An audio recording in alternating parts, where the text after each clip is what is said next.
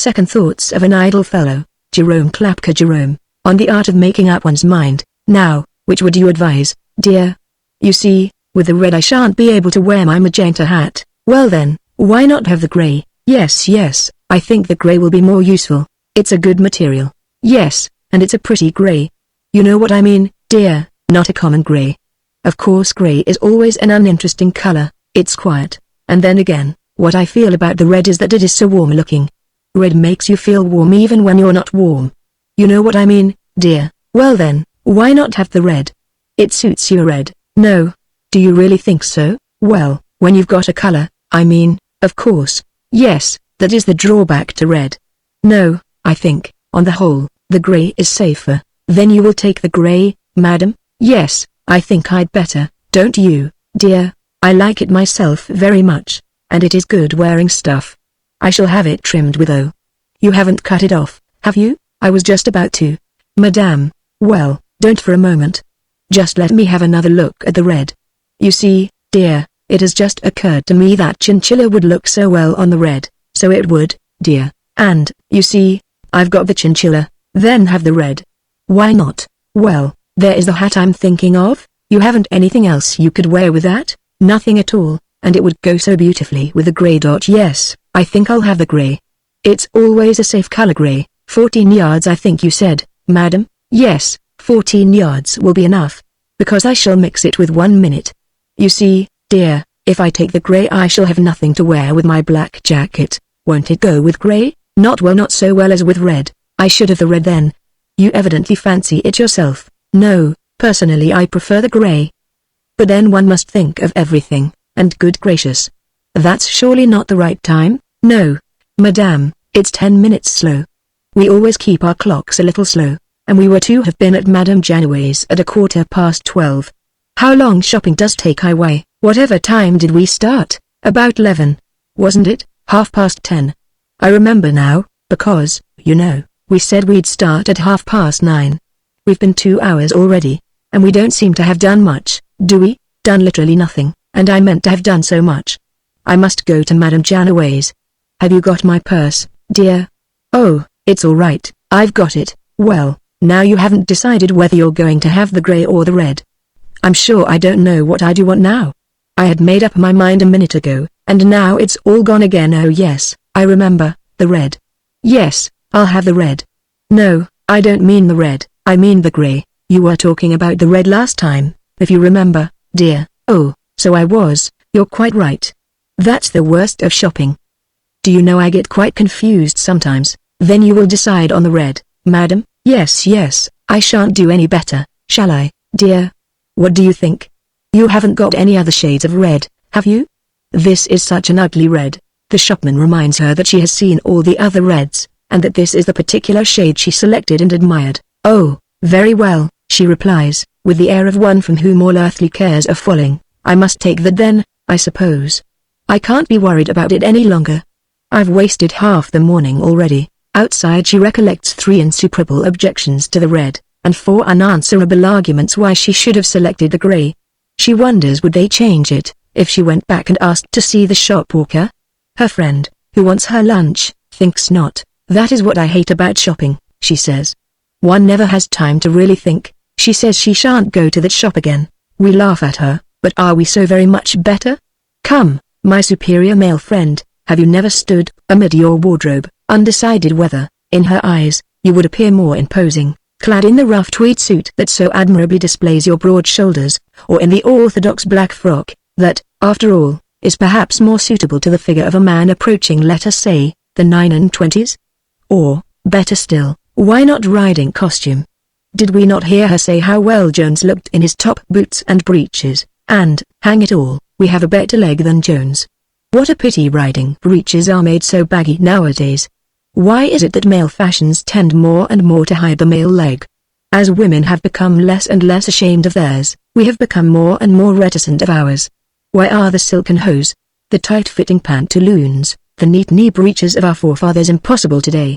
Are we grown more modest, or has there come about a falling off, rendering concealment advisable?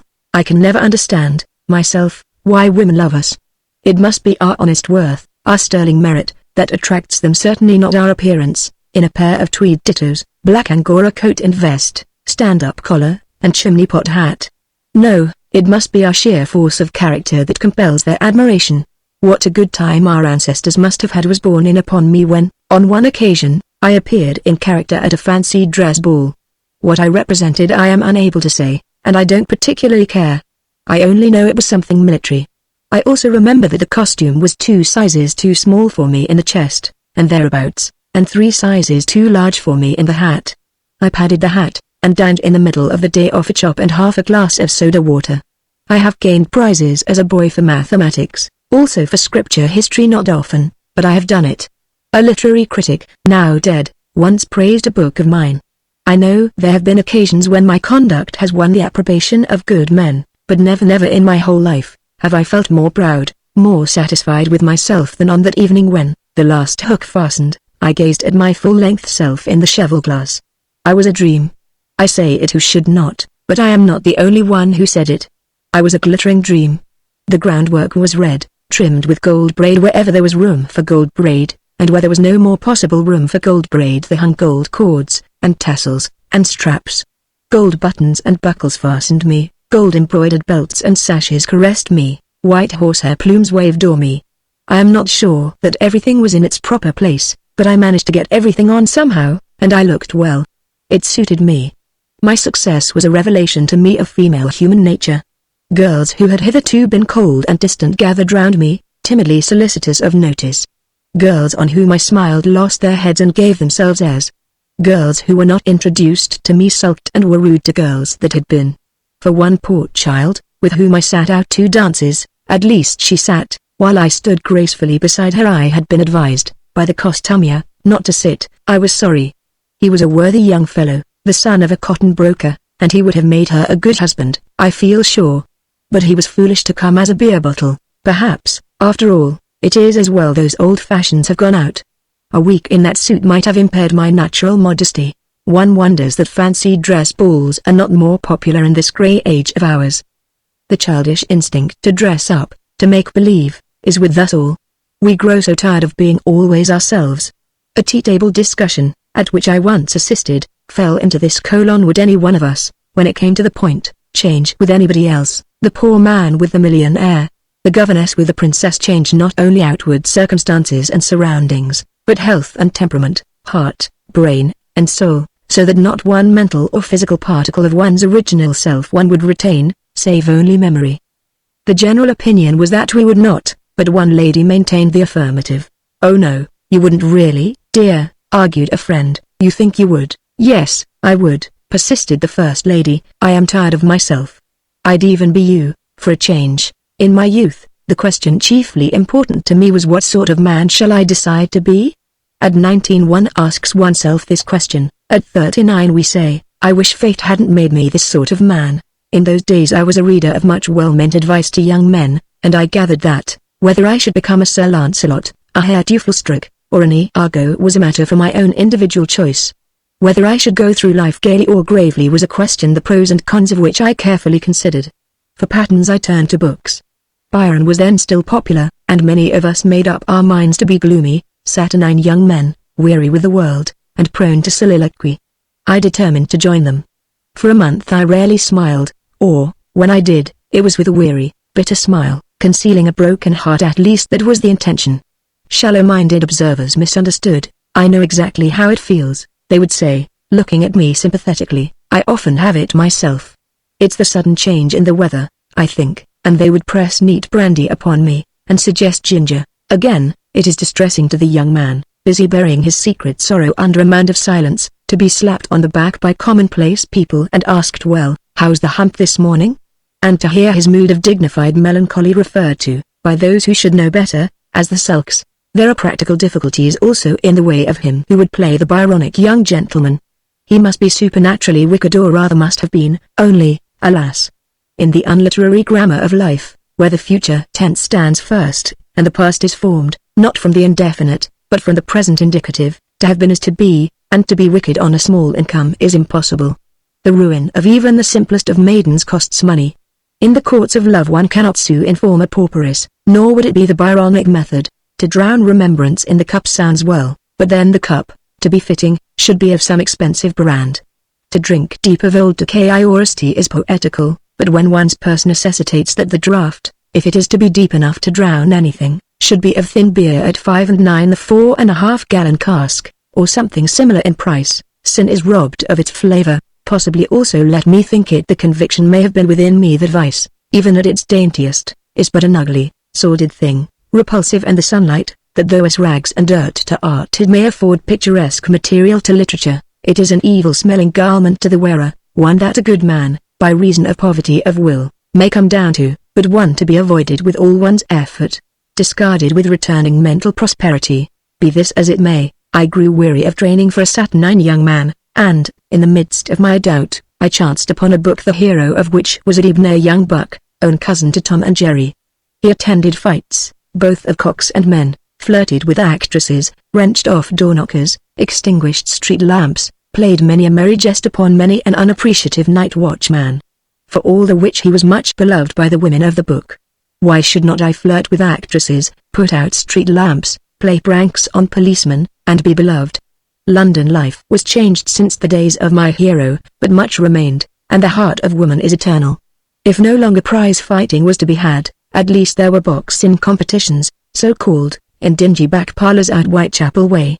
Though cockfighting was a lost sport, were there not damp cellars near the river where for twopence a gentleman might back mongrel terriers to kill rats against time, and feel himself indeed a sportsman?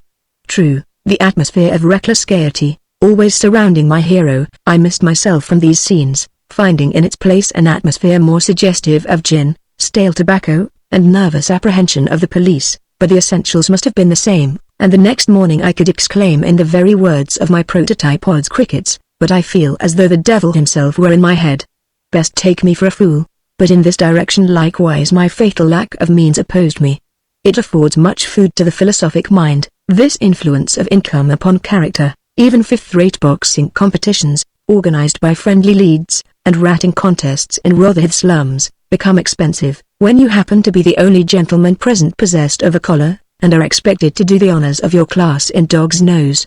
True, climbing lamp posts and putting out the gas is fairly cheap, providing always you are not caught in the act, but as a recreation it lacks variety. Nor is the modern London lamp post adapted to sport. Anything more difficult to grip, anything with less give in it I have rarely clasped. The disgraceful amount of dirt allowed to accumulate upon it is another drawback from the climber's point of view. By the time you have swarmed up your third post a positive distaste for gaiety steals over you. Your desire is towards a knacker and a bath. Nor in jokes at the expense of policemen is the fun entirely on your side. Maybe I did not proceed with judgment. It occurs to me now, looking back, that the neighborhoods of Covent Garden and Great Marlborough Street were ill-chosen for sport of this nature. To bonnet a fat policeman is excellent fooling. While he is struggling with his helmet you can ask him comic questions, and by the time he has got his head free you are out of sight. But the game should be played in a district where there is not an average of 3 constables to every dozen square yards. When 2 other policemen, who have had their eye on you for the past 10 minutes, are watching the proceedings from just round the next corner, you have little or no leisure for due enjoyment of the situation. By the time you have run the whole length of Great Titchfield Street and twice round Oxford Market, you are of opinion that a joke should never be prolonged beyond the point at which there is danger of its becoming wearisome, and that the time has now arrived for home and friends. The law, on the other hand, now raised by reinforcements to a strength of 6 or 7 men, is just beginning to enjoy the chase. You picture to yourself, while doing Hanover Square, the scene in court the next morning. You will be accused of being drunk and disorderly. It will be idle for you to explain to the magistrate, or to your relations afterwards, that you were only trying to live up to a man who did this sort of thing in a book and was admired for it. You will be fined the usual 40 shillings, and on the next occasion of your calling at the Mayfields the girls will be out, and Mrs. Mayfield, an excellent lady, who has always taken a motherly interest in you, will talk seriously to you and urge you to sign the pledge. Thanks to your youth and constitution you shake off the pursuit at Notting Hill, and, to avoid any chance of unpleasant contretemps on the return journey, walk home to Bloomsbury by way of Camden Town and Islington. I abandoned sportive tendencies as the result of a vow made by myself to Providence, during the early hours of a certain Sunday morning, while clinging to the waterspout of an unpretentious house situate in a side street off Soho. I put it to Providence as man to man. Let me only get out of this, I think were the muttered words I used, and no more sport for me. Providence closed on the offer, and did let me get out of it. True, it was a complicated get out, involving a broken skylight and 3 gas globes, 2 hours in a coal cellar, and a sovereign to a potman for the loan of an ulster, and when at last, secure in my chamber, I took stock of myself, what was left of me, I could not but reflect that Providence might have done the job neater. Yet I experienced no desire to escape the terms of the covenant. My inclining for the future was towards a life of simplicity. Accordingly, I cast about for a new character, and found one to suit me. The German professor was becoming popular as a hero about this period. He wore his hair long and was otherwise untidy, but he had a heart of steel, occasionally of gold. The majority of folks in the book, judging him from his exterior together with his conversation in broken English, dealing chiefly with his dead mother and his little sister Lisa, dubbed him uninteresting, but then they did not know about the heart. His chief possession was a lame dog which he had rescued from a brutal mob, and when he was not talking broken English he was nursing this dog. But his speciality was stopping runaway horses, thereby saving the heroine's life. This, combined with the broken English and the dog, rendered him irresistible. He seemed a peaceful, amiable sort of creature, and I decided to try him. I could not of course be a German professor, but I could, and did, wear my hair long in spite of much public advice to the contrary, voiced chiefly by small boys. I endeavored to obtain possession of a lame dog, but failed. A one-eyed dealer in 7 Dials, to whom, as a last resource, I applied, offered to lame one for me for an extra 5 shillings, but this suggestion I declined. I came across an uncanny-looking mongrel late one night. He was not lame, but he seemed pretty sick, and, feeling I was not robbing anybody of anything very valuable, I lured him home and nursed him. I fancy I must have overnursed him. He got so healthy in the end, there was no doing anything with him. He was an ill-conditioned cur, and he was too old to be taught. He became the curse of the neighborhood. His idea of sport was killing chickens and sneaking rabbits from outside poulterers' shops. For recreation he killed cats and frightened small children by yelping round their legs. There were times when I could have lamed him myself, if only I could have got hold of him. I made nothing by running that dog, nothing whatever. People, instead of admiring me for nursing him back to life, called me a fool, and said that if I didn't drown the brute they would. He spoiled my character utterly, I mean my character at this period. It is difficult to pose as a young man with a heart of gold, when discovered in the middle of the road throwing stones at your own dog.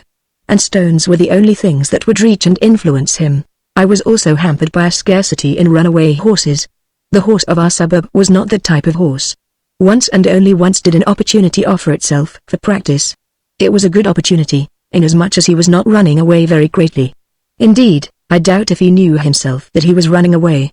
It transpired afterwards that it was a habit of his, after waiting for his driver outside the Rose and Crown for what he considered to be a reasonable period, to trot home on his own account.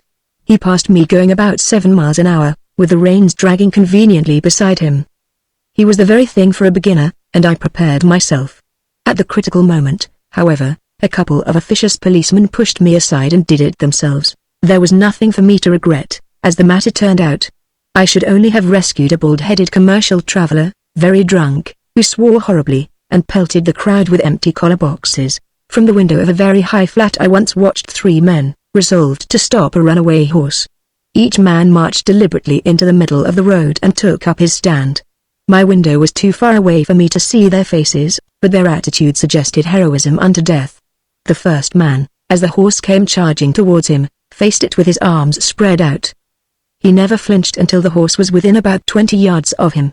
Then, as the animal was evidently determined to continue its wild career, there was nothing left for him to do but to retire again to the curb, where he stood looking after it with evident sorrow, as though saying to himself, "Oh, well, if you are going to be headstrong I have done with you." The second man, on the catastrophe being thus left clear for him, without a moment's hesitation, walked up a by-street and disappeared. The third man stood his ground, and, as the horse passed him, yelled at it. I could not hear what he said. I have not the slightest doubt it was excellent advice, but the animal was apparently too excited even to listen. The first and the third man met afterwards, and discussed the matter sympathetically. I judge they were regretting the pig-headedness of runaway horses in general, and hoping that nobody had been hurt. I forget the other characters I assumed about this period. One, I know, that got me into a good deal of trouble was that of a downright, honest, hearty, outspoken young man who always said what he meant. I never knew but one man who made a real success of speaking his mind. I have heard him slap the table with his open hand and exclaim, "You want me to flatter you to stuff you up with a pack of lies? That's not me, that's not Jim Compton.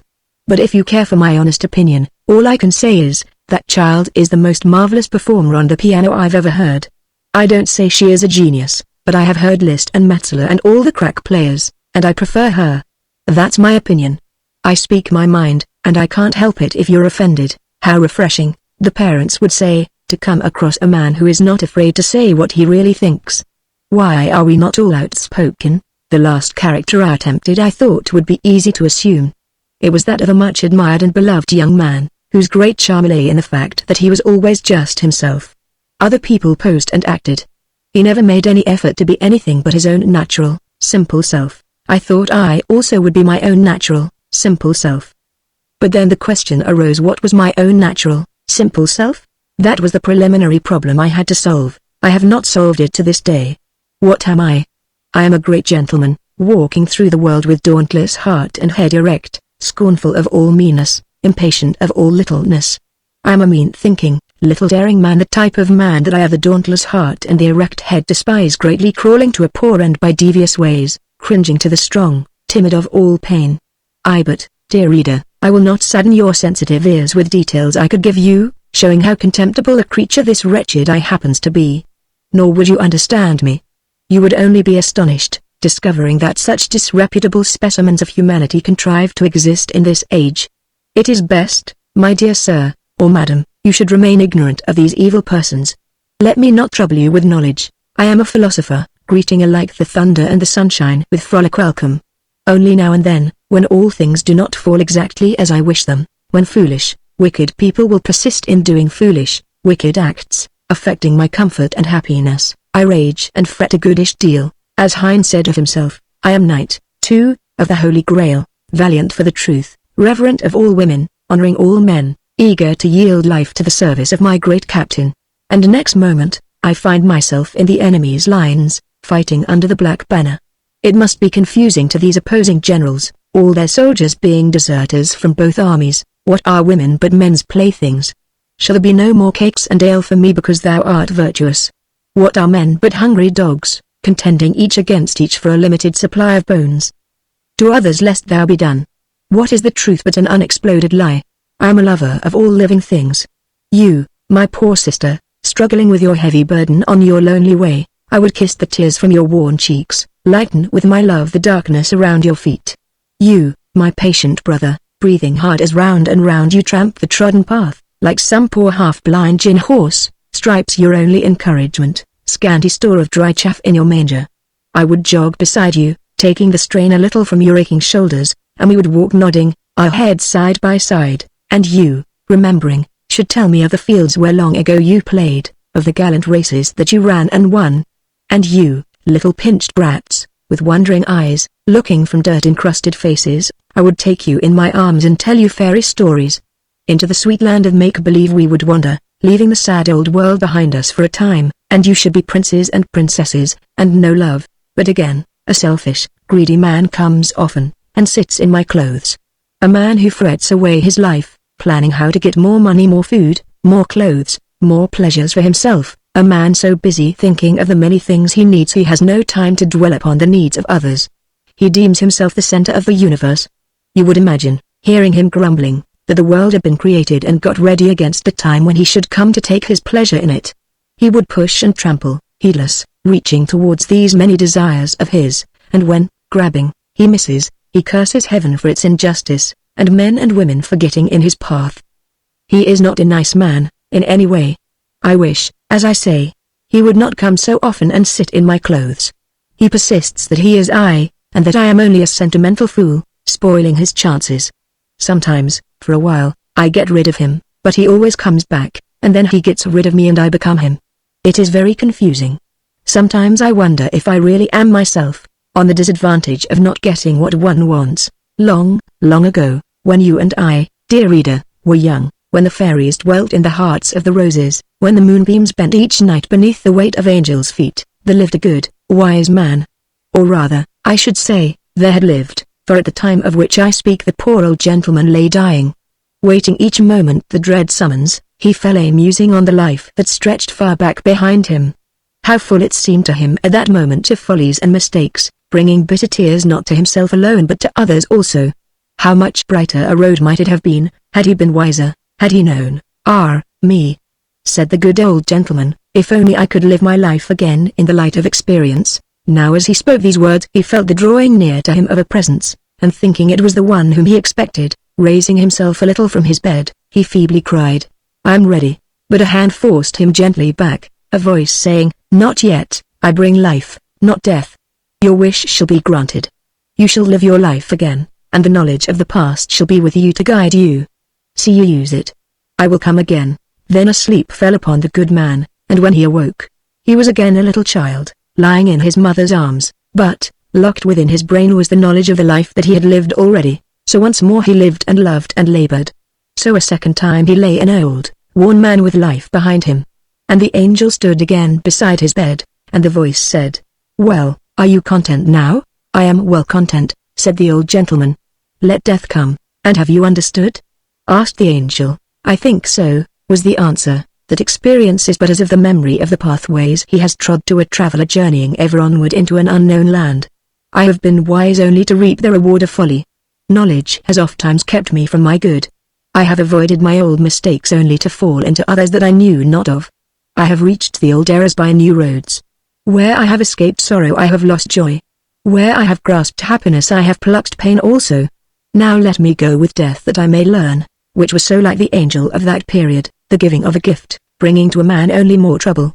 Maybe I am overrating my coolness of judgment under somewhat startling circumstances, but I am inclined to think that, had I lived in those days, and had a fairy or an angel come to me, wanting to give me something my soul's desire, or the sum of my ambition, or any trifle of that kind, I should have been short with him.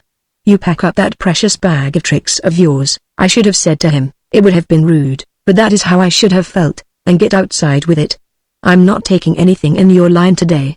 I don't require any supernatural aid to get me into trouble. All the worry I want I can get down here, so it's no good your calling. You take that little joke of yours, I don't know what it is, but I know enough not to want to know, and run it off on some other idiot. I'm not priggish. I have no objection to an innocent game of catch questions in the ordinary way, and when I get a turn myself. But if I've got to pay every time, and the stakes are to be my earthly happiness plus my future existence, why, I don't play. There was the case of Midas, a nice, shabby trick you fellows played off upon him. Making pretense you did not understand him, twisting round the poor old fellow's words, just for all the world as though you were a pack of Old Bailey lawyers, trying to trip up a witness. I'm ashamed of the lot of you, and I tell you so, coming down here, fooling poor unsuspecting mortals with your nonsense, as though we had not enough to harry us as it was. Then there was that other case of the poor old peasant couple to whom you promised 3 wishes, the whole thing ending in a black pudding. And they never got even that. You thought that funny, I suppose. That was your fairy humor. A pity, I say, you have not, all of you, something better to do with your time. As I said before, you take that celestial Joe Miller of yours and work it off on somebody else. I have read my fairy lore, and I have read my mythology, and I don't want any of your blessings. And what's more, I'm not going to have them. When I want blessings I will put up with the usual sort we are accustomed to down here. You know the ones I mean. The disguised brand, the blessings that no human being would think were blessings, if he were not told, the blessings that don't look like blessings, that don't feel like blessings, that, as a matter of fact, are not blessings, practically speaking, the blessings that other people think are blessings for us and that we don't. They've got their drawbacks, but they are better than yours, at any rate, and they are sooner over. I don't want your blessings at any price. If you leave one here I shall simply throw it out after you. I feel confident I should have answered in that strain, and I feel it would have done good. Somebody ought to have spoken plainly, because with fairies and angels of that sort fooling about, no one was ever safe for a moment. Children could hardly have been allowed outside the door. One never could have told what silly trick some would-be funny fairy might be waiting to play off on them. The poor child would not know, and would think it was getting something worth having. The wonder to me is that some of those angels didn't get tarred and feathered. I am doubtful whether even Cinderella's luck was quite as satisfying as we are led to believe. After the carpetless kitchen and the black beetles, how beautiful the palace must have seemed for the first year, perhaps for the first 2. And the prince. How loving, how gallant, How tender for the first year, perhaps for the first 2. And after. You see, he was a prince, brought up in a court, the atmosphere of which is not conducive to the development of the domestic virtues, and she was Cinderella. And then the marriage altogether was rather a hurried affair. Oh yes, she is a good, loving little woman, but perhaps our Royal Highness ship did act too much on the impulse of the moment. It was her dear, dainty feet that danced their way into our heart. How they flashed and twinkled, eased in those fairy slippers. How like a lily among tulips she moved that night amid the over-gorgeous court dames. She was so sweet, so fresh, so different to all the others whom we knew so well. How happy she looked as she put her trembling little hand in ours. What possibilities might lie behind those drooping lashes. And we were in amorous mood that night, the music in our feet, the flash and glitter in our eyes. And then, to pique us further, she disappeared as suddenly and strangely as she had come. Who was she? Whence came she? What was the mystery surrounding her? Was she only a delicious dream, a haunting fantasy that we should never look upon again, never clasp again within our longing arms? Was our heart to be forever hungry, haunted by the memory of no, by heavens, she is real, and a woman. Here is her dear slipper, made surely to be kissed. Of a size too that a man may well wear within the breast of his doublet. Had any woman, nay, fairy, angel, such dear feet? Search the whole kingdom through, but find her, find her. The gods have heard our prayers, and given us this clue. Suppose she be not all she seemed. Suppose she be not of birth fit to mate with our noble house. Out upon thee, for an earth-bound, blind curmudgeon of a Lord High Chancellor. How could a woman, whom such slipper fitted, be but of the noblest and the best, as far above us, mere princelet that we are, as the stars in heaven are brighter than thy dull old eyes? Go, search the kingdom, we tell thee, from east to west, from north to south, and see to it that thou findest her, or it shall go hard with thee.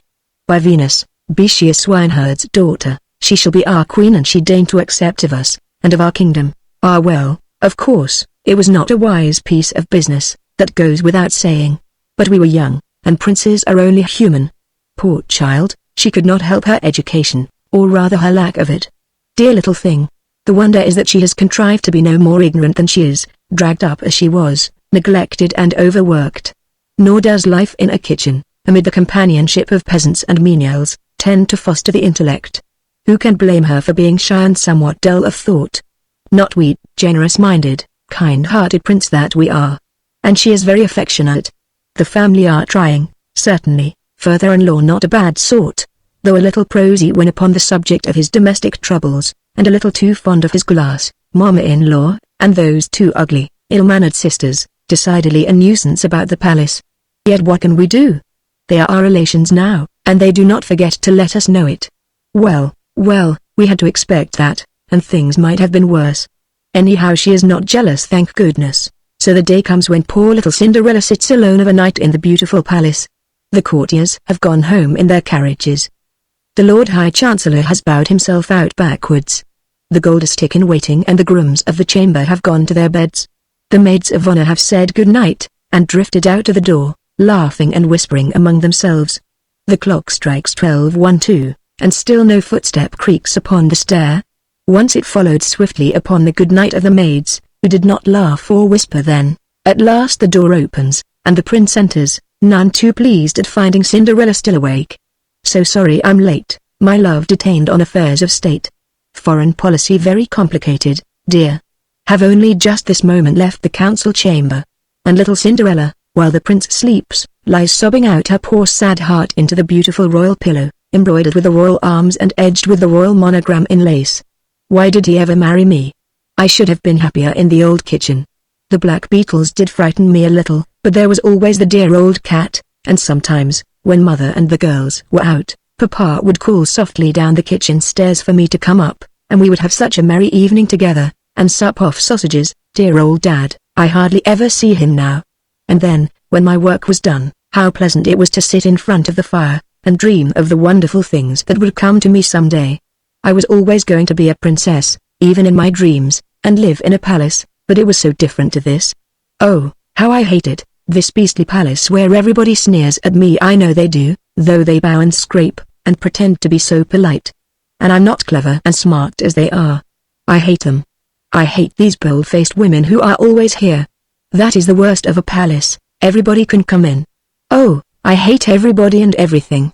Oh, Godmama, come and take me away. Take me back to my old kitchen. Give me back my old poor frock. Let me dance again with the fire tongs for a partner, and be happy, dreaming. Poor little Cinderella, perhaps it would have been better had Godmama been less ambitious for you, dear, had you married some good, honest yeoman, who would never have known that you were not brilliant, who would have loved you because you were just amiable and pretty, had your kingdom been only a farmhouse, where your knowledge of domestic economy, gained so hardly, would have been useful, where you would have shone instead of being overshadowed, where Papa would have dropped in of an evening to smoke his pipe and escape from his domestic wrangles, where you would have been real queen. But then you know, dear, you would not have been content. Ah yes, with your present experience now you know that queens as well as little drudges have their troubles, but without that experience, you would have looked in the glass when you were alone, you would have looked at your shapely hands and feet, and the shadows would have crossed your pretty face.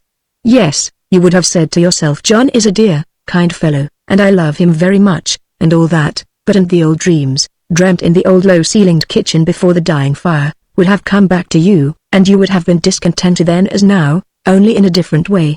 Oh yes, you would, Cinderella, though you gravely shake your gold-crowned head. And let me tell you why. It is because you are a woman, and the fate of all us, men and women alike, is to be forever wanting what we have not, and to be finding, when we have it, that it is not what we wanted. That is the law of life, dear. Do you think as you lie upon the floor with your head upon your arms, that you are the only woman whose tears are soaking into the hearthrug at that moment? My dear princess, if you could creep unseen about your city, peeping at will through the curtain-shielded windows, you would come to think that all the world was little else than a big nursery full of crying children with none to comfort them. The doll is broken, no longer it sweetly squeaks in answer to our pressure, I love you, kiss me. The drum lies silent with a drumstick inside, no longer do we make a brave noise in the nursery. The box of tea things we have clumsily put our foot upon, there will be no more merry parties around the three-legged stool. The tin trumpet will not play the note we want to sound, the wooden bricks keep falling down. The toy cannon has exploded and burnt our fingers. Never mind, little man, little woman, we will try and mend things tomorrow. And after all, Cinderella dear, you do live in a fine palace, and you have jewels and grand dresses and no, do not be indignant with me. Did not you dream of these things as well as of love? Come now, be honest. It was always a prince, was it not, or, at the least, an exceedingly well-to-do party, that handsome young gentleman who bowed to you so gallantly from the red embers? He was never a virtuous young commercial traveler, or cultured clerk, earning a salary of £3 a week, was he, Cinderella? Yet there are many charming commercial travelers, many delightful clerks with limited incomes, quite sufficient, however, to a sensible man and woman desiring but each other's love.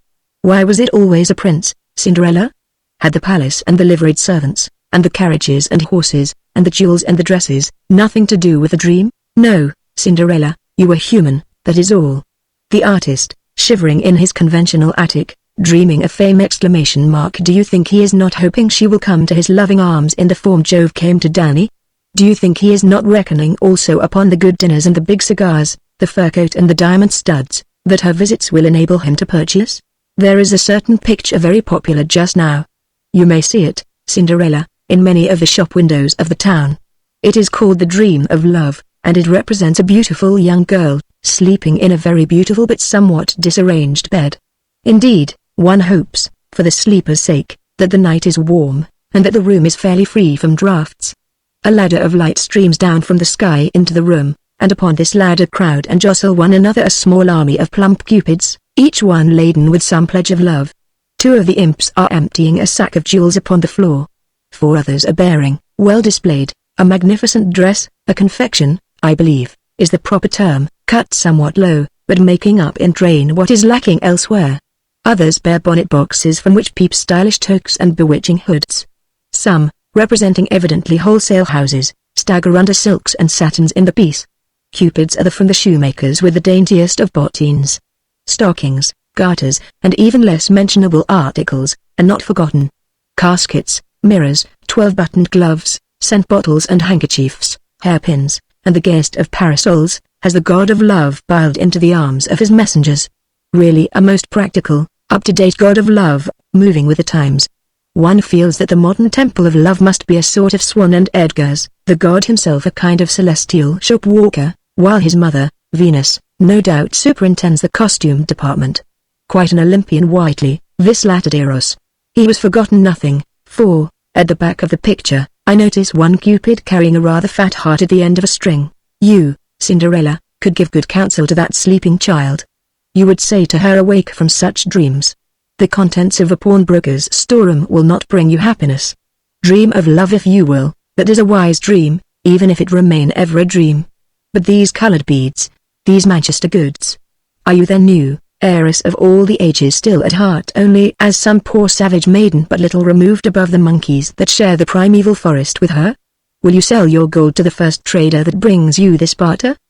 These things, child, will only dazzle your eyes for a few days. Do you think the Burlington Arcade is the gate of heaven? Yes, I too could talk like that, I, writer of books, to the young lad, sick of his office stool, dreaming of a literary career leading to fame and fortune. And do you think, lad, that by that road you will reach happiness sooner than by another? Do you think interviews with yourself in penny weeklies will bring you any satisfaction after the first half dozen? Do you think the gushing female who has read all your books, and who wonders what it must feel like to be so clever, will be welcome to you the 10th time you meet her? Do you think press cuttings will always consist of wondering admiration of your genius, of paragraphs about your charming personal appearance under the heading, "Our Celebrities"? Have you thought of the uncomplimentary criticisms, of the spiteful paragraphs, of the everlasting fear of slipping a few inches down a greasy pole called popular taste, to which you are condemned to cling for life, as some lesser criminal to his weary treadmill, struggling with no hope but not to fall? Make a home, lad, for the woman who loves you, gather 1 or 2 friends about you, work, think, and play, that will bring you happiness. Shun this roaring gingerbread fair that calls itself, forsooth, the world of art and letters. Let its clowns and its contortionists fight among themselves for the plaudits and the halfpence of the mob. Let it be with its shouting and its surging, its blare and its cheap flair. Come away, the summer's night is just the other side of the hedge, with its silence and its stars. You and I, Cinderella, are experienced people, and can therefore offer good advice, but do you think we should be listened to? No, my prince is not as yours. Mine will love me always, and I am peculiarly fitted for the life of a palace. I have the instinct and the ability for it. I am sure I was made for a princess. Thank you, Cinderella, for your well-meant counsel. But there is much difference between you and me. That is the answer you would receive, Cinderella, and my young friend would say to me, yes, I can understand your finding disappointment in the literary career, but then, you see, our cases are not quite similar. I am not likely to find much trouble in keeping my position. I shall not fear reading what the critics say of me. No doubt there are disadvantages, when you are among the ruck, but there is always plenty of room at the top. So thank you, and goodbye. Besides, Cinderella dear, we should not quite mean it this excellent advice. We have grown accustomed to these gewgaws, and we should miss them in spite of our knowledge of their trashiness. You, your palace and your little gold crown, I, my mountebank's cap, and the answering laugh that goes up from the crowd when I shake my bells. We want everything. All the happiness that earth and heaven are capable of bestowing. Creature comforts, and heart and soul comforts also, and, proud-spirited beings that we are, we will not be put off with a part. Give us only everything, and we will be content. And, after all, Cinderella, you have had your day. Some little dogs never get theirs. You must not be greedy. You have known happiness. The palace was paradise for those few months, and the prince's arms were about you, Cinderella, the prince's kisses on your lips. The gods themselves cannot take that from you. The cake cannot last forever if we will eat of it so greedily. There must come the day when we have picked hungrily the last crumb, when we sit staring at the empty board, nothing left of the feast, Cinderella, but the pain that comes of feasting. It is a naive confession, poor human nature has made to itself, in choosing, as it has, this story of Cinderella for its leading moral: be good, little girl. Be meek under your many trials. Be gentle and kind, in spite of your hard lot, and one day you shall marry a prince and ride in your own carriage. Be brave and true, little boy. Work hard and wait with patience, and in the end, with God's blessing, you shall earn riches enough to come back to London town and marry your master's daughter. You and I, gentle reader, could teach these young folks a true lesson, and we would. We know, alas, that the road of all the virtues does not lead to wealth, rather the contrary, else how explain our limited incomes? But would it be well, think you, to tell them bluntly the truth that honesty is the most expensive luxury a man can indulge in, that virtue, if persisted in, leads, generally speaking, to a six-roomed house in an outlying suburb? Maybe the world is wise, the fiction has its uses. I am acquainted with a fairly intelligent young lady. She can read and write, knows her tables up to 6 times, and can argue. I regard her as representative of average humanity in its attitude towards fate, and this is a dialogue I lately overheard between her and an older lady who is good enough to occasionally impart to her the wisdom of the world. I've been good this morning, haven't I? Yes, oh yes, fairly good, for you. You think Papa will take me to the circus tonight? Yes, if you keep good. If you don't get naughty this afternoon. A pause. I was good on Monday, you may remember, nurse. Tolerably good, very good, you said, nurse. Well, yes, you weren't bad. And I was to have gone to the pantomime, and I didn't. Well, that was because your aunt came up suddenly, and your papa couldn't get another seat. Poor auntie wouldn't have gone at all if she hadn't gone then. Oh, wouldn't she? No. Another pause. Do you think she'll come up suddenly today? Oh no, I don't think so. No, I hope she doesn't.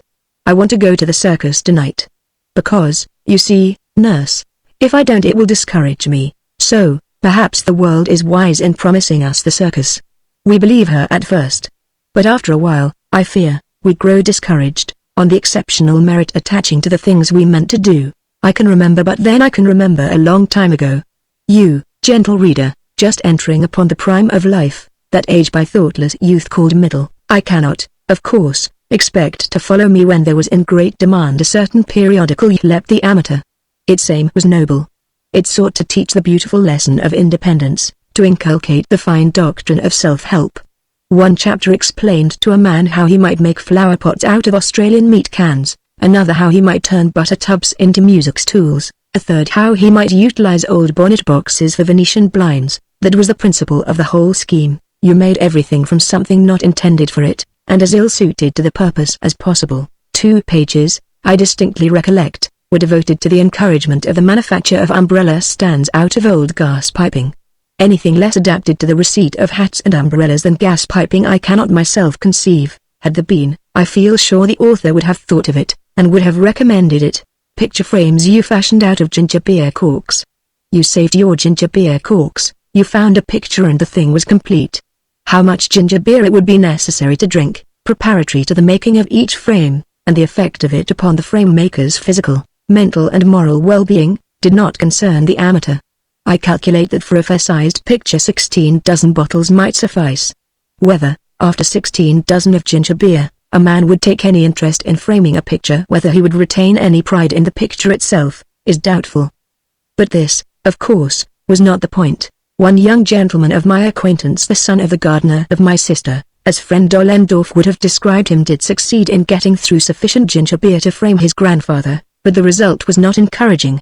Indeed, the gardener's wife herself was but ill satisfied. "What's all them corks round, father?" was her first question. "Can't you see?" was the somewhat indignant reply. "That's the frame." "Oh. But why corks?" "Well, the book said corks." Still the old lady remained unimpressed. "Somehow it don't look like father now," she sighed. Her eldest born grew irritable. "None of us appreciate criticism. What does it look like, then?" He growled. "Well, I dunno. Seems to me to look like nothing but corks." The old lady's view was correct. Certain schools of art possibly lend themselves to this method of framing.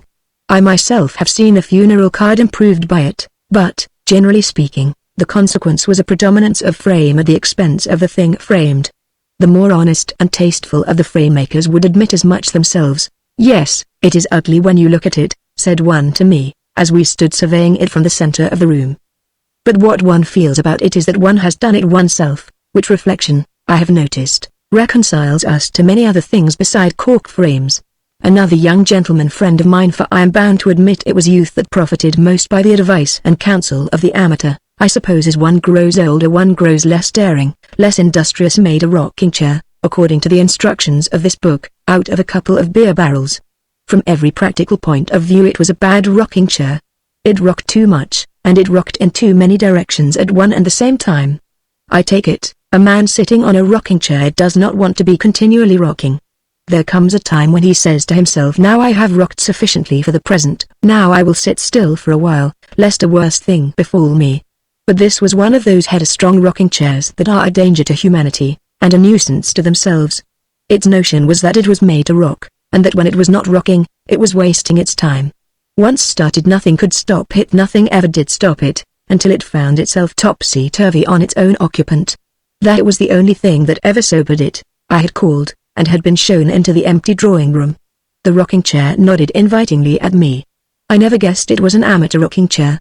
I was young in those days, with faith in human nature, and I imagined that, whatever else a man might attempt without knowledge or experience, no one would be fool enough to experiment upon a rocking chair. I threw myself into it lightly and carelessly. I immediately noticed the ceiling. I made an instinctive movement forward. The window and a momentary glimpse of the wooded hills beyond shot upwards and disappeared. The carpet flashed across my eyes, and I caught sight of my own boots vanishing beneath me at the rate of about 200 miles an hour. I made a convulsive effort to recover them. I suppose I overdid it. I saw the whole of the room at once, the four walls, the ceiling, and the floor at the same moment. It was a sort of vision. I saw the cottage piano upside down, and I again saw my own boots flash past me, this time over my head, soles uppermost. Never before had I been in a position where my own boots had seemed so all-pervading. The next moment I lost my boots, and stopped the carpet with my head just as it was rushing past me.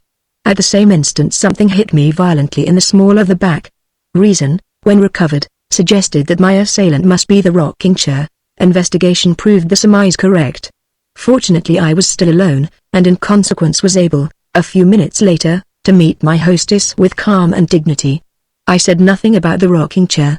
As a matter of fact, I was hoping to have the pleasure, before I went, of seeing some other guest arrive and sample it. I had purposely replaced it in the most prominent and convenient position. But though I felt capable of schooling myself to silence, I found myself unable to agree with my hostess when she called for my admiration of the thing. My recent experiences have too deeply embittered me. Willie made it himself, explained the fond mother. Don't you think it was very clever of him? Oh yes, it was clever, I replied. I'm willing to admit that. He made it out of some old beer barrels, she continued. She seemed proud of it. My resentment, though I tried to keep it under control, was mounting higher. Oh. Did he? I said. I should have thought he might have found something better to do with them. What? She asked. Oh. Well, many things, I retorted. He might have filled them again with beer. My hostess looked at me astonished. I felt some reason for my tone was expected. You see, I explained, it is not a well-made chair. These rockers are too short, and they are too curved, and one of them, if you notice, is higher than the other and of a smaller radius. The back is at too obtuse an angle. When it is occupied, the center of gravity becomes. My hostess interrupted me. You have been sitting on it, she said. Not for long, I assured her. Her tone changed. She became apologetic. I am so sorry, she said. It looks all right. It does, I agreed. That is where the dear lad's cleverness displays itself. Its appearance disarms suspicion. With judgment that chair might be made to serve a really useful purpose. There are mutual acquaintances of ours, I mention no names. You will know them, pompous, self-satisfied, superior persons who would be improved by the chair. If I were Willie I should disguise the mechanism with some artistic drapery, bait the thing with a couple of exceptionally inviting cushions, and employ it to inculcate modesty and diffidence. I defy any human being to get out of that chair, feeling as important as when he got into it. What the dear boy has done has been to construct an automatic exponent of the transitory nature of human greatness. As a moral agency that chair should prove a blessing in disguise. My hostess smiled feebly, more, I fear, from politeness than genuine enjoyment. I think you are too severe, she said. When you remember that the boy has never tried his hand at anything of the kind before, that he has no knowledge and no experience, it really is not so bad. Considering the matter from that point of view I was bound to concur.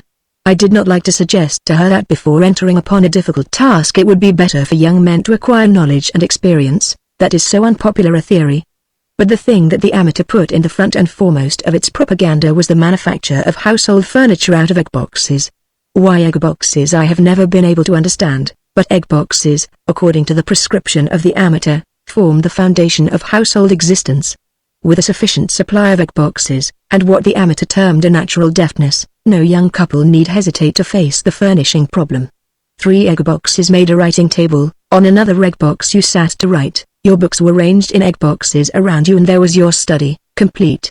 For the dining room 2 egg boxes made an overmantel, 4 egg boxes and a piece of looking glass as sideboard, while 6 egg boxes, with some wadding and a yard or so of cretonne, constituted a so-called cozy corner. About the corner there could be no possible doubt. You sat on a corner, you leaned against a corner, whichever way you moved you struck a fresh corner. The coziness, however, I deny. Egg boxes I admit can be made useful, I am even prepared to imagine them ornamental, but cozy, no. I have sampled egg boxes in many shapes.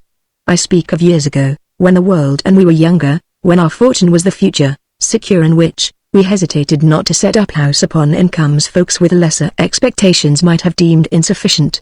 Under such circumstances, the sole alternative to the egg box, or similar school of furniture, would have been the strictly classical, consisting of a doorway joined to architectural proportions. I have from Saturday to Monday, as honored guest, hung my clothes in egg boxes. I have sat on an egg box at an egg box to take my dish of tea. I have made love on egg boxes. And to feel again the blood running through my veins as then it ran, I would be content to sit only on egg boxes till the time should come when I could be buried in an egg box, with an egg box reared above me as tombstone. I have spent many an evening on an egg box, I have gone to bed in egg boxes. They have their points. I am intending no pun, but to claim for them coziness would be but to deceive. How quaint they were, those homemade rooms.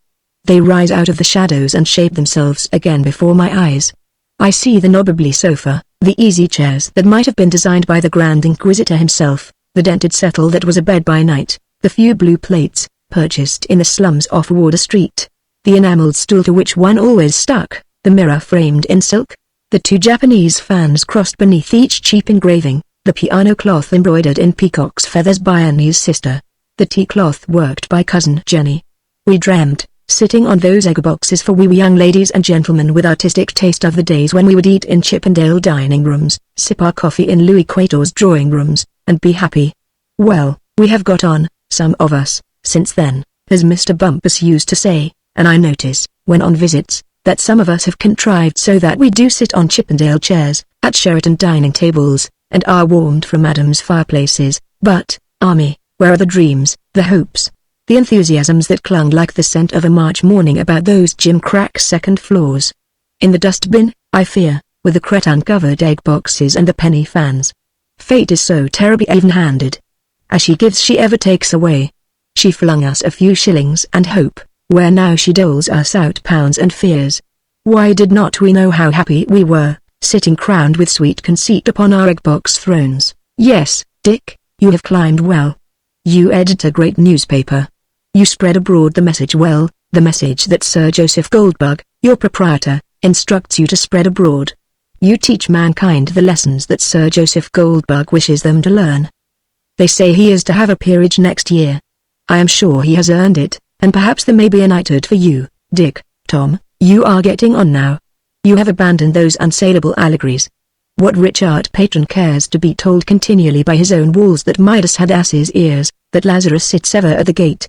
You paint portraits now, and everybody tells me you are the coming man. That impression of old Lady Jezebel was really wonderful. The woman looks quite handsome, and yet it is her ladyship. Your touch is truly marvelous, but into your success, Tom Dick, old friend, do not the creep moments when you would that we could fish up those old egg boxes from the past, refurnish with them the dingy rooms in Camden Town, and find there our youth, our loves, and our beliefs? An incident brought back to my mind, the other day, the thought of all these things. I called for the first time upon a man, an actor, who had asked me to come and see him in the little home where he lives with his old father. To my astonishment, for the craze, I believe, has long since died out, I found the house half furnished out of packing cases, butter tubs, and egg boxes. My friend earns his £20 a week, but it was the old father's hobby, so he explained to me, the making of these monstrosities, and of them he was as proud as though they were specimen furniture out of the South Kensington Museum. He took me into the dining room to show me the latest outrage, a new bookcase. A greater disfigurement to the room, which was otherwise prettily furnished, could hardly be imagined. There was no need for him to assure me, as he did, that it had been made out of nothing but egg boxes. One could see at a glance that it was made out of egg boxes, and badly constructed egg boxes at that, egg boxes that were a disgrace to the firm that had turned them out, Egg box is not worthy the storage of shophands at 18 the shilling. We went upstairs to my friend's bedroom. He opened the door as a man might open the door of a museum of gems. "The old boy," he said, as he stood with his hand upon the doorknob, "made everything you see here, everything," and we entered. He drew my attention to the wardrobe. "Now I will hold it up," he said, "while you pull the door open. I think the floor must be a bit uneven, it wobbles if you are not careful." It wobbled notwithstanding, but by coaxing and humoring we succeeded without mishap. I was surprised to notice a very small supply of clothes within, although my friend is a dressy man. "You see," he explained, "I dare not use it more than I can help. I am a clumsy chap, and as likely as not, if I happened to be in a hurry, I'd have the whole thing over," which seemed probable. I asked him how he contrived. "I dress in the bathroom as a rule," he replied. "I keep most of my things there." Of course the old boy doesn't know. He showed me a chest of drawers. One drawer stood half open. "I'm bound to leave that drawer open," he said. "I keep the things I use in that. They don't shut quite easily, these drawers, or rather, they shut all right, but then they won't open.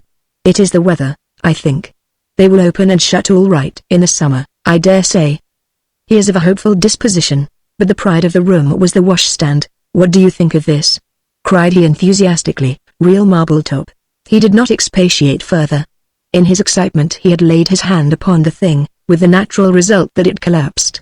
More by accident than design I caught the jug in my arms. I also caught the water it contained. The basin rolled on its edge and little damage was done, except to me and the soap box. I could not pump up much admiration for this washstand. I was feeling too wet. "What do you do when you want to wash?" I asked, as together we reset the trap. There fell upon him the manner of a conspirator revealing secrets. He glanced guiltily round the room, then, creeping on tiptoe, he opened a cupboard behind the bed. Within was a tin basin and a small can. "Don't tell the old boy," he said. "I keep these things here, and wash on the floor."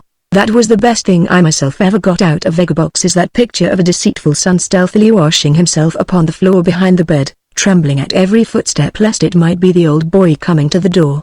One wonders whether the 10 commandments are so all-sufficient as we good folk deem them, whether the 11th is not worth the whole pack of them, that ye love one another with just a commonplace, human, practical love. Could not the other 10 be comfortably stowed away into a corner of that? One is inclined, in one's anarchic moments, to agree with Louis Stevenson, that to be amiable and cheerful is a good religion for a workaday world. We are so busy not killing, not stealing, not coveting our neighbor's wife. We have not time to be even just to one another for the little while we are together here. Need we be so cocksure that our present list of virtues and vices is the only possibly correct and complete one? Is the kind, unselfish man necessarily a villain because he does not always succeed in suppressing his natural instincts?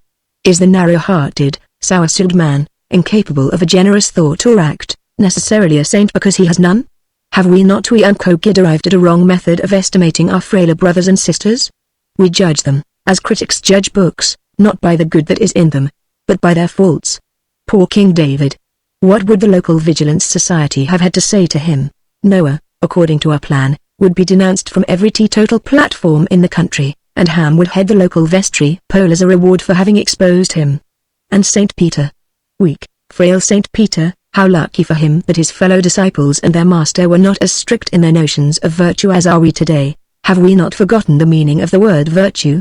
Once it stood for the good that was in a man, irrespective of the evil that might lie there also, as tares among the wheat. We have abolished virtue, and for it substituted virtues. Not the hero, he was too full of faults, but the blameless valley, not the man who does any good, but the man who has not been found out in any evil, is our modern ideal. The most virtuous thing in nature, according to this new theory, should be the oyster. He is always at home, and always sober. He is not noisy. He gives no trouble to the police. I cannot think of a single one of the 10 commandments that he ever breaks. He never enjoys himself, and he never, so long as he lives, gives a moment's pleasure to any other living thing. I can imagine the oyster lecturing a lion on the subject of morality. "You never hear me," the oyster might say, howling round camps and villages, making night hideous, frightening quiet folk out of their lives. "Why don't you go to bed early, as I do? I never prowl round the oyster bed, fighting other gentlemen oysters, making love to lady oysters already married. I never kill antelopes or missionaries. Why can't you live as I do on salt water and germs, or whatever it is that I do live on? Why don't you try to be more like me? An oyster has no evil passions, therefore we say he is a virtuous fish. We never ask ourselves, has he any good passions? A lion's behavior is often such as no just man could condone. Has he not his good points also? Will the fat, sleek, virtuous man be as welcome at the gate of heaven as he supposes? Well, St. Peter may say to him, opening the door a little way and looking him up and down, what is it now? It's me. The virtuous man will reply, with an oily, self-satisfied smile, I should say, I've come. Yes, I see you have come, but what is your claim to admittance? What have you done with your 60 years and 10? Done. The virtuous man will answer, I have done nothing, I assure you, nothing, nothing, that is my strong point, that is why I am here. I have never done any wrong, and what good have you done? What good? What good? Do not you even know the meaning of the word? What human creature is the better for your having eaten and drunk and slept these years? You have done no harm to yourself. Perhaps, if you had, you might have done some good with it. The two are generally to be found together down below, I remember. What good have you done that you should enter here? This is no mummy chamber, this is the place of men and women who have lived, who have wrought good and evil also, alas! For the sinners who fight for the right, not the righteous who run with their souls from the fight. It was not, however, to speak of these things that I remembered the amateur and its lessons. My intention was but to lead up to the story of a certain small boy, who in the doing of tasks not required of him was exceedingly clever. I wish to tell you his story, because, as do most true tales, it possesses a moral, and stories without a moral I deem to be but foolish literature, resembling roads that lead to nowhere, such as sick folk tramp for exercise. I have known this little boy to take an expensive 8-day clock to pieces, and make of it a toy steamboat. True, it was not, when made, very much of a steamboat, but taking into consideration all the difficulties, the inadaptability of 8-day clock machinery to steamboat requirements, the necessity of getting the work accomplished quickly, before conservatively minded people with no enthusiasm for science could interfere, a good enough steamboat, with merely an ironing board and a few dozen meat skewers, he would, provided the ironing board was not missed in time, turn out quite a practicable rabbit hutch. He could make a gun out of an umbrella and a gas bracket, which, if not so accurate as a Martini Henry, was, at all events, more deadly. With half a garden hose, a copper scalding pan out of the dairy, and a few Dresden china ornaments off the drawing-room mantelpiece, he would build a fountain for the garden. He could make bookshelves out of kitchen tables, and crossbows out of crinolines. He could dam you a stream so that all the water would flow over the croquet lawn. He knew how to make red paint and oxygen gas, together with many other such like commodities handy to have about a house. Among other things he learned how to make fireworks, and after a few explosions of an unimportant character, came to make them very well indeed. The boy who can play a good game of cricket is liked. The boy who can fight well is respected. The boy who can cheek a master is loved. But the boy who can make fireworks is revered above all others as a boy belonging to a superior order of beings. The 5th of November was at hand, and with the consent of an indulgent mother, he determined to give to the world a proof of his powers. A large party of friends, relatives, and schoolmates was invited, and for a fortnight beforehand the scullery was converted into a manufactory for fireworks. The female servants went about in hourly terror of their lives, and the villa, did we judge exclusively by smell, one might have imagined had been taken over by Satan, his main premises being inconveniently crowded, as an annex. By the evening of the 4th all was in readiness, and samples were tested to make sure that no contretemps should occur the following night. All was found to be perfect. The rockets rushed heavenward and descended in stars. The Roman candles tossed their fiery balls into the darkness, the Catherine wheels sparkled and whirled, the crackers cracked, and the squibs banged. That night he went to bed a proud and happy boy, and dreamed of fame. He stood surrounded by blazing fireworks, and the vast crowd cheered him. His relations, most of whom, he knew, regarded him as the coming idiot of the family, were there to witness his triumph. So too was Dickie Bowles, who laughed at him because he could not throw straight. The girl at the bun shop, she also was there, and saw that he was clever. The night of the festival arrived, and with it the guests. They sat, wrapped up in shawls and cloaks, outside the hall door, uncles, cousins, aunts, little boys and big boys, little girls and big girls, with, as the theatre posters say, villagers and retainers, some 40 of them in all, and waited. But the fireworks did not go off. Why they did not go off I cannot explain, nobody ever could explain. The laws of nature seemed to be suspended for that night only. The rockets fell down and died where they stood. No human agency seemed able to ignite the squibs. The crackers gave one bang and collapsed. The Roman candles might have been English rushlights. The Catherine wheels became mere revolving glowworms. The fiery serpents could not collect among them the spirit of a tortoise. The set piece, a ship at sea, showed one mast and the captain, and then went out. One or two items did their duty, but this only served to render the foolishness of the whole more striking. The little girls giggled, the little boys chaffed, the aunts and cousins said it was beautiful, the uncles inquired if it was all over, and talked about supper and trains. The villagers and retainers dispersed laughing. The indulgent mother said never mind, and explained how well everything had gone off yesterday. The clever little boy crept upstairs to his room, and blubbered his heart out in the dark. Hours later, when the crowd had forgotten him, he stole out again into the garden. He sat down amid the ruins of his hope, and wondered what could have caused the fiasco. Still puzzled, he drew from his pocket a box of matches, and, lighting one, he held it to the seared end of the rocket he had tried in vain to light 4 hours ago. It smoldered for an instant, then shot with a swish into the air and broke into 100 points of fire. He tried another and another with the same result. He made a fresh attempt to fire the set piece. Point by point the whole picture minus the captain and one mast came out of the night, and stood revealed in all the majesty of flame. Its sparks fell upon the piled-up heap of candles, wheels, and rockets that a little while before had obstinately refused to burn, and that, one after another, had been thrown aside as useless. Now with the night frost upon them, they leapt to light in one grand volcanic eruption.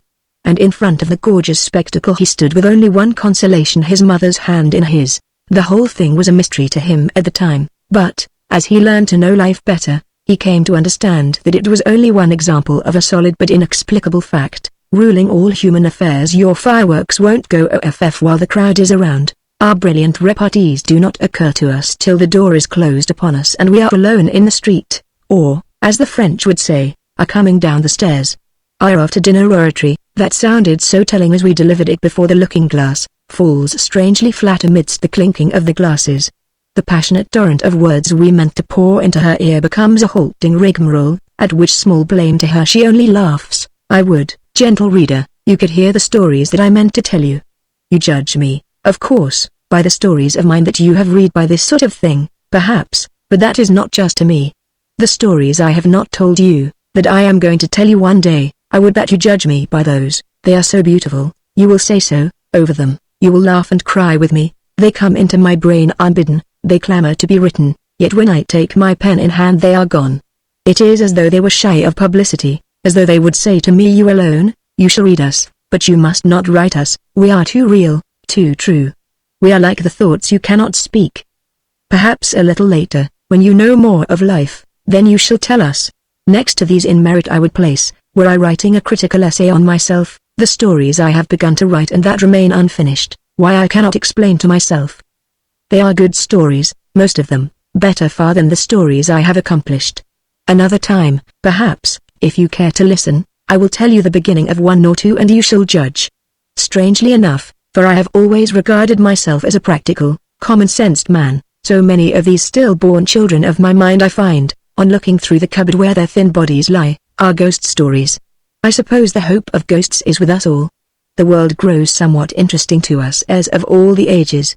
Year by year, science with broom and duster tears down the moth-worn tapestry, forces the doors of the locked chambers, lets light into the secret stairways, cleans out the dungeons, explores the hidden passages finding everywhere only dust. This echoing old castle, the world, so full of mystery in the days when we were children, is losing somewhat its charm for us as we grow older. The king sleeps no longer in the hollow of the hills. We have tunneled through his mountain chamber. We have shivered his beard with our pick. We have driven the gods from Olympus. No wanderer through the moonlit groves now fears or hopes the sweet, death-giving gleam of Aphrodite's face. Thor's hammer echoes not among the peaks 'tis but the thunder of the excursion train. We have swept the woods of the fairies. We have filtered the sea of its nymphs. Even the ghosts are leaving us, chased by the Psychical Research Society. Perhaps of all, they are the least, however, to be regretted. They were dull old fellows, clanking their rusty chains and groaning and sighing. Let them go. And yet how interesting they might be, if only they would. The old gentleman in the coat of mail, who lived in King John's reign, who was murdered, so they say, on the outskirts of the very wood I can see from my window as I write, stabbed in the back, poor gentleman, As he was riding home, his body flung into the moat that to this day is called Tor's tomb. Dry enough it is now, and the primroses love its steep banks, but a gloomy enough place in those days, no doubt, with its 20 feet of stagnant water. Why does he haunt the forest paths at night, as they tell me he does, frightening the children out of their wits, blanching the faces and stilling the laughter of the peasant lads and lasses, slouching home from the village dance? Instead, why does he not come up here and talk to me? He should have my easy chair and welcome. Would he only be cheerful and companionable? What brave tales could he not tell me? He fought in the First Crusade, heard the clarion voice of Peter, met the great Godfrey face to face, stood, hand on sword hilt, at Runnymede, perhaps. Better than a whole library of historical novels would an evening's chat be with such a ghost. What has he done with his 800 years of death? Where has he been? What has he seen? Maybe he has visited Mars, has spoken to the strange spirits who can live in the liquid fires of Jupiter. What has he learned of the great secret? Has he found the truth? Or is he, even as I, a wanderer still seeking the unknown? You, poor, pale, grey nun, they tell me that of midnights one may see your white face peering from the ruined belfry window, hear the clash of sword and shield among the cedar trees beneath. It was very sad, I quite understand, my dear lady. Your lovers both were killed, and you retired to a convent. Believe me, I am sincerely sorry for you, but why waste every night renewing the whole painful experience? Would it not be better forgotten? Good heavens, madame, suppose we living folk were to spend our lives wailing and wringing our hands because of the wrongs done to us when we were children? It is all over now. Had he lived, and had you married him, you might not have been happy. I do not wish to say anything unkind, but marriages founded upon the sincerest mutual love have sometimes turned out unfortunately, as you must surely know. Do take my advice. Talk the matter over with the young men themselves. Persuade them to shake hands and be friends. Come in, all of you, out of the cold, and let us have some reasonable talk. Why seek you to trouble us, you poor pale ghosts? Are we not your children? Be our wise friends. Tell me, how loved the young men in your young days? How answered the maidens? Has the world changed much, do you think? Had you not new women even then?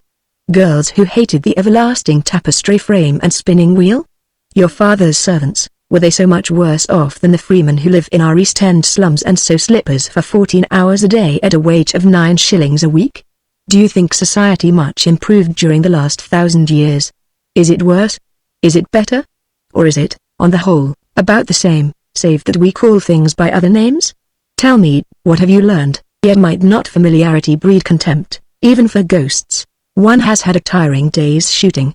One is looking forward to one's bed. As one opens the door, however, a ghostly laugh comes from behind the bed curtains, and one groans inwardly, knowing what is in store for one, a 2 or 3 hours talk with rowdy old Sir Lanville of the Lance. We know all his tales by heart, and he will shout them. Suppose our aunt, from whom we have expectations, and who sleeps in the next room, should wake and overhear. They were fit and proper enough stories, no doubt, for the round table, but we feel sure our aunt would not appreciate them. That story about Sir Agravain and the cooper's wife. And he always will tell that story. Or imagine the maid entering after dinner to say, "Oh, if you please, sir, here is the veiled lady." "What, again?" says your wife, looking up from her work. "Yes, ma'am, shall I show her up into the bedroom?" "You had better ask your master," is the reply.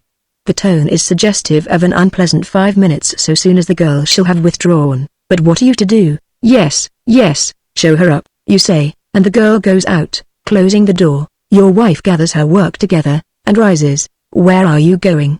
you ask. "To sleep with the children," is the frigid answer. "It will look so rude," you urge.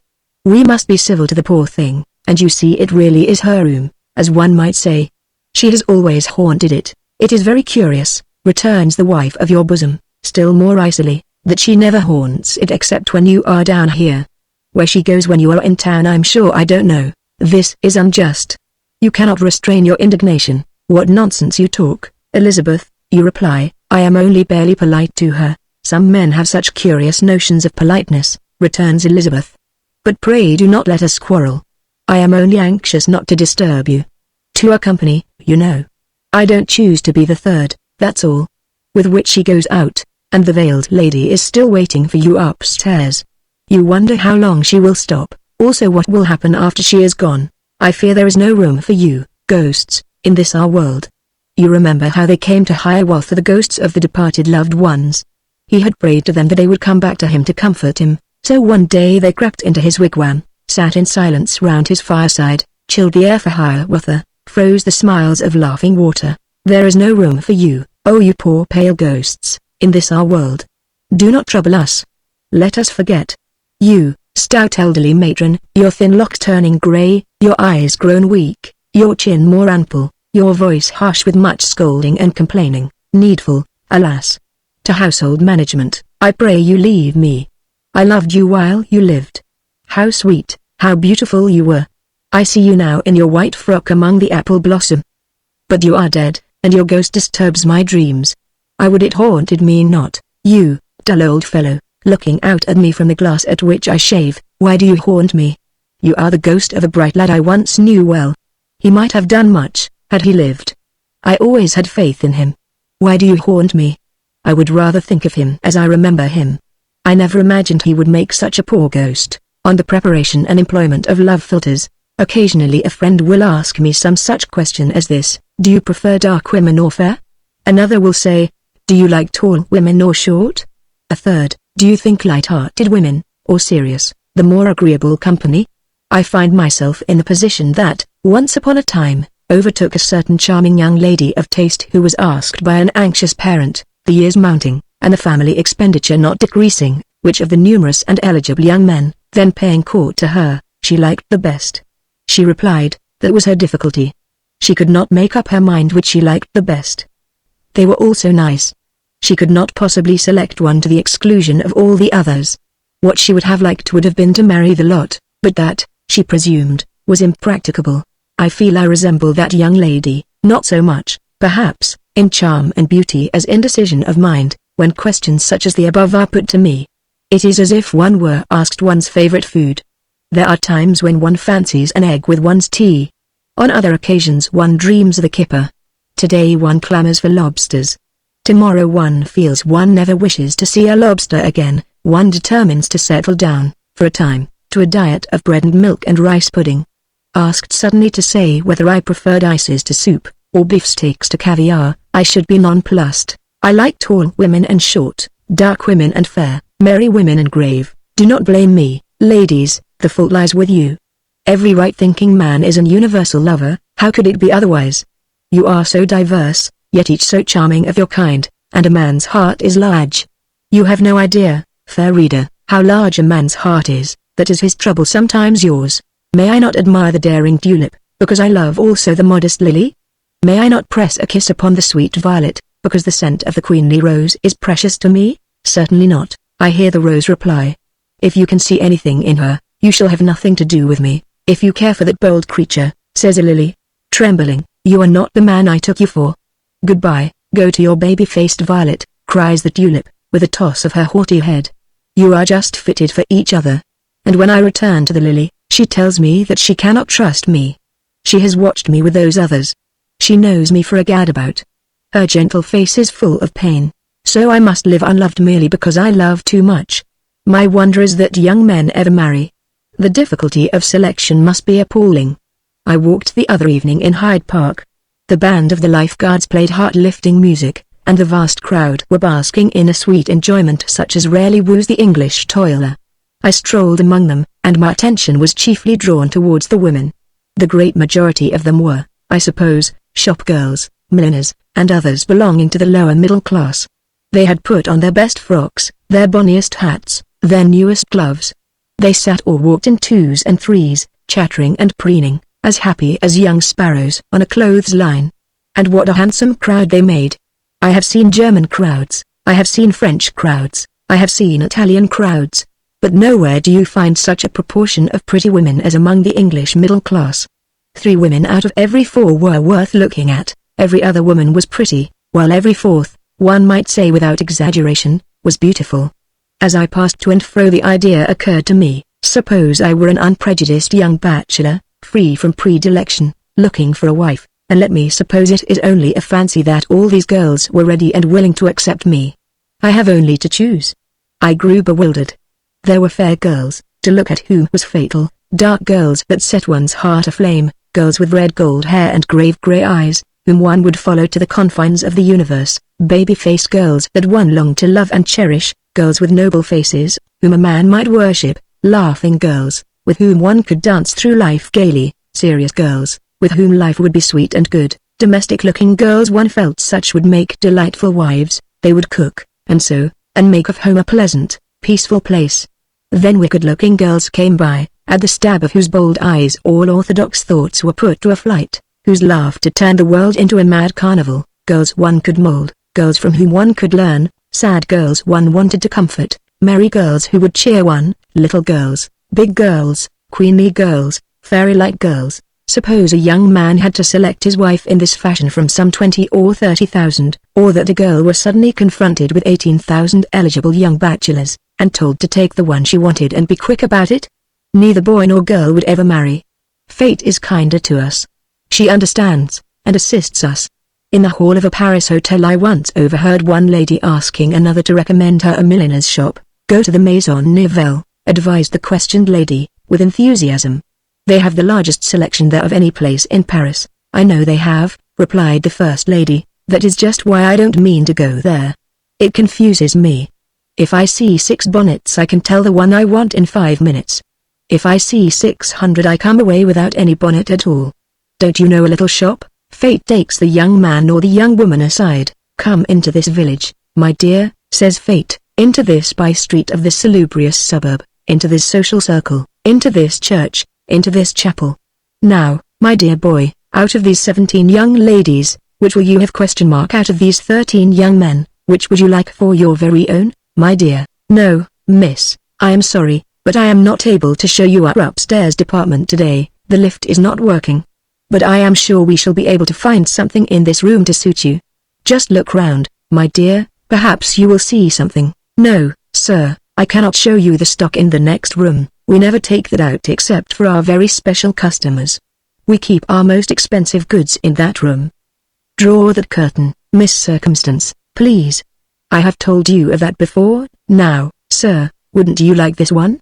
This color is quite the rage this season. We are getting rid of quite a lot of these. No, sir. Well, of course, it would not do for everyone's taste to be the same. Perhaps something dark would suit you better. Bring out those 2 brunettes, Miss Circumstance. Charming girls both of them, don't you think so, sir? I should say the taller one for you, sir. Just one moment, sir, allow me. Now, what do you think of that, sir? Might have been made to fit you, I'm sure. You prefer the shorter one? Certainly, sir, no difference to us at all. Both are the same price. There's nothing like having one's own fancy, I always say. No, sir, I cannot put her aside for you, we never do that. Indeed, there's rather a run on brunettes just at present. I had a gentleman in only this morning, looking at this particular one, and he is going to call again tonight. Indeed, I'm not at all sure. Oh, of course, sir, if you like to settle on this one now, that ends the matter. Put those others away, Miss Circumstance, please, and mark this one sold. I feel sure you'll like her, sir, when you get her home. Thank you, sir. Good morning. Now, miss, have you seen anything you fancy? Yes, miss, this is all we have at anything near your price. Shut those other cupboards, Miss Circumstance, never show more stock than you are obliged to, it only confuses customers. How often am I to tell you that? Yes, miss. You are quite right, there is a slight blemish. They all have some slight flaw. The makers say they can't help it, it's in the material. It's not once in a season we get a perfect specimen, and when we do ladies don't seem to care for it. Most of our customers prefer a little faultiness. They say it gives character. Now, look at this, miss. This sort of thing wears very well, warm and quiet. You'd like one with more color in it? Certainly. Miss Circumstance, reach me down the art patterns. No, miss, we don't guarantee any of them over the year, so much depends on how you use them. Oh yes, miss, they'll stand a fair amount of wear. People do tell you the quieter patterns last longer, but my experience is that one is much the same as another. There's really no telling any of them until you come to try them. We never recommend one more than another. There's a lot of chance about these goods, it's in the nature of them. What I always say to ladies is please yourself, it's you who have got to wear it, and it's no good having an article you start by not liking. Yes, miss, It is pretty and it looks well against you, it does indeed. Thank you, miss. Put that one aside, Miss Circumstance, please. See that it doesn't get mixed up with the unsold stock. It is a useful filter, the juice of that small western flower, that Oberon drops upon our eyelids as we sleep. It solves all difficulties in a trice. Why, of course Helena is the fairer.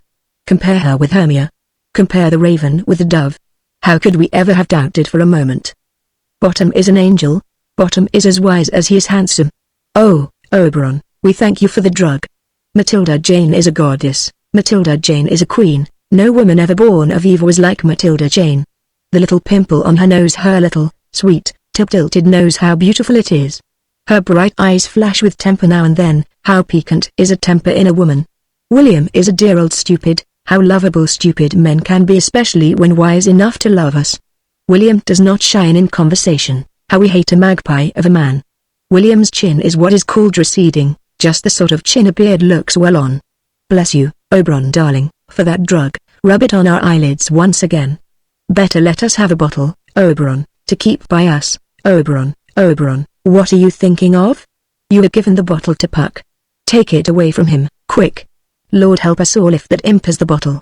Lord save us from Puck while we sleep, or may we, Fairy Oberon, regard your lotion as an eye-opener, rather than as an eye-closer?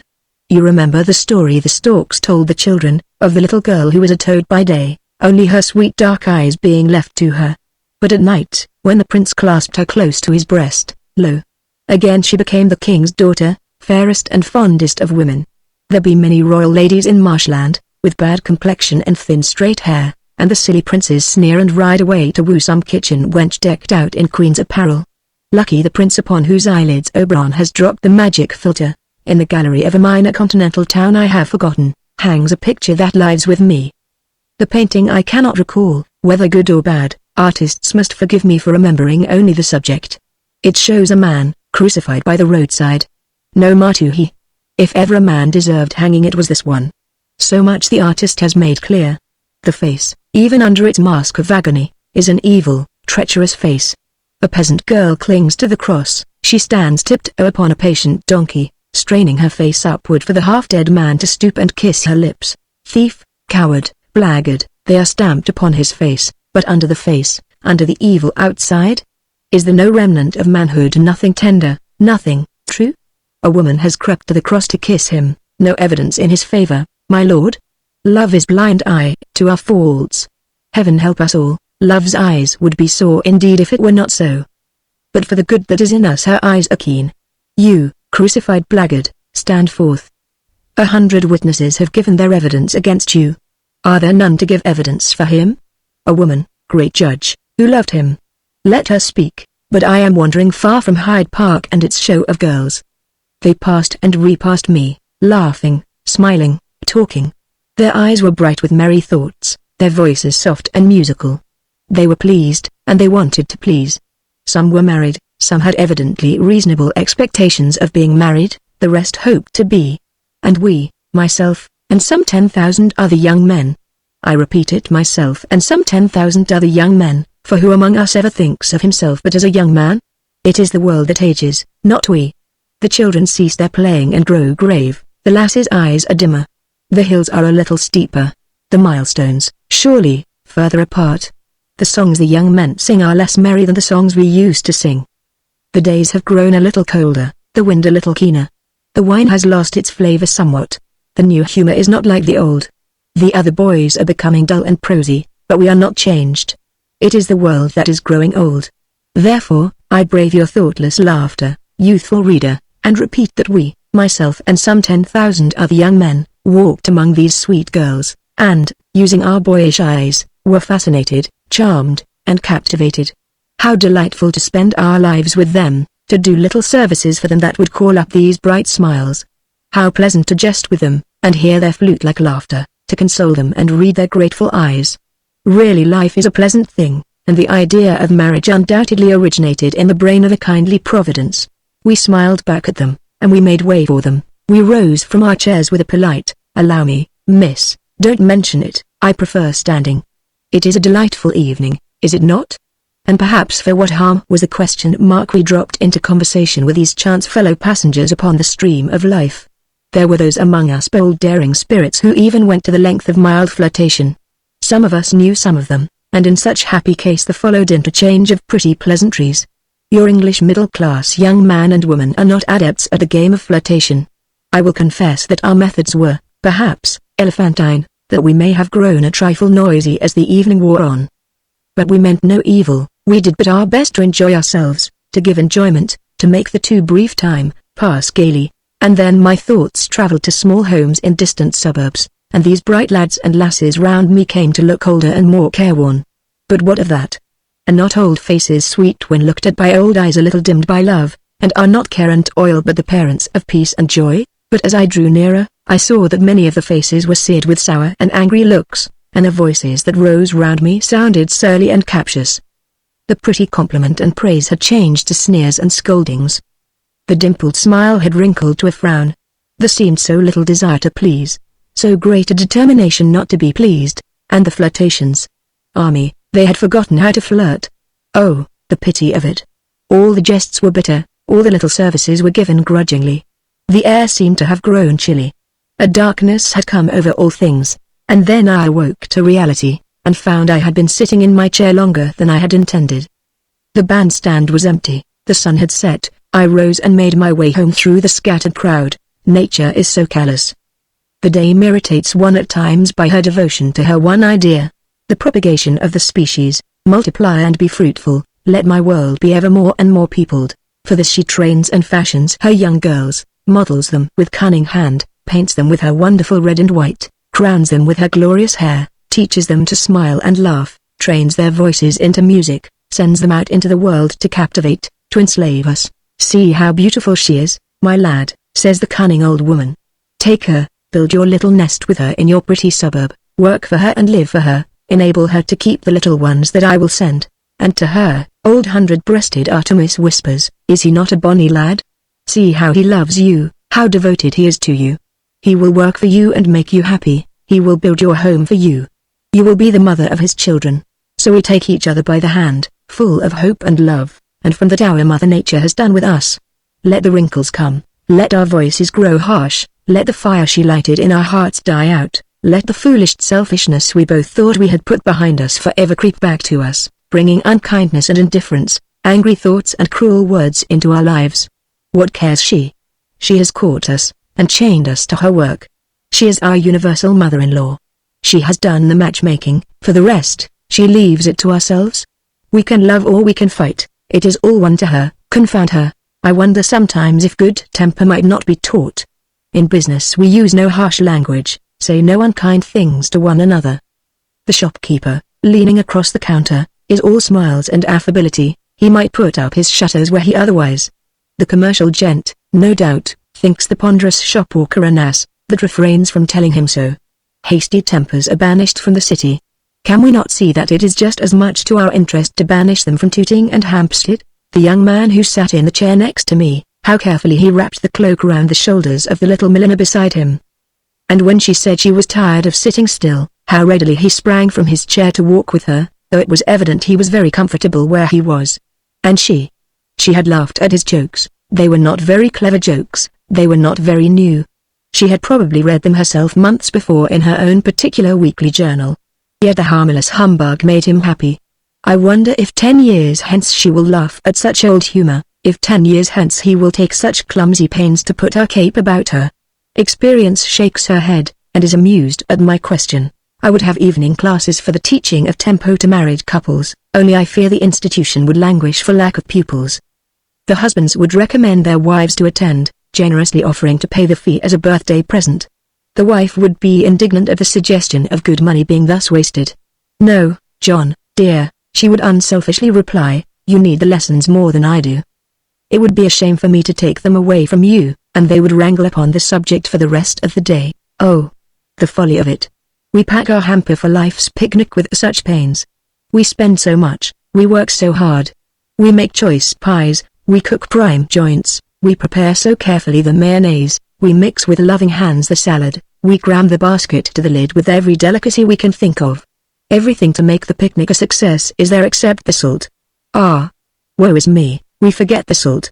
We slave at our desks, in our workshops, to make a home for those we love. We give up our pleasures, we give up our rest. We toil in our kitchen from morning till night, and we render the whole feast tasteless for want of a ha'porth of salt, for want of a soupçon of amiability, for want of a handful of kindly words, a touch of caress, a pinch of courtesy. Who does not know that estimable housewife, working from 8 till 12 to keep the house in what she calls order? She is so good a woman, so untiring, so unselfish, so conscientious, so irritating. Her rooms are so clean, her servants are so well managed, her children so well dressed, her dinners so well cooked, the whole house so uninviting. Everything about her is in apple pie order, and everybody wretched. My good madam, you polish your tables, you scour your kettles, but the most valuable piece of furniture in the whole house you are letting to rack and ruin for want of a little pains. You will find it in your own room, my dear lady, in front of your own mirror. It is getting shabby and dingy, old-looking before its time, the polish is rubbed off it. Madame, it is losing its brightness and charm. Do you remember when he first brought it home, how proud he was of it? Do you think you have used it well, knowing how he valued it? A little less care of your pots and your pans, Madame, a little more of yourself were wiser. Polish yourself up. Madame, you had a pretty wit once, a pleasant laugh, a conversation that was not confined exclusively to the shortcomings of servants, the wrongdoings of tradesmen. My dear madam, we do not live on spotless linen, and crumbless carpets. Hunt out that bundle of old letters you keep tied up in faded ribbon at the back of your bureau drawer. A pity you don't read them oftener. He did not enthuse about your cuffs and collars, gush over the neatness of your darning. It was your tangled hair he raved about, your sunny smile. We have not seen it for some years, madam, the fault of the cook and the butcher, I presume. Your little hands, your rosebud mouth, it has lost its shape, madame, of late. Try a little less scolding of Marianne, and practice a laugh once a day, you might get back the dainty curves. It would be worth trying. It was a pretty mouth once. Who invented that mischievous falsehood that the way to a man's heart was through his stomach? How many a silly woman, taking it for truth, has let love slip out of the parlor, while she was busy in the kitchen? Of course, if you were foolish enough to marry a pig, I suppose you must be content to devote your life to the preparation of Hogs Washington. But are you sure that he is a pig? If by any chance he be not, then, madame, you are making a grievous mistake. My dear lady, you are too modest. If I may say so without making you unduly conceited, even at the dinner table itself, you are of much more importance than a mutton. Courage. Madame, be not afraid to tilt a lance even with your own cook. You can be more piquant than a sauce à la tarte, more soothing surely than the melted butter. There was a time when he would not have known whether he was eating beef or pork with you the other side of the table. Whose fault is it? Don't think so poorly of us. We are not ascetics, neither are we old maids, most of us plain men, fond of our dinner, as a healthy man should be, but fonder still of our sweethearts and wives, let us hope. Try us.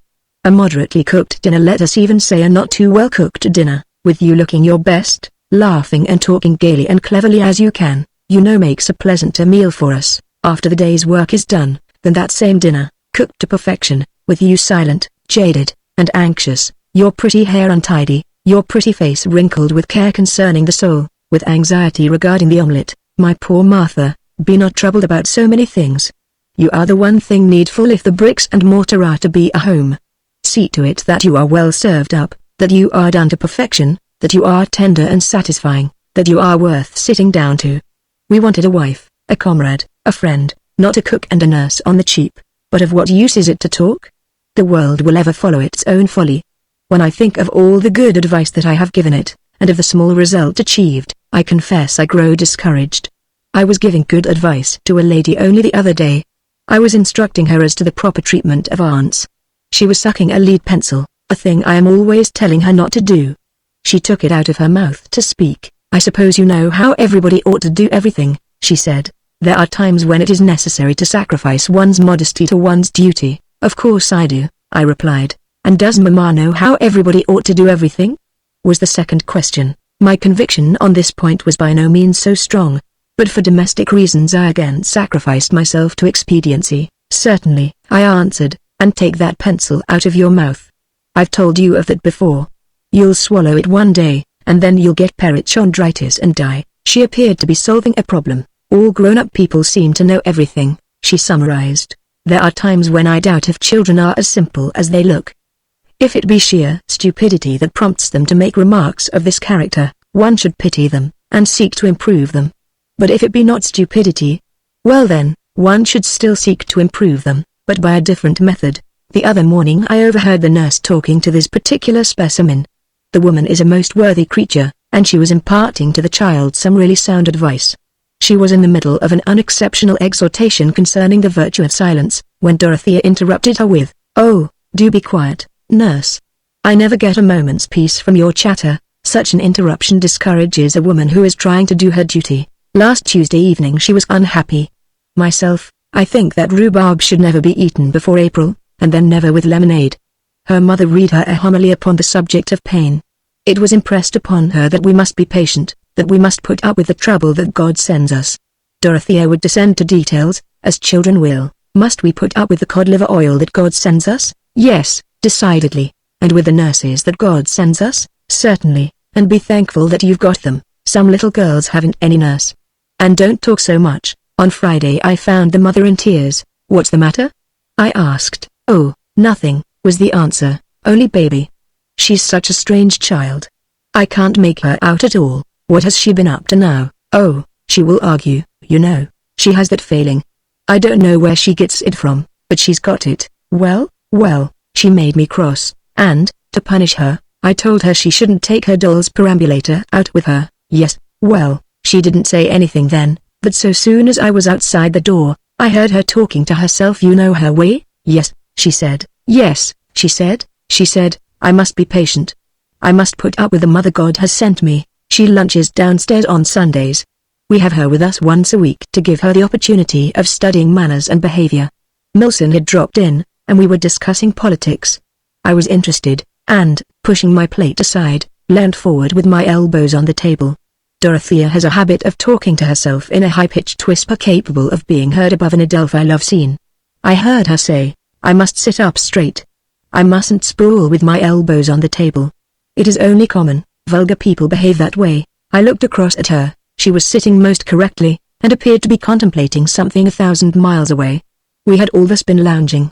We sat up stiffly, and conversation flagged. Of course we made a joke of it after the child was gone. But somehow it didn't seem to be our joke. I wish I could recollect my childhood. I should so like to know if children are as simple as they can look. On the delights and benefits of slavery. My study window looks down upon Hyde Park, and often, to quote the familiar promise of each new magazine, it amuses and instructs me to watch from my tower the epitome of human life that passes to and fro beneath. At the opening of the gates, creeps in the woman of the streets. Her pitiful work for the time being is over. Shivering in the chill dawn, she passes to her brief rest. Poor slave. Lured to the galley's lowest deck, then chained there. Civilization, tricked fool, they say has need of such. You serve as the dogs of eastern towns. But at least, it seems to me, we need not spit on you. Home to your kennel. Perchance, if the gods be kind, they may send you dreams of a cleanly hearth, where you lie with a silver collar round your neck. Next comes the laborer, the hewer of wood, the drawer of water slouching wearily to his toil, sleep clinging still about his leaden eyes. His pittance of food carried tied up in a dishclout. The first stroke of the hour clangs from Big Ben. Haste thee, fellow slave, lest the overseer's whip, out, we will have no lyre beds here, descend upon thy patient back. Later, the artisan, with his bag of tools across his shoulder. He, too, listens fearfully to the chiming of the bells. For him also there hangs ready the whip, after him, the shop boy and the shop girl, making love as they walk, not to waste time. And after these the slaves of the desk and of the warehouse, employers and employed, clerks and tradesmen, office boys and merchants. To your places, slaves of all ranks. Get you unto your burdens. Now, laughing and shouting as they run, the children, the sons and daughters of the slaves. Be industrious, little children, and learn your lessons, that when the time comes you may be ready to take from our hands the creaking oar, to slip into our seat at the roaring loom. For we shall not be slaves forever, little children. It is the good law of the land. So many years in the galleys, so many years in the fields, then we can claim our freedom. Then we shall go, little children, back to the land of our birth. And you we must leave behind us to take up the tale of our work. So, off to your schools, little children, and learn to be good little slaves. Next, pompous and sleek, come the educated slaves, journalists, doctors, judges, and poets, the attorney, the artist, the player, the priest. They likewise scurry across the park, looking anxiously from time to time at their watches, lest they be late for their appointments, thinking of the rates and taxes to be earned, of the bonnets to be paid for, the bills to be met. The best scourged, perhaps, of all, these slaves. The cat reserved for them has 50 tails in place of merely 2 or 3. Work, you higher middle-class slave, or you shall come down to the smoking of twopenny cigars, harder yet, or you shall drink shilling claret, harder, or you shall lose your carriage and ride in a penny bus. Your wife's frocks shall be of last year's fashion, your trousers shall bag at the knees. From Kensington you shall be banished to Kilburn, if the tail of your bricks run short. Oh, a many-thonged whip is yours, my genteel brother. The slaves of fashion are the next to pass beneath me in review. They are dressed and curled with infinite pains. The liveried, pampered footmen these, kept more for show than use, but their senseless tasks none the less labour to them. Here must they come every day, merry or sad. By this gravel path and no other must they walk. These phrases shall they use when they speak to one another. For an hour they must go slowly up and down upon a bicycle from Hyde Park Corner to the magazine and back. And these clothes must they wear, their gloves of this colour, their neckties of this pattern. In the afternoon they must return again, this time in a carriage, dressed in another livery, and for an hour they must pass slowly to and fro in foolish procession. For dinner there must don yet another livery, and after dinner there must stand about at dreary social functions till with weariness and boredom their heads feel dropping from their shoulders.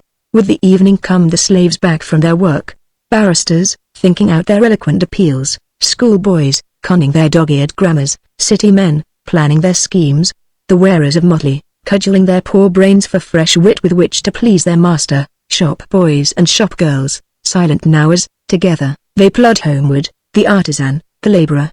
2 or 3 hours you shall have to yourselves, slaves, to think and love and play, if you be not too tired to think, or love, or play. Then to your litter, that you may be ready for the morrow's task.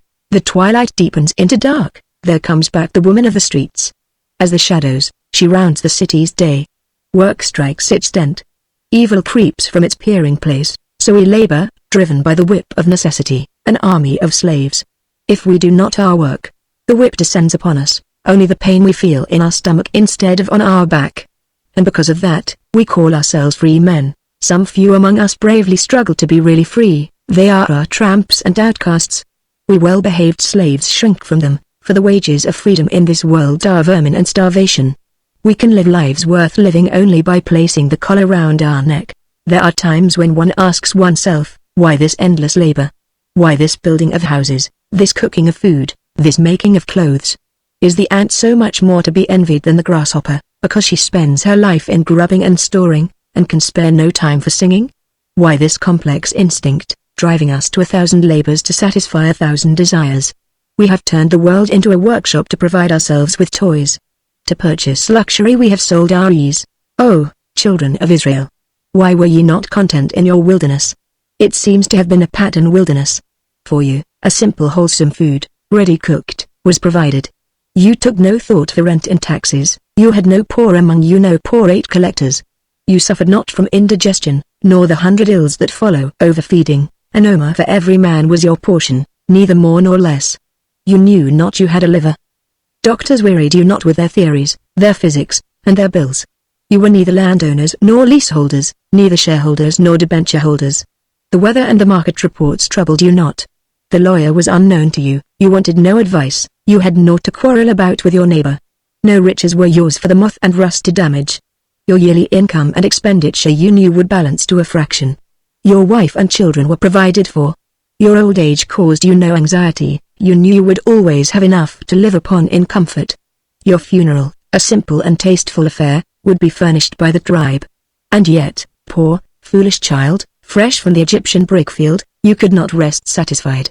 You hungered for the flesh pots, knowing well what flesh pots entail, the cleaning of the flesh pots, the forging of the flesh pots, the hewing of wood to make the fires for the boiling of the flesh pots, the breeding of beasts to fill the pots, the growing of fodder to feed the beasts to fill the pots. All the labor of our life is centered round our flesh pots. On the altar of the flesh pot we sacrifice our leisure, our peace of mind. For a mess of pottage we sell our birthright. Oh, children of Israel, Saw you not the long punishment you were preparing for yourselves, when in your wilderness you set up the image of the calf, and fell before it, crying, "This shall be our God"? You would have veal. Thought you never of the price man pays for veal? The servants of the golden calf. I see them, stretched before my eyes, a weary, endless throng. I see them toiling in the mines, the black sweat on their faces. I see them in sunless cities, silent, and grimy, and bent. I see them, aged twisted, in the rain-soaked fields. I see them, panting by the furnace doors. I see them, in loincloth and necklace, the load upon their head. I see them in blue coats and red coats, marching to pour their blood as an offering on the altar of the calf. I see them in homespun and broadcloth, I see them in smock and gaiters, I see them in cap and apron, the servants of the calf. They swarm on the land and they dot the sea. They are chained to the anvil and counter, they are chained to the bench and the desk. They make ready the soil, they till the fields where the golden calf is born. They build the ship, and they sail the ship that carries the golden calf. They fashion the pots, they mold the pans, they carve the tables, they turn the chairs, they dream of the sauces, they dig for the salt. They weave the damask, they mold the dish to serve the golden calf. The work of the world is to this end, that we eat of the calf. War and commerce, science and law. What are they but the four pillars supporting the golden calf? He is our God. It is on his back that we have journeyed from the primeval forest, where our ancestors ate nuts and fruit. He is our God. His temple is in every street. His blue-robed priest stands ever at the door, calling to the people to worship. Hark! His voice rises on the gas-tainted air. Now's your time. Now's your time. By. Ye people. Bring hither the sweat of your brow, the sweat of your brain, the ache of your heart, buy veal with it. Bring me the best years of your life. Bring me your thoughts, your hopes, your loves, ye shall have veal for them. Now's your time. Now's your time. By. Oh, children of Israel, was veal, even with all its trimmings, quite worth the price? And we? What wisdom have we learned, during the centuries? I talked with a rich man only the other evening. He calls himself a financier, whatever that may mean. He leaves his beautiful house, some 20 miles out of London, at 7:45, summer and winter, after a hurried breakfast by himself, while his guests still sleep, and he gets back just in time to dress for an elaborate dinner he himself is too weary or too preoccupied to more than touch. If ever he is persuaded to give himself a holiday, it is for a fortnight in Ostend, when it is most crowded and uncomfortable. He takes his secretary with him, receives and dispatches 100 telegrams a day, and has a private telephone, through which he can speak direct to London, brought up into his bedroom. I suppose the telephone is really a useful invention. Businessmen tell me they wonder how they contrive to conduct their affairs without it. My own wonder always is, how any human being with the ordinary passions of his race can conduct his business, or even himself, creditably, within 100 yards of the invention. I can imagine Job, or Griselda, or Socrates liking to have a telephone about them as exercise. Socrates, in particular, would have made quite a reputation for himself out of a 3-month subscription to a telephone. Myself, I am, perhaps, too sensitive. I once lived for a month in an office with a telephone, if one could call it life. I was told that if I had stuck to the thing for 2 or 3 months longer, I should have got used to it. I know friends of mine, men once fearless and high-spirited, who now stand in front of their own telephone for a quarter of an hour at a time, and never so much as answer it back. They tell me that at first they used to swear and shout at it as I did, but now their spirit seems crushed. That is what happens. You either break the telephone, or the telephone breaks you. You want to see a man 2 streets off. You might put on your hat, and be round at his office in 5 minutes. You are on the point of starting when the telephone catches your eye. You think you will ring him up to make sure he is in. You commence by ringing up some half-dozen times before anybody takes any notice of you whatever. You are burning with indignation at this neglect, and have left the instrument to sit down and pen a stinging letter of complaint to the company when the ringback recalls you. You seize the ear trumpets, and shout, "How is it that I can never get an answer when I ring? Here have I been ringing for the last half hour. I have rung 20 times. This is a falsehood. You have rung only 6 times, and the half hour is an absurd exaggeration, but you feel the mere truth would not be adequate to the occasion. I think it disgraceful," you continue, "and I shall complain to the company. What is the use of my having a telephone if I can't get any answer when I ring? Here I pay a large sum for having this thing, and I can't get any notice taken. I've been ringing all the morning. Why is it?" Then you wait for the answer. What do you say? I can't hear what you say. I say I've been ringing here for over an hour, and I can't get any reply. You call back. I shall complain to the company. You want what? Don't stand so near the tube. I can't hear what you say. What number? Bother the number. I say, why is it I don't get an answer when I ring? 800 and what? You can't argue anymore. After that, the machine would give way under the language you want to make use of. Half of what you feel would probably cause an explosion at some point where the wire was weak. Indeed, mere language of any kind would fall short of the requirements of the case. A hatchet and a gun are the only intermediaries through which you could convey your meaning by this time. So you give up all attempt to answer back, and meekly mention that you want to be put in communication with 4576. 4976? Says the girl. No, 4576. Did you say 76 or 67? 67 no. I mean 76. No, wait a minute. I don't know what I do mean now. Well, I wish you'd find out, says the young lady severely. You are keeping me here all the morning, so you look up the number in the book again, and at last she tells you that you are in connection, and then, ramming the trumpet tight against your ear, you stand waiting. And if there is one thing more than another likely to make a man feel ridiculous, it is standing on tiptoe in a corner, holding a machine to his head, and listening intently to nothing. Your back aches and your head aches, your very hair aches. You hear the door open behind you and somebody enter the room. You can't turn your head. You swear at them, and hear the door close with a bang. It immediately occurs to you that in all probability it was Henrietta. She promised to call for you at 12:30. You were to take her to lunch. It was 12 o'clock when you were fool enough to mix yourself up with this infernal machine, and it probably is 12:30 by now. Your past life rises before you, accompanied by dim memories of your grandmother. You are wondering how much longer you can bear the strain of his attitude, and whether after all you do really want to see the man in the next street but two, when the girl in the exchange room calls up to know if you're done. Done. You retort bitterly, why, I haven't begun yet. Well, be quick, she says, because you're wasting time. Thus admonished, you attack the thing again. Are you there?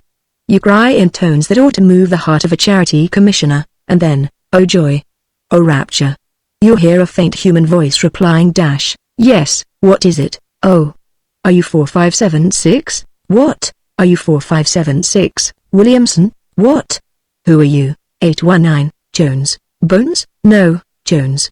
Are you 4576? Yes, what is it? Is Mr. Williamson in? Well, I what? Who are you? Jones. Is Mr. Williamson in? Who? Williamson. Will I am son. You're the son of what? I can't hear what you say. Then you gather yourself for one final effort, and succeed, by superhuman patience, in getting the fool to understand that you wish to know if Mr. Williamson is in, and he says, so it sounds to you, be in all the morning. So you snatch up your hat and run round. Oh, I've come to see Mr. Williamson, you say. Very sorry, sir, is the polite reply, but he's out. Out? Why, you just now told me through the telephone that he'd be in all the morning. No, I said, he won't be in all the morning. You go back to the office, and sit down in front of that telephone and look at it. There it hangs, calm and imperturbable. Were it an ordinary instrument, that would be its last hour. You would go straight downstairs, get the coal hammer and the kitchen poker, and divide it into sufficient pieces to give a bit to every man in London. But you feel nervous of these electrical affairs, and there is a something about that telephone, with its black hole and curly wires, that cows you. You have a notion that if you don't handle it properly something may come and shock you. And then there will be an inquest, and bother of that sort, so you only curse it. That is what happens when you want to use the telephone from your end. But that is not the worst that the telephone can do. A sensible man, after a little experience, can learn to leave the thing alone. Your worst troubles are not of your own making. You are working against time, you have given instructions not to be disturbed. Perhaps it is after lunch, and you are thinking with your eyes closed, so that your thoughts shall not be distracted by the objects about the room. In either case you are anxious not to leave your chair, when off goes the telephone bell and you spring from your chair, uncertain, for the moment, whether you have been shot, or blown up with dynamite. It occurs to you in your weakness that if you persist in taking no notice, they will get tired, and leave you alone. But that is not their method. The bell rings violently at 10-second intervals. You have nothing to wrap your head up in. You think it will be better to get this business over and done with. You go to your fate and call back savagely, what is it? What do you want? No answer, only a confused murmur, prominent out of which come the voices of two men swearing at one another. The language they are making use of is disgraceful. The telephone seems peculiarly adapted for the conveyance of blasphemy. Ordinary language sounds indistinct through it, but every word those two men are saying can be heard by all the telephone subscribers in London. It is useless attempting to listen till they have done. When they are exhausted, you apply to the tube again. No answer is obtainable. You get mad, and become sarcastic. Only being sarcastic when you are not sure that anybody is at the other end to hear you is unsatisfying. At last, after a quarter of an hour or so of saying, "Are you there?" "Yes, I'm here." "Well?" The young lady at the exchange asks what you want. "I don't want anything," you reply. "Then why do you keep talking?" She retorts, "You mustn't play with the thing." This renders you speechless with indignation for a while, upon recovering from which you explain that somebody rang you up. "WHO rang you up?" She asks. "I don't know, I wish you did," she observes. Generally disgusted, you slam the trumpet up and return to your chair. The instant you are seated the bell clangs again, and you fly up and demand to know what the thunder they want, and who the thunder they are. "Don't speak so loud, we can't hear you." "What do you want?" is the answer. "I don't want anything." "What do you want?" "Why do you ring me up? And then not answer me?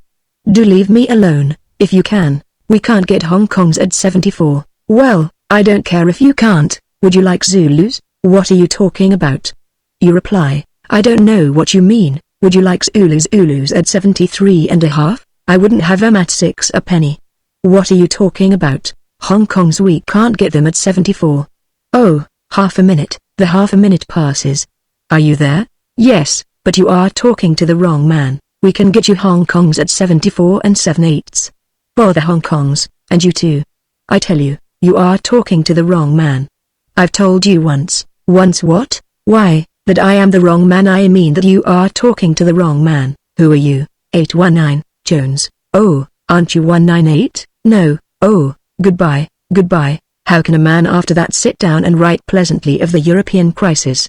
And, if it were needed, herein lies another indictment against the telephone. I was engaged in an argument, which, if not in itself serious, was at least concerned with a serious enough subject. The unsatisfactory nature of human riches, and from that highly moral discussion have I been lured, by the accidental sight of the word telephone, into the writing of matter which can have the effect only of exciting to frenzy all critics of the new humor into whose hands, for their sins, this book may come. Let me forget my transgression and return to my sermon, or rather to the sermon of my millionaire acquaintance. It was one day after dinner, we sat together in his magnificently furnished dining room. We had lighted our cigars at the silver lamp. The butler had withdrawn. "These cigars we are smoking," my friend suddenly remarked, apropos apparently of nothing, "they cost me 5 shillings apiece, taking them by the thousand." "I can quite believe it," I answered, "they are worth it." "Yes, to you," he replied, almost savagely. "What do you usually pay for your cigars?" We had known each other years ago. When I first met him his offices consisted of a back room up 3 flights of stairs in a dingy by street off the Strand, which has since disappeared.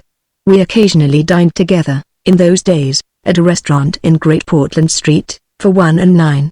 Our acquaintanceship was of sufficient standing to allow of such a question. "3d," I answered. "They work out at about 2d 3 farthings by the box." "Just so," he growled, "and your 2d 3 farthing weed gives you precisely the same amount of satisfaction that this 5-shilling cigar affords me. That means 4 and 9 farthing wasted every time I smoke. I pay my cook 200 a year. I don't enjoy my dinner as much as when it cost me 4 shillings, including a quarter flask of Chianti. What is the difference, personally, to me whether I drive to my office in a carriage and pair, or in an omnibus? I often do ride in a bus, it saves trouble. It is absurd wasting time looking for one's coachman, when the conductor of an omnibus that passes one's door is hailing one a few yards off. Before I could afford even buses when I used to walk every morning to the office from Hammersmith I was healthier. It irritates me to think how hard I work for no earthly benefit to myself. My money pleases a lot of people I don't care 2 straws about, and who are only my friends in the hope of making something out of me. If I could eat 100-guinea dinner myself every night, and enjoy it 400 times as much as I used to enjoy a 5-shilling dinner, there would be some sense in it. Why do I do it? I had never heard him talk like this before. In his excitement he rose from the table, and commenced pacing the room. "Why don't I invest my money in the 2.5%? He continued. "At the very worst I should be safe for 5,000 a year. What, in the name of common sense, Does a man want with more? I am always saying to myself, I'll do it, why don't I? Well, why not? I echoed. That's what I want you to tell me, he returned. You set up for understanding human nature, it's a mystery to me. In my place, you would do as I do, you know that. If somebody left you £100,000 tomorrow, you would start a newspaper, or build a theatre, some damn fool trick for getting rid of the money and giving yourself 17 hours anxiety a day, you know you would. I hung my head in shame. I felt the justice of the accusation. It has always been my dream to run a newspaper and own a theatre. If we worked only for what we could spend, he went on, the city might put up its shutters tomorrow morning. What I want to get at the bottom of is this instinct that drives us to work apparently for work's own sake.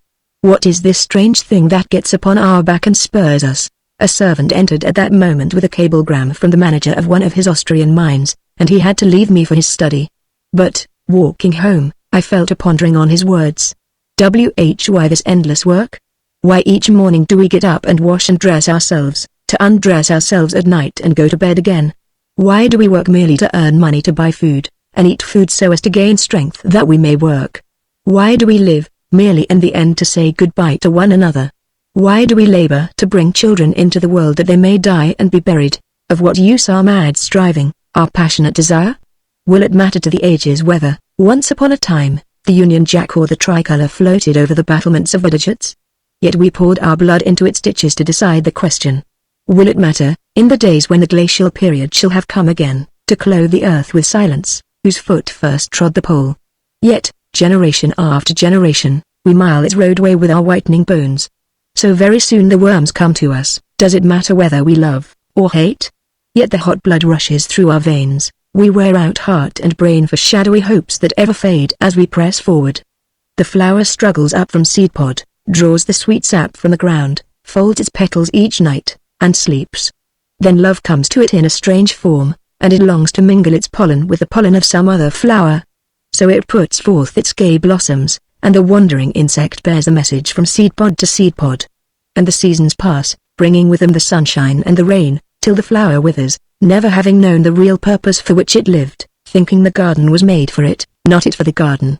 The coral insect dreams in its small soul, which is possibly its small stomach, of home and food. So it works and strives deep down in the dark waters, never knowing of the continents it is fashioning. But the question still remains, for what purpose is it all? Science explains it to us. By ages of strife and effort we improve the race, from ether, through the monkey, man is born.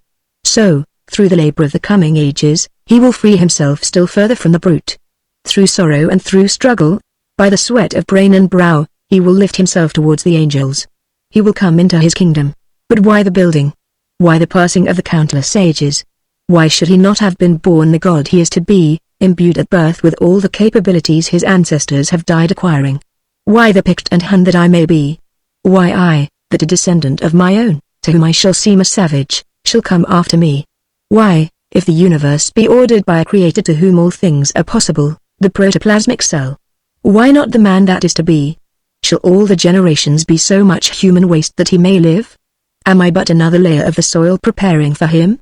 Or, if our future be in other spheres, then why the need of this planet? Are we laboring at some work too vast for us to perceive? Are our passions and desires mere whips and traces by the help of which we are driven? Any theory seems more hopeful than the thought that all our eager, fretful lives are but the turning of a useless prison crank. Looking back the little distance that our dim eyes can penetrate the past, what do we find? Civilizations, built up with infinite care, swept aside and lost. Beliefs for which men lived and died, proved to be mockeries. Greek art crushed to the dust by Gothic bludgeons. Dreams of fraternity, drowned in blood by a Napoleon. What is left to us, but the hope that the work itself, not the result, is the real monument? Maybe, we are as children, asking, of what use are these lessons? What good will they ever be to us? But there comes a day when the lad understands why he learnt grammar and geography, when even dates have a meaning for him. But this is not until he has left school, and gone out into the wider world. So, perhaps, when we are a little more grown up, we too may begin to understand the reason for our living. On the care and management of women, I talked to a woman once on the subject of honeymoons.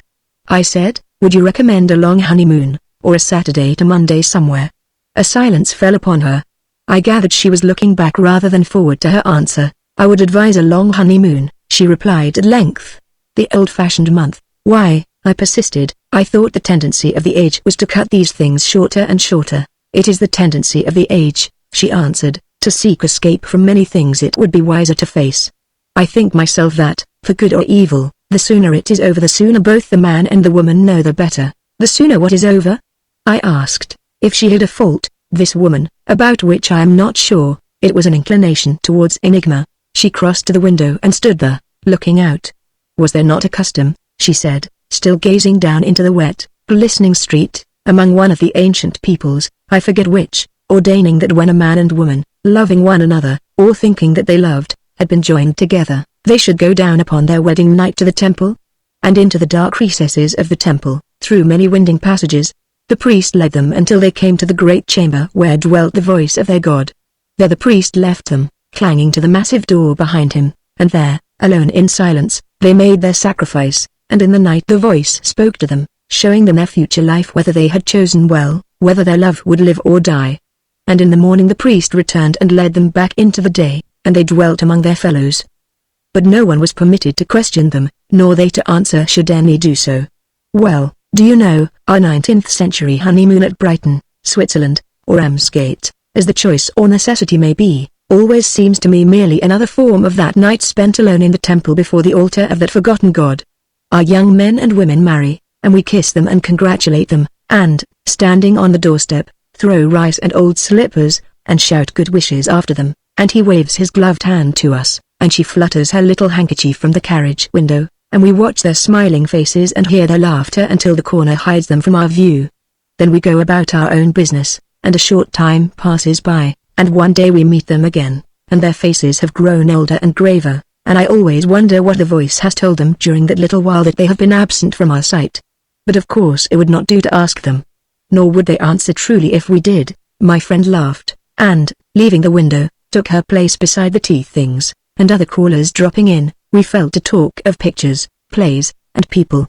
But I felt it would be unwise to act on her sole advice, much as I have always valued her opinion. A woman takes life too seriously. It is a serious affair to most of us, the Lord knows. That is why it is well not to take it more seriously than need be. Little Jack and little Jill fall down the hill, hurting their little knees, and their little noses, spilling the hard-earned water. We are very philosophical. Oh, don't cry. We tell them, that is babyish. Little boys and little girls must learn to bear pain. Up you get, fill the pail again, and try once more. Little Jack and little Jill rub their dirty knuckles into their little eyes, looking ruefully at their bloody little knees, and trot back with the pail. We laugh at them, but not ill-naturedly. Poor little souls, we say, how they did hullabaloo. One might have thought they were half-killed. And it was only a broken crown, after all. What a fuss children make. We bear with much stoicism the fall of little Jack and little Jill, but when we grown-up Jack with moustache turning grey, grown-up Jill with the first faint crow's feet showing when we tumble down the hill, and our pail is spilt. Ye heavens! What a tragedy has happened. Put out the stars, turn off the sun, suspend the laws of nature. Mr. Jack and Mrs. Jill, coming down the hill, what they were doing on the hill we will not inquire, have slipped over a stone, placed there surely by the evil powers of the universe. Mr. Jack and Mrs. Jill have bumped their silly heads. Mr. Jack and Mrs. Jill have hurt their little hearts, and stand marveling that the world can go about its business in the face of such disaster. Don't take the matter quite so seriously, Jack and Jill. You have spilled your happiness, you must toil up the hill again and refill the pail. Carry it more carefully next time. What were you doing? Playing some fool's trick, I'll be bound. A laugh and a sigh, a kiss and goodbye, is our life. Is it worth so much fretting? It is a merry life on the whole. Courage, comrade. A campaign cannot be all drum and fife and stirrup cup. The marching and the fighting must come into it somewhere. There are pleasant bivouacs among the vineyards, merry nights around the campfires. White hands wave a welcome to us. Bright eyes dim at our going. Would you run from the battle music? What have you to complain of? Forward, the medal to some, the surgeon's knife to others, to all of us, sooner or later, 6 feet of Mother Earth. What are you afraid of? Courage, comrade. There is a mean between basking through life with the smiling contentment of the alligator, and shivering through it with the aggressive sensibility of the llama determined to die at every cross word. To bear it as a man we must also feel it as a man. My philosophic friend, Seek not to comfort a brother standing by the coffin of his child with a cheery suggestion that it will be all the same 100 years hence, because, for one thing, the observation is not true. The man is changed for all eternity, possibly for the better, but don't add that. A soldier with a bullet in his neck is never quite the man he was. But he can laugh and he can talk, drink his wine and ride his horse. Now and again, towards evening, when the weather is trying, the sickness will come upon him. You will find him on a couch in a dark corner. Hello, old fellow, anything up? Oh, just a twinge, the old wound, you know. I will be better in a little while. Shut the door of the dark room quietly. I should not stay even to sympathize with him if I were you. The men will be coming to screw the coffin down soon. I think he would like to be alone with it till then. Let us leave him. He will come back to the club later on in the season. For a while we may have to give him another 10 points or so, but he will soon get back his old form. Now and again, when he meets the other fellows' boys shouting on the towing path, when Brown rushes up the drive, paper in hand, to tell him how that young scapegrace Jim has won his cross, when he is congratulating Jones's eldest on having passed with honors, the old wound may give him a nasty twinge. But the pain will pass away. He will laugh at our stories and tell us his own, eat his dinner, play his rubber. It is only a wound. Tommy can never be ours. Jenny does not love us. We cannot afford claret, so we will have to drink beer. Well, what would you have us do? Yes, let us curse fate by all means. Someone to curse is always useful. Let us cry and wring our hands for how long? The dinner bell will ring soon, and the Smiths are coming. We shall have to talk about the opera and the picture galleries. Quick, where is the eau de cologne? Where are the curling tongs? Or would you recommitted suicide? Is it worthwhile? Only a few more years, perhaps tomorrow, by aid of a piece of orange peel or a broken chimney pot, and fate will save us all that trouble. Or shall we, as sulky children, mope day after day? We are a broken-hearted little Jack, little Jill. We will never smile again. We will pine away and die, and be buried in the spring. The world is sad, and life so cruel, and heaven so cold. Oh dear. Oh dear. We have hurt ourselves. We whimper and whine at every pain. In old strong days men faced real dangers, real troubles every hour. They had no time to cry. Death and disaster stood ever at the door. Men were contemptuous of them. Now in each snug protected villa we set to work to make wounds out of scratches. Every headache becomes an agony, every heartache a tragedy. It took a murdered father, a drowned sweetheart, a dishonored mother, a ghost, and a slaughtered prime minister to produce the emotions in Hamlet that a modern minor poet obtains from a chorus girl's frown, or a temporary slump on the stock exchange. Like Mrs. Gummidge, we feel it more. The lighter and easier life gets, the more seriously we go out to meet it. The boatmen of Ulysses faced the thunder and the sunshine alike with frolic welcome. We modern sailors have grown more sensitive.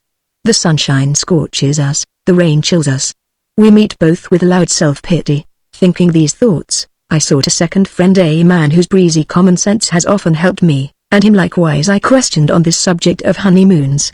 My dear boy, he replied, take my advice. If ever you get married, arrange it so that the honeymoon shall only last a week, and let it be a bustling week into the bargain. Take a Cook's circular tour. Get married on the Saturday morning, cut the breakfast and all that foolishness, and catch the 11:10 from Charing Cross to Paris. Take her up the Eiffel Tower on Sunday. Lunch at Fontainebleau. Dine at the Maison Dorée, and show her the Moulin Rouge in the evening. Take the night train for Lucerne. Devote Monday and Tuesday to doing Switzerland, and get into Rome by Thursday morning, taking the Italian lakes en route. On Friday cross to Marseille, and from the push along to Monte Carlo. Let her have a flutter at the tables. Start early Saturday morning for Spain, cross the Pyrenees on mules, and rest at Bordeaux on Sunday. Get back to Paris on Monday. Monday is always a good day for the opera, and on Tuesday evening you will be at home, and glad to get there.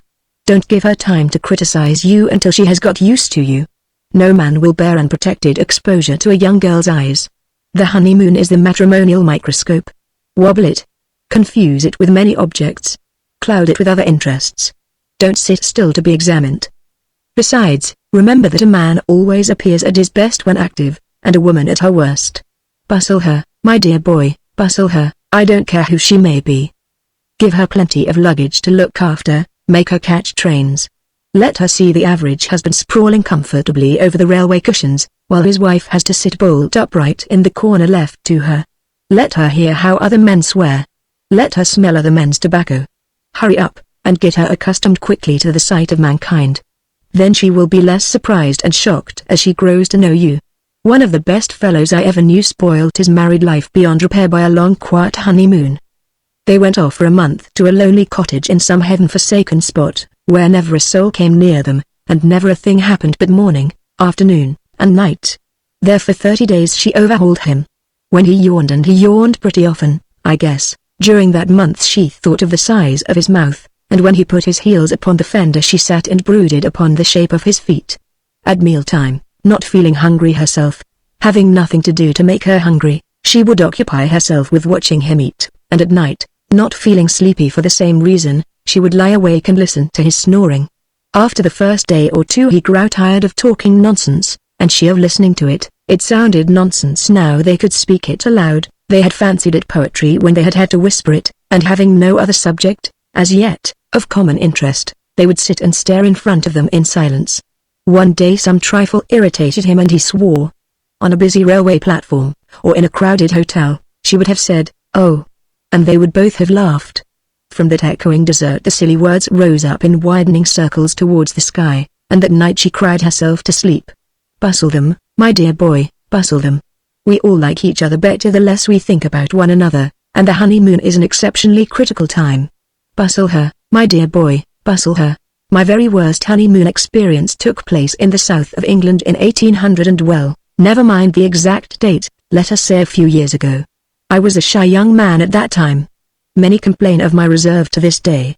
But then some girls expect too much from a man. We all have our shortcomings.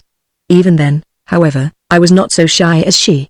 We had to travel from Lyndhurst in the New Forest to Ventnor, an awkward bit of cross-country work in those days. "It's so fortunate you are going too," said her aunt to me on the Tuesday. "Minnie is always nervous traveling alone. You will be able to look after her, and I shan't be anxious." I said it would be a pleasure, and at the time I honestly thought it. On the Wednesday I went down to the coach office, and booked 2 places for Lymington, from where we took the steamer. I had not a suspicion of trouble. The booking clerk was an elderly man. He said, "I've got the box seat, and the end place on the back's bench." I said, "Oh, can't I have 2 together?" He was a kindly-looking old fellow. He winked at me. I wondered all the way home why he had winked at me. He said, "I'll manage it somehow." I said, "It's very kind of you, I'm sure." He laid his hand on my shoulder. He struck me as familiar, but well-intentioned. He said, "We have all of us been there." I thought he was alluding to the Isle of Wight. I said, "And this is the best time of the year for it, so I'm told." It was early summertime. He said it's all right in summer, and it's good enough in winter while it lasts. "You make the most of it, young un," and he slapped me on the back and laughed. He would have irritated me in another minute. I paid for the seats and left him. At 8:30 the next morning Minnie and I started for the coach office. I called her Minnie, not with any wish to be impertinent, but because I have forgotten her surname. It must be 10 years since I last saw her. She was a pretty girl, too, with those brown eyes that always cloud before they laugh. Her aunt did not drive down with us as she had intended, in consequence of the headache. She was good enough to say she felt every confidence in me. The old booking clerk caught sight of us when we were about a quarter of a mile away, and drew to us the attention of the coachman, who communicated the fact of our approach to the gathered passengers. Everybody left off talking, and waited for us. The boots seized his horn, and blew. One could hardly call it a blast, it would be difficult to say what he blew. He put his heart into it, but not sufficient wind. I think his intention was to welcome us, but it suggested rather a feeble curse. We learnt subsequently that he was a beginner on the instrument. In some mysterious way the whole affair appeared to be our party. The booking clerk bustled up and helped Minnie from the cart. I feared, for a moment, he was going to kiss her. The coachman grinned when I said good morning to him. The passengers grinned, the boots grinned. 2 chambermaids and a waiter came out from the hotel, and they grinned. I drew Minnie aside, and whispered to her. I said, "There's something funny about us. All these people are grinning." She walked round me, and I walked round her. But we could neither of us discover anything amusing about the other. The booking clerk said, "It's all right. I've got you young people 2 places just behind the box seat. We'll have to put 5 of you on that seat. You won't mind sitting a bit close, will you?" The booking clerk winked at the coachman. The coachman winked at the passengers winked at one another, those of them who could wink, and everybody laughed. The two chambermaids became hysterical, and had to cling to each other for support.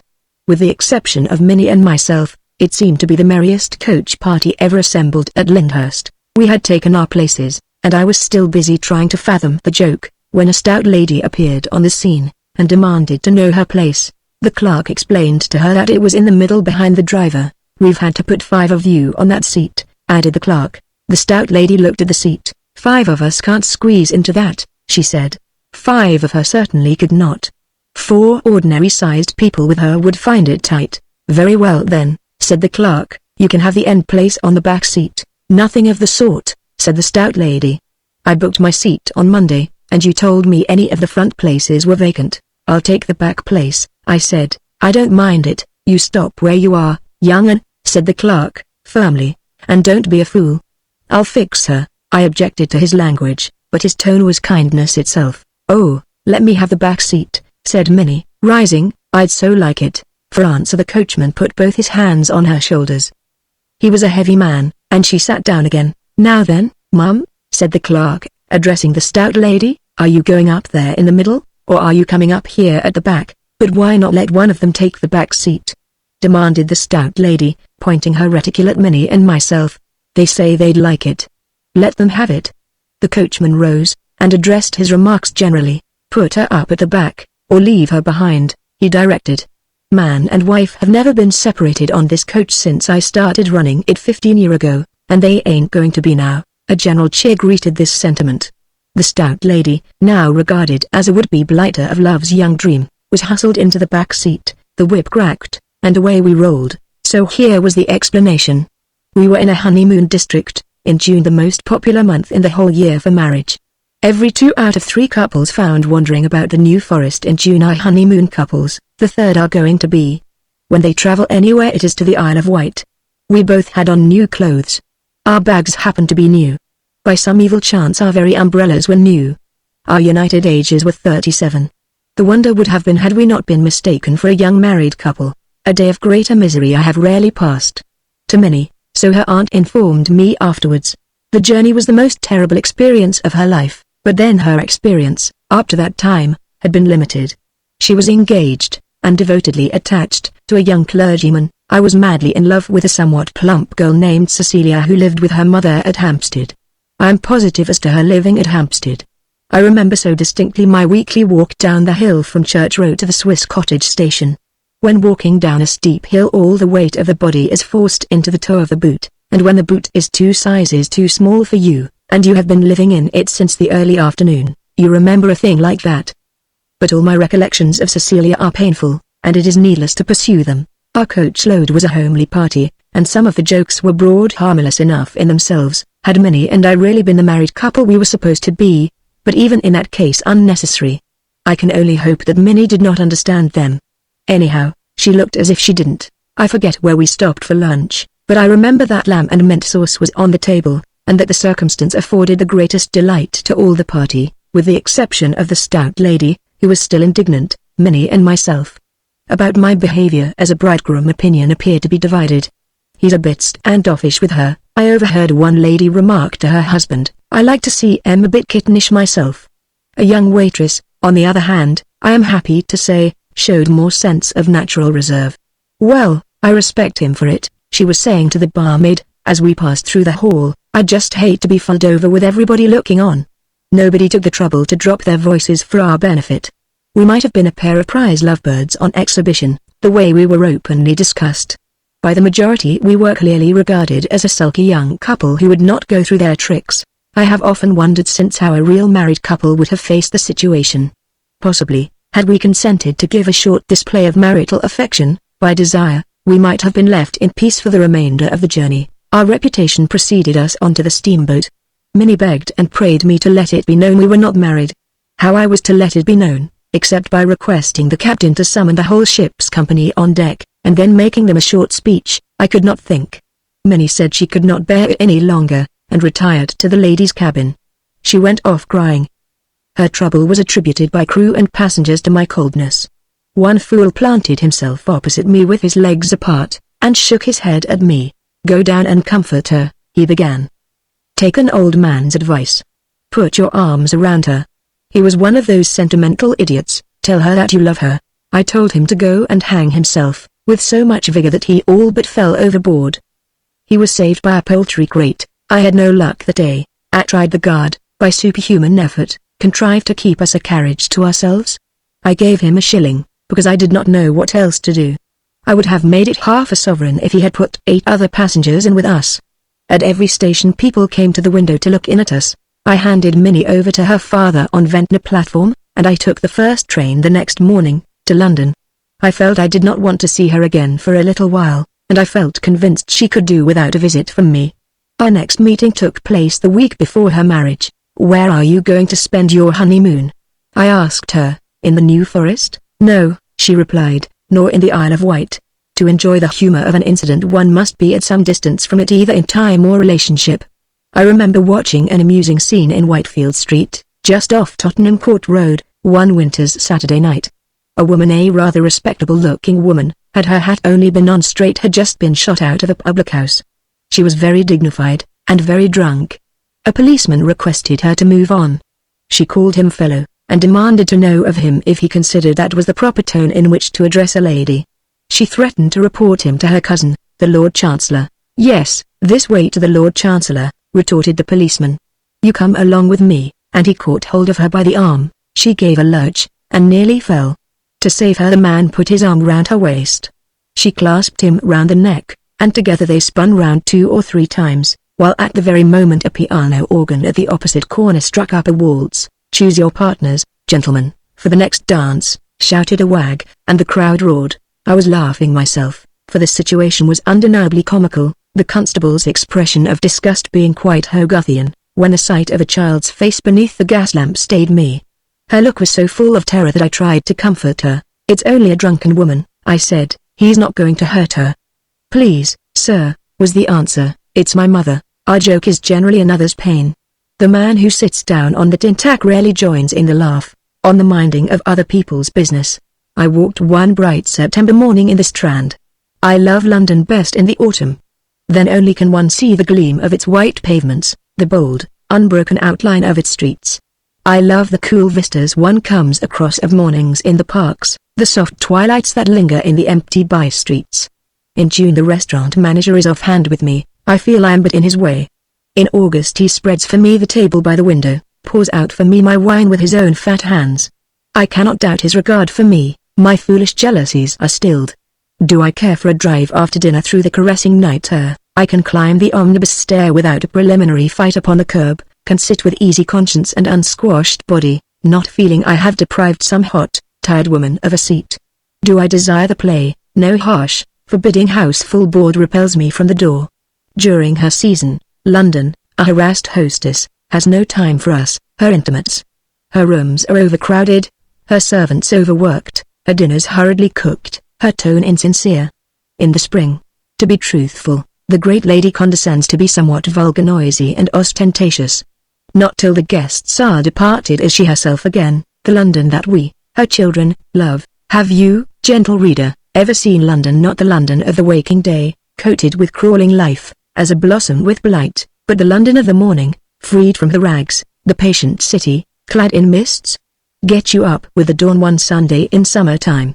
Wake none else, but creep down stealthily into the kitchen, and make your own tea and toast. Be careful you stumble not over the cat. She will worm herself insidiously between your legs. It is her way, she means it in friendship. Neither bark your shins against the coal box. Why the kitchen coal box has its fixed place in the direct line between the kitchen door and the gas bracket I cannot say.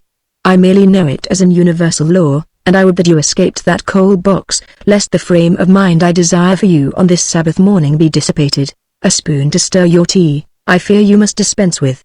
Knives and forks you will discover in plenty, blacking brushes you will put your hand upon in every drawer, of emery paper, did one require it, there are reams, but it is a point with every housekeeper that the spoons be hidden in a different place each night.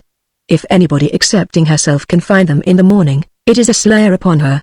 No matter, a stick of firewood, sharpened at one end, makes an excellent substitute. Your breakfast done, turn out the gas, remount the stairs quietly, open gently the front door and slip out. You will find yourself in an unknown land. A strange city grown round you in the night. The sweet long streets lie silent in sunlight. Not a living thing is to be seen save some lean tom that slinks from his gutter feast as you approach. From some tree there will sound perhaps a fretful chirp, but the London sparrow is no early riser. He is but talking in his sleep. The slow tramp of unseen policemen draws near or dies away. The clatter of your own footsteps goes with you, troubling you. You find yourself trying to walk softly, as one does in echoing cathedrals. A voice is everywhere about you whispering to you, hush. Is this million-breasted city then some tender Artemis, seeking to keep her babes asleep? Hush, you careless wayfarer, do not waken them. Walk lighter, they are so tired. These myriad children of mine, sleeping in my 1,000 arms. They are overworked and overworried, so many of them are sick, so many fretful, many of them, alas, so full of naughtiness. But all of them so tired. Hush. They worry me with their noise and riot when they are awake. They are so good now they are asleep. Walk lightly, let them rest. Where the ebbing tide flows softly through worn arches to the sea, you may hear the stone-faced city talking to the restless waters. Why will you never stay with me? Why come but to go? I cannot say, I do not understand. From the deep sea I come, but only as a bird loosed from a child's hand with a cord. When she calls I must return. It is so with these children of mine. They come to me, I know not whence. I nurse them for a little while, till a hand I do not see plucks them back. And others take their place. Through the still air there passes a ripple of sound. The sleeping city stirs with a faint sigh. A distant milk cart rattling by raises 1,000 echoes. It is the vanguard of a yoked army. Soon from every street there rises the soothing cry, milk, milk. London, like some gargantuan babe, is awake, crying for its milk. These be the white-smocked nurses hastening with its morning nourishment. The early church bells ring. You have had your milk, little London. Now come and say your prayers. Another week has just begun, baby London. God knows what will happen. Say your prayers. One by one the little creatures creep from behind the blinds into the streets. The brooding tenderness is vanished from the city's face. The fretful noises of the day have come again. Silence, her lover of the night, kisses her stone lips, and steals away. And you, gentle reader, return home, garlanded with the self-sufficiency of the early riser. But it was of a certain weekday morning, in the Strand, that I was thinking. I was standing outside Gatti's restaurant, where I had just breakfasted, listening leisurely to an argument between an indignant lady passenger, presumably of Irish extraction, and an omnibus conductor. For what do ye want thin to paint Putney on yer bus, if ye don't go to Putney? Said the lady. We do go to Putney, said the conductor. Then why did ye put me out here? I didn't put you out, ye got out.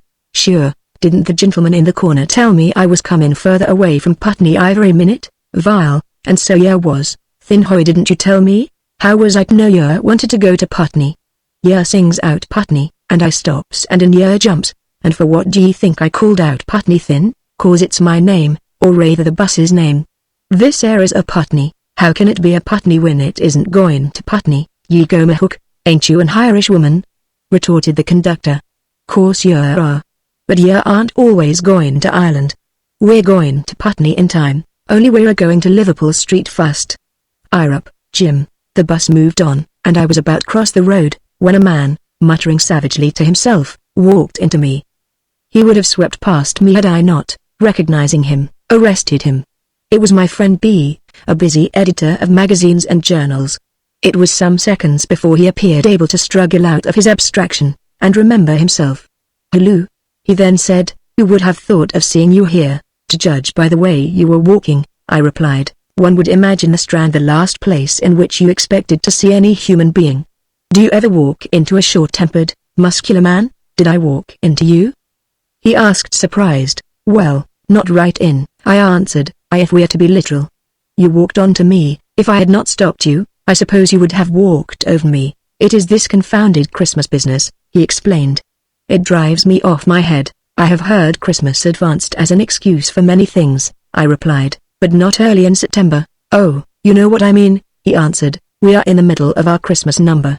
I am working day and night upon it. By the by, he added, that puts me in mind. I am arranging a symposium, and I want you to join. Should Christmas, I interrupted him. My dear fellow, I said, I commenced my journalistic career when I was 18, and I have continued it at intervals ever since. I have written about Christmas from the sentimental point of view, I have analyzed it from the philosophical point of view, and I have scarified it from the sarcastic standpoint. I have treated Christmas humorously for the comics, and sympathetically for the provincial weeklies. I have said all that is worth saying on the subject of Christmas, maybe a trifle more. I have told the new-fashioned Christmas story, you know, the sort of thing. Your heroine tries to understand herself, and, failing, runs off with the man who began as the hero. Your good woman turns out to be really bad when one comes to know her, while the villain, the only decent person in the story, dies with an enigmatic sentence on his lips that looks as if it meant something, but which you yourself would be sorry to have to explain. I have also written the old-fashioned Christmas story, you know that also. You begin with a good old-fashioned snowstorm, you have a good old-fashioned squire, and he lives in a good old-fashioned hall. You work in a good old-fashioned murder, and end up with a good old-fashioned Christmas dinner. I have gathered Christmas guests together round the crackling logs to tell ghost stories to each other on Christmas Eve, while without the wind howled, as it always does on these occasions, at its proper cue. I have sent children to heaven on Christmas Eve. It must be quite a busy time for St. Peter. Christmas morning, so many good children die on Christmas Eve. It has always been a popular night with them. I have revivified dead lovers and brought them back well and jolly, just in time to sit down to the Christmas dinner. I am not ashamed of having done these things. At the time I thought them good. I once loved currant wine and girls with tousley hair. One's views change as one grows older. I have discussed Christmas as a religious festival. I have arraigned it as a social incubus. If there be any joke connected with Christmas that I have not already made, I should be glad to hear it. I have trotted out the indigestion jokes till the sight of one of them gives me indigestion myself. I have ridiculed the family gathering. I have scoffed at the Christmas present. I have made witty use of paterfamilias and his bills. Did I ever show you? I broke off to ask as we were crossing the Haymarket, that little parody of mine on Poe's poem of the bells? It begins. He interrupted me in his turn. Bills, bills, bills, he repeated. You are quite right, I admitted. I forgot I ever showed it to you. You never did, he replied. Then how do you know how it begins? I asked. I don't know for certain, he admitted, but I get, on an average, 65 a year submitted to me, and they all begin that way. I thought, perhaps, yours did also. I don't see how else it could begin, I retorted. He had rather annoyed me. Besides, it doesn't matter how a poem begins, it is how it goes on that is the important thing, and anyhow, I'm not going to write you anything about Christmas. Ask me to make you a new joke about a plumber, suggest my inventing something original and not too shocking for a child to say about heaven, propose my running you off a dog story that can be believed by a man of average determination, and we may come to terms. But on the subject of Christmas I am taking a rest. By this time we had reached Piccadilly Circus. I don't blame you, he said, if you are as sick of the subject as I am. So soon as these Christmas numbers are off my mind, and Christmas is over till next June at the office, I shall begin it at home. The housekeeping is gone up £1 a week already. I know what that means. The dear little woman is saving up to give me an expensive present that I don't want. I think the presents are the worst part of Christmas. Emma will give me a watercolor that she has painted herself. She always does. There would be no harm in that if she did not expect me to hang it in the drawing room. Have you ever seen my cousin Emma's watercolors? He asked. I think I have, I replied. There's no thinking about it, he retorted angrily. They're not the sort of watercolors you forget. He apostrophized the circus generally. Why do people do these things? He demanded. Even an amateur artist must have some sense. Can't they see what is happening? There's that thing of hers hanging in the passage. I put it in the passage because there's not much light in the passage. She's labeled it Reverie. If she had called it Influenza I could have understood it. I asked her where she got the idea from, and she said she saw the sky like that one evening in Norfolk. Great heavens! Then why didn't she shut her eyes or go home and hide behind the bed curtains? If I had seen a sky like that in Norfolk I should have taken the first train back to London. I suppose the poor girl can't help seeing these things, but why paint them? I said. I suppose painting is a necessity to some natures. But why give the things to me? He pleaded. I could offer him no adequate reason. The idiotic presents that people give you. He continued. I said I'd liked Tennyson's poems one year. They had worried me to know what I did want. I didn't want anything really, that was the only thing I could think of that I wasn't dead sure I didn't want. Well, they clubbed together, 4 of them, and gave me Tennyson in 12 volumes, illustrated with colored photographs. They meant kindly, of course. If you suggest a tobacco pouch they give you a blue velvet bag capable of holding about £1, embroidered with flowers, life size. The only way one could use it would be to put a strap to it and wear it as a satchel. Would you believe it, I have got a velvet smoking jacket, ornamented with forget-me-nots and butterflies in colored silk. I'm not joking. And they ask me why I never wear it. I'll bring it down to the club one of these nights and wake the place up a bit. It needs it. We had arrived by this at the steps of the Devonshire. And I'm just as bad, he went on, when I give presents. I never give them what they want. I never hit upon anything that is of any use to anybody. If I give Jane a chinchilla tippet, you may be certain chinchilla is the most out-of-date fur that any woman could wear. Oh. That is nice of you, she says, now that is just the very thing I wanted. I will keep it by me till chinchilla comes in again. I give the girls watch chains when nobody is wearing watch chains. When watch chains are all the rage I give them earrings, and they thank me, and suggest my taking them to a fancy dress ball, that being their only chance to wear the confounded things. I waste money on white gloves with black backs, to find that white gloves with black backs stamp a woman as suburban. I believe all the shopkeepers in London save their old stock to palm it off on me at Christmas time. And why does it always take half a dozen people to serve you with a pair of gloves, I'd like to know. Only last week Jane asked me to get her some gloves for that last Mansion House affair. I was feeling amiable, and I thought I would do the thing handsomely. I hate going into a draper's shop. Everybody stares at a man as if he were forcing his way into the ladies' department of a Turkish bath. One of those marionette sort of men came up to me and said it was a fine morning. What the devil did I want to talk about the morning to him for? I said I wanted some gloves. I described them to the best of my recollection. I said, I want them 4 buttons, but they are not to be button gloves. The buttons are in the middle and they reach up to the elbow, if you know what I mean. He bowed, and said he understood exactly what I meant, which was a damned sight more than I did. I told him I wanted 3 pair cream and 3 pair fawn-colored, and the fawn-colored were to be sweets. He corrected me. He said I meant suede. I dare say he was right, but the interruption put me off, and I had to begin over again.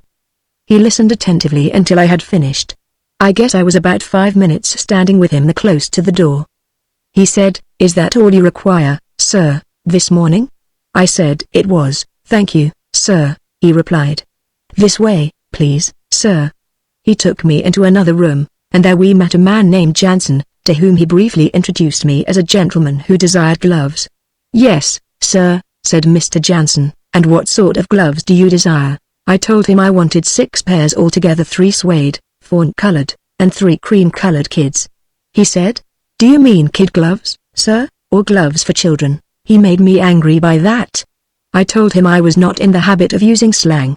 Nor am I when buying gloves. He said he was sorry. I explained to him about the buttons, so far as I could understand it myself, and about the length. I asked him to see to it that the buttons were sewn on firmly, and that the stitching everywhere was perfect, adding that the last gloves my wife had had of his firm had been most unsatisfactory. Jane had impressed upon me to add that. She said it would make them more careful. He listened to me in rapt ecstasy. I might have been music. "And what size, sir?" he asked. I had forgotten that. "Oh, 6s, I answered, "unless they are very stretchy indeed, in which case they had better be 5 3/4. "Oh, and the stitching on the cream is to be black," I added. That was another thing I had forgotten. "Thank you very much," said Mr. Jansen. "Is there anything else that you require this morning?" "No, thank you," I replied, "not this morning." I was beginning to like the man. He took me for quite a walk, and wherever we went everybody left off what they were doing to stare at me. I was getting tired when we reached the glove department. He marched me up to a young man who was sticking pins into himself. He said gloves, and disappeared through a curtain. The young man left off sticking pins into himself, and leant across the counter. "Ladies' gloves or gentlemen's gloves?" he said. Well, I was pretty mad by this time, as you can guess. It is funny when you come to think of it afterwards. But the wonder then was that I didn't punch his head. I said, "Are you ever busy in this shop?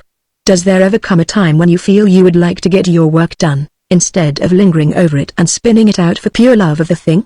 He did not appear to understand me.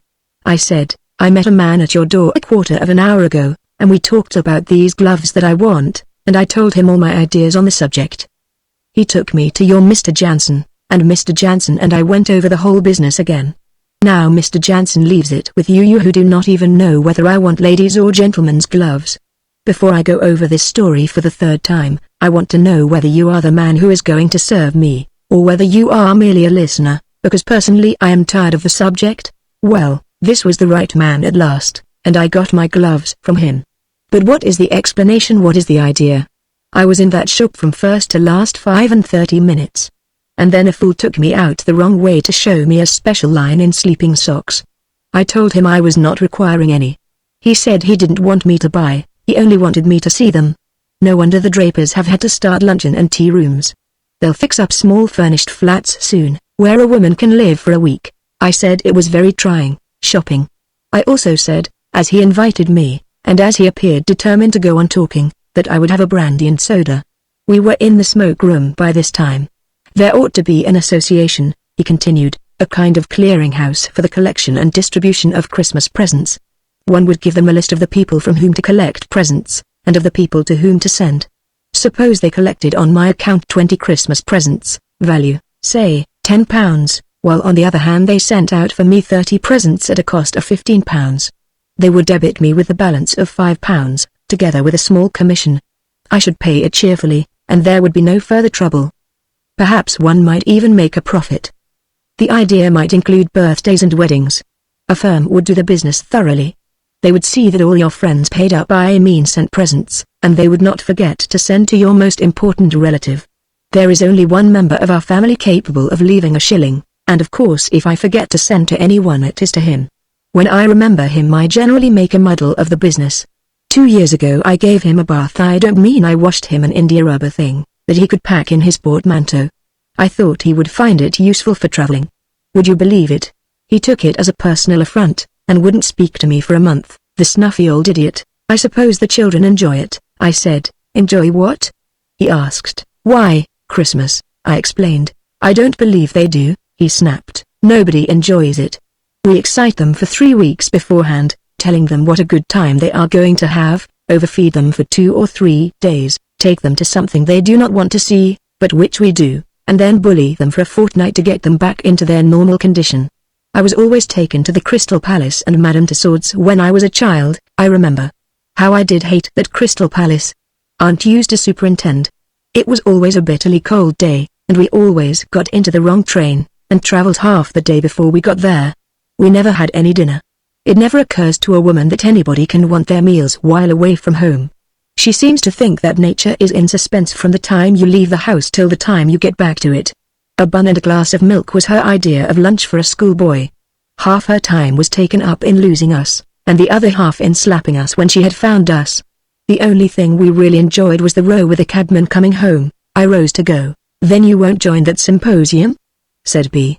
It would be an easy enough thing to knock off why Christmas should be abolished. It sounds simple, I answered. But how do you propose to abolish it? The lady editor of an advanced American magazine once said the discussion should sex be abolished. And 11 ladies and gentlemen seriously argued the question. Leave it to die of inanition, said B. The first step is to arouse public opinion. Convince the public that it should be abolished. But why should it be abolished? I asked. Great Scott! Man, he exclaimed, don't you want it abolished? I'm not sure that I do, I replied. Not sure, he retorted. You call yourself a journalist, and admit there is a subject under heaven of which you are not sure. It has come over me of late years, I replied. It used not to be my failing, as you know. He glanced round to make sure we were out of earshot, then sunk his voice to a whisper. Between ourselves, he said, I'm not so sure of everything myself as I used to be. Why is it? Perhaps we are getting older, I suggested. He said I started golf last year, and the first time I took the club in my hand I sent the ball a furlong. It seems an easy game, I said to the man who was teaching me. Yes, most people find it easy at the beginning, he replied dryly. He was an old golfer himself. I thought he was jealous. I stuck well to the game, and for about 3 weeks I was immensely pleased with myself.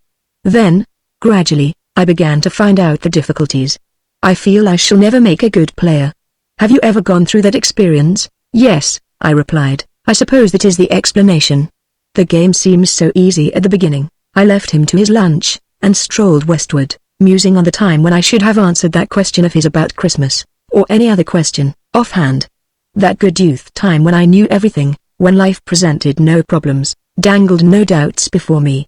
In those days, wishful to give the world the benefit of my wisdom, and seeking for a candlestick whereof from my brilliancy might be visible and helpful unto men, I arrived before a dingy portal in Chequers Street, St. Luke's, behind which a conclave of young men, together with a few old enough to have known better, met every Friday evening for the purpose of discussing and arranging the affairs of the universe.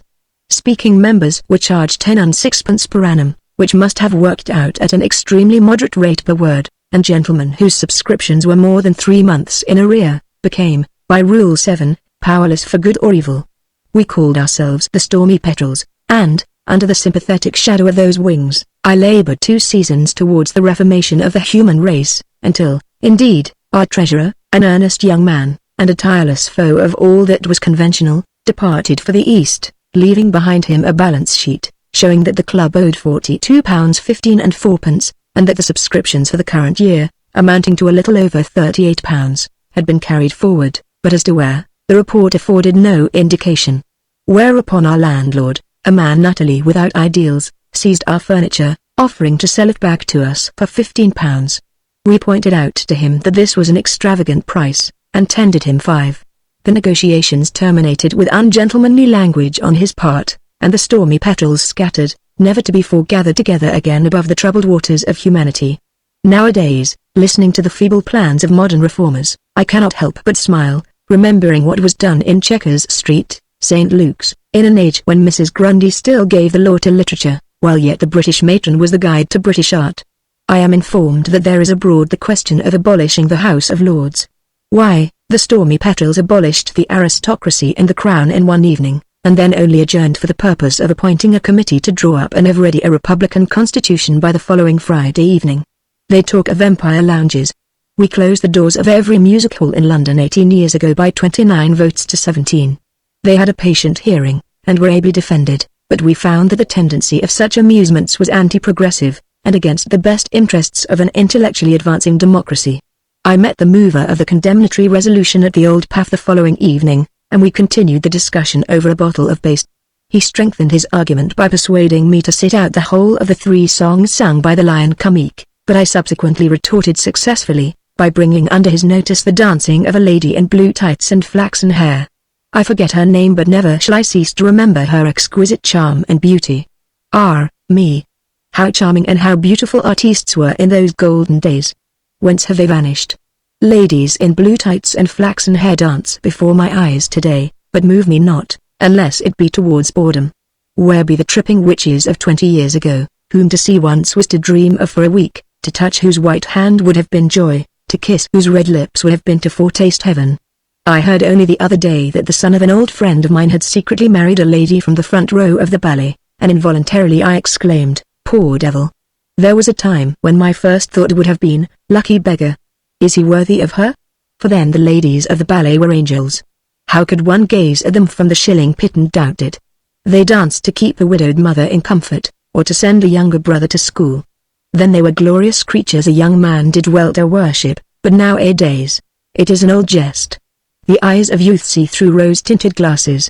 The eyes of age are dim behind smoke-clouded spectacles.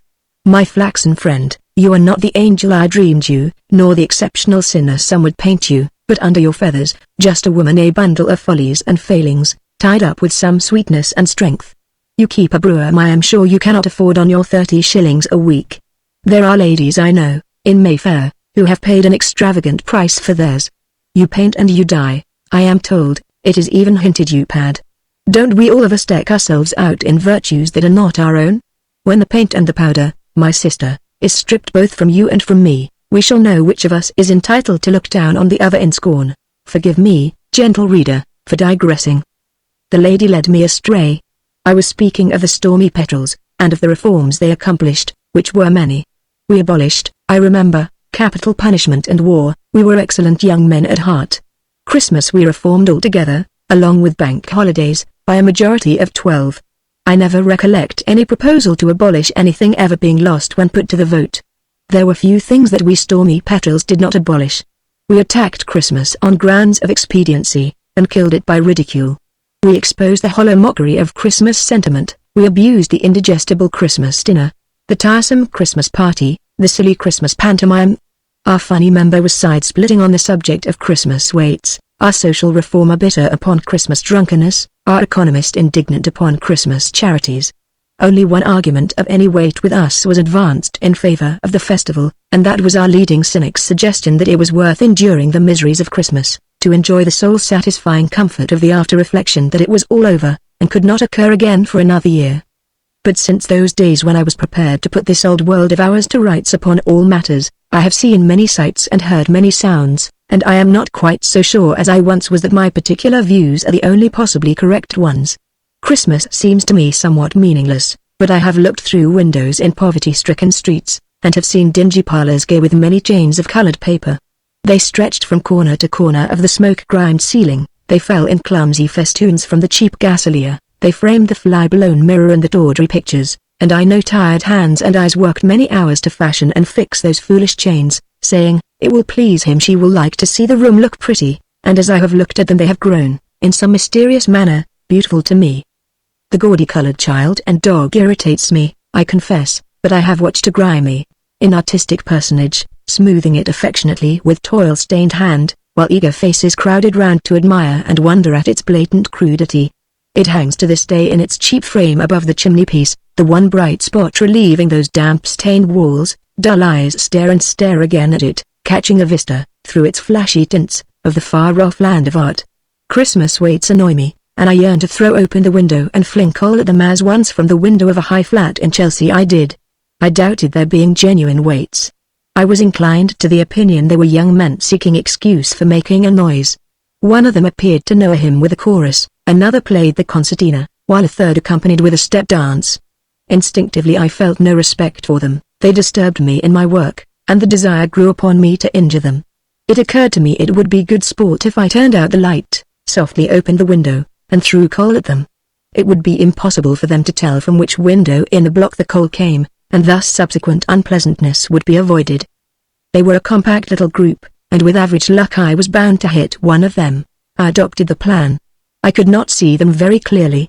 I aimed rather at the noise, and I had thrown about 20 choice lumps without effect, and was feeling somewhat discouraged, when a yell, followed by language singularly unappropriate to the season, told me that Providence had aided my arm. The music ceased suddenly, and the party dispersed, apparently in high glee, which struck me as curious. One man I noticed remained behind. He stood under the lamp post, and shook his fist at the block generally. "Who threw that lump of coal?" he demanded in stentorian tones. To my horror, it was the voice of the man at 88, an Irish gentleman, a journalist like myself. I saw it all, as the unfortunate hero always exclaims, too late, in the play. Number 88, also disturbed by the noise, had evidently gone out to expostulate with the rioters. Of course my lump of coal had hit him, the innocent, the peaceful, up till then, the virtuous. That is the justice fate deals out to us mortals here below. There were 10 to 14 young men in that crowd, each one of whom fully deserved that lump of coal. He, the one guiltless, got it seemingly, so far as the dim light from the gas lamp enabled me to judge, full in the eye. As the block remained silent in answer to his demand, he crossed the road and mounted the stairs. On each landing he stopped and shouted, "Who threw that lump of coal? I want the man who threw that lump of coal. Out you come." Now a good man in my place would have waited till number 88 arrived on his landing, and then, throwing open the door, would have said with manly candor, "I threw that lump of coal. He would not have got further, because at that point, I feel confident, number 88 could have punched his head. There would have been an unseemly fracas on the staircase, to the annoyance of all the other tenants, and later, there would have issued a summons and a cross summons. Angry passions would have been roused, bitter feeling engendered which might have lasted for years. I do not pretend to be a good man. I doubt if the pretense would be of any use were I to try. I am not a sufficiently good actor. I said to myself, as I took off my boots in the study, preparatory to retiring to my bedroom, number 88 is evidently not in a frame of mind to listen to my story. It will be better to let him shout himself cool, after which he will return to his own flat, bathe his eye, and obtain some refreshing sleep. In the morning, when we shall probably meet as usual on our way to Fleet Street, I will refer to the incident casually, and sympathize with him. I will suggest to him the truth that in all probability some fellow tenant, irritated also by the noise, had aimed coal at the weights, hitting him instead by a regrettable but pure accident. With tact I may even be able to make him see the humor of the incident. Later on, in March or April, choosing my moment with judgment, I will, perhaps, confess that I was that fellow tenant, and over a friendly brandy and soda we will laugh the whole trouble away. As a matter of fact, that is what happened. Said number 88. He was a big man, as good a fellow at heart as ever lived, but impulsive. Damned lucky for you, old man, you did not tell me at the time. I felt, I replied, instinctively that it was a case for delay. There are times when one should control one's passion for candor, and as I was saying, Christmas waits excite no emotion in my breast save that of irritation. But I have known hark, the herald angels sing, wheezily chanted by fog-filled throats, and accompanied, hopelessly out of tune, by a cornet and a flute, bring a great look of gladness to a work-worn face. To her it was a message of hope and love, making the hard life taste sweet. The mere thought of family gatherings, so customary at Christmas time, bores us superior people, but I think of an incident told me by a certain man, a friend of mine. One Christmas, my friend, visiting in the country, came face to face with a woman whom in town he had often met amid very different surroundings. The door of the little farmhouse was open, she and an older woman were ironing at a table, and as her soft white hands passed to and fro, folding and smoothing the rumpled heap, she laughed and talked, concerning simple homely things. My friend's shadow fell across her work, and she looking up, their eyes met, but her face said plainly, I do not know you here, and here you do not know me. Here I am a woman loved and respected. My friend passed in and spoke to the older woman, the wife of one of his host's tenants, and she turned towards, and introduced the younger. My daughter, sir. We do not see her very often. She is in a place in London, and cannot get away. But she always spends a few days with us at Christmas. It is the season for family reunions, answered my friend with just the suggestion of a sneer, for which he hated himself. Yes, sir, said the woman, not noticing. She has never missed her Christmas with us. Have you, Bess? No, mother, replied the girl simply, and bent her head again over her work. So for these few days every year this woman left her furs and jewels, her fine clothes and dainty foods, behind her, and lived for a little space with what was clean and wholesome. It was the one anchor holding her to womanhood, and one likes to think that it was, perhaps, in the end strong enough to save her from the drifting waters. All which arguments in favor of Christmas and of Christmas customs are, I admit, purely sentimental ones, but I have lived long enough to doubt whether sentiment has not its legitimate place in the economy of life, on the time wasted in looking before one leaps. Have you ever noticed the going out of a woman, when a man goes out? He says I'm going out, shan't be long. Oh, George, cries his wife from the other end of the house, don't go for a moment. I want you to. She hears a falling of hats, followed by the slamming of the front door. Oh, George, you're not gone. She wails. It is but a voice of despair. As a matter of fact, she knows he is gone. She reaches the hall, breathless. He might have waited a minute, she mutters to herself, as she picks up the hats. There were so many things I wanted him to do. She does not open the door and attempt to stop him. She knows he is already halfway down the street. It is a mean, paltry way of going out, she thinks, so like a man. When a woman, on the other hand, goes out, people know about it. She does not sneak out. She says she is going out. She says it, generally, on the afternoon of the day before, and she repeats it, at intervals, until tea time. At tea, she suddenly decides that she won't, that she will leave it till the day after tomorrow instead. An hour later she thinks she will go tomorrow, after all, and makes arrangements to wash her hair overnight. For the next hour or so she alternates between fits of exultation, during which she looks forward to going out, and moments of despondency, when a sense of foreboding falls upon her. At dinner she persuades some other woman to go with her. The other woman, once persuaded, is enthusiastic about going, until she recollects that she cannot. The first woman, however, convinces her that she can. Yes, replies the second woman, but then, how about you, dear? You are forgetting the Joneses. So I was, answers the first woman, completely nonplussed. How very awkward, and I can't go on Wednesday. I shall have to leave it till Thursday, now, but I can't go Thursday, says the second woman. Well, you go without me, dear, says the first woman, in the tone of one who is sacrificing a life's ambition. Oh no, dear, I should not think of it, nobly exclaims the second woman. We will wait and go together, Friday. I'll tell you what we'll do, says the first woman. We will start early, this is an inspiration, and be back before the Joneses arrive. They agree to sleep together. There is a lurking suspicion in both their minds that this may be their last sleep on earth. They retire early with a can of hot water. At intervals, during the night, one overhears them splashing water, and talking. They come down very late for breakfast, and both very cross. Each seems to have argued herself into the belief that she has been lured into this piece of nonsense, against her better judgment, by the persistent folly of the other one. During the meal each one asks the other, every 5 minutes, if she is quite ready. Each one, it appears, has only her hat to put on.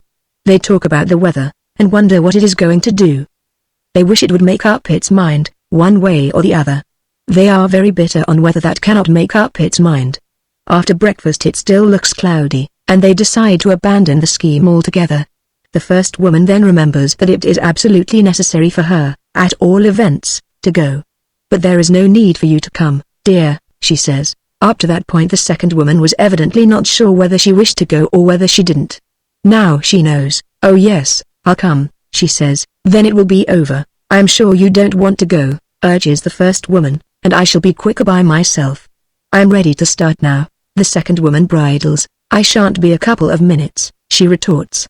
You know, dear, it's generally I who have to wait for you, but you've not got your boots on, the first woman reminds her. Well, they won't take any time, is the answer. But of course, dear, if you'd really rather I did not come, say so. By this time she is on the verge of tears. Of course, I would like you to come, dear, explains the first in a resigned tone. I thought perhaps you were only coming to please me. Oh no, I'd like to come, says the second woman. Well, we must hurry up, says the first. I shan't be more than a minute myself, I've merely got to change my skirt. Half an hour later you hear them calling to each other, from different parts of the house, to know if the other one is ready.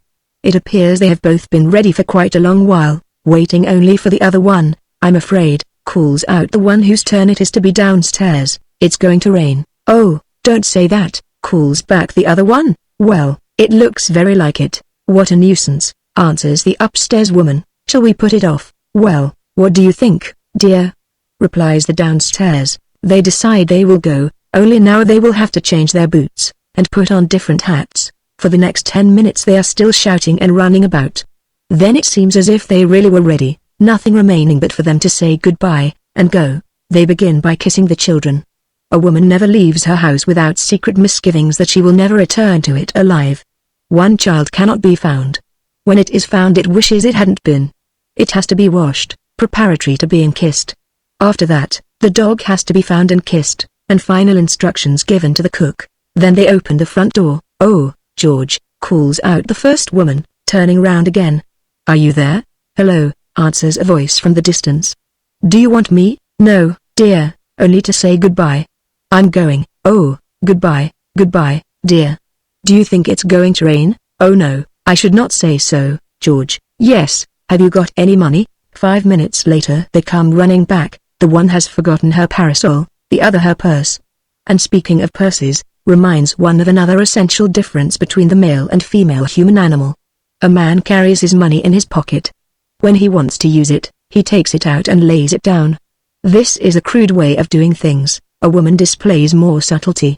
Say she is standing in the street, and wants 4 pence to pay for a bunch of violets she has purchased from a flower girl. She has 2 parcels in one hand, and a parasol in the other. With the remaining 2 fingers of the left hand she secures the violets. The question then arises, how to pay the girl. She flutters for a few minutes, evidently not quite understanding why it is she cannot do it. The reason then occurs to her, she has only 2 hands and both these are occupied. First she thinks she will put the parcels and the flowers into her right hand, then she thinks she will put the parasol into her left. Then she looks round for a table or even a chair, but there is not such a thing in the whole street. Her difficulty is solved by her dropping the parcels and the flowers. The girl picks them up for her and holds them. This enables her to feel for her pocket with her right hand, while waving her open parasol about with her left. She knocks an old gentleman's hat off into the gutter, and nearly blinds the flower girl before it occurs to her to close it. This done, she leans it up against the flower girl's basket, and sets to work in earnest with both hands. She seizes herself firmly by the back, and turns the upper part of her body round till her hair is in front and her eyes behind.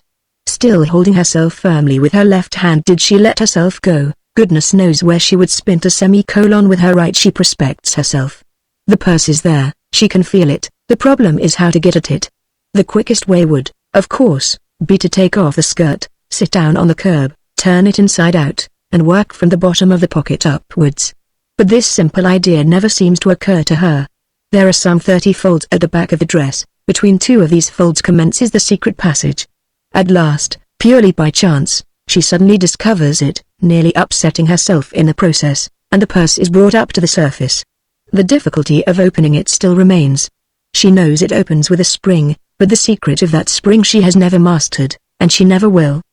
Her plan is to worry it generally until it does open. 5 minutes will always do it, provided she is not flustered. At last it does open. It would be incorrect to say that she opens it. It opens because it is sick of being mauled about, and, as likely as not, it opens at the moment when she is holding it upside down. If you happen to be near enough to look over her shoulder, you will notice that the gold and silver lies loose within it. In an inner sanctuary, carefully secured with a second secret spring, she keeps her coppers, together with a postage stamp and a draper's receipt, 9 months old, for 11.3 I remember the indignation of an old bus conductor, once. Inside we were 9 women and 2 men. I sat next the door, and his remarks therefore he addressed to me. It was certainly taking him some time to collect the fares, but I think he would have got on better had he been less bustling. He worried them, and made them nervous. "Look at that," he said, drawing my attention to a poor lady opposite, who was diving in the customary manner for her purse. "They sit on their money, women do. Blessed if you wouldn't think they was trying to hatch it." At length the lady drew from underneath herself an exceedingly fat purse. "Fancy riding in a bumpy bus, perched up on that thing," he continued. "Think what a stamina they must have." He grew confidential. "I've seen one woman," he said, "pull out from underneath her a street talkie, a tin box of lozenges, a pencil case, a whopping big purse, a packet of hairpins, and a smelling bottle. Why, you or me would be wretched, sitting on a plain doorknob, and them women goes about like that all day. I suppose they gets used to it. Drop 'em on an eider-down pillow, and they'd scream. The time it takes me to get tuppence out of them, why, it's heart-breaking. First they tries one side, then they tries the other. Then they gets up and shakes theirselves till the bus jerks them back again, and there they are, a more hopeless app than ever. If I had my way I'd make every bus carry a female searcher as could overhaul 'em one at a time, and take the money from 'em. Talk about the poor pickpocket. What I say is, that a man as finds his way into a woman's pocket, well, he deserves what he gets." But it was the thought of more serious matters that lured me into reflections concerning the over-carefulness of women. It is a theory of mine, wrong possibly, indeed I have so been informed, that we pick our way through life with too much care. We are forever looking down upon the ground. Maybe, we do avoid a stumble or two over a stone or a briar, but also we miss the blue of the sky, the glory of the hills.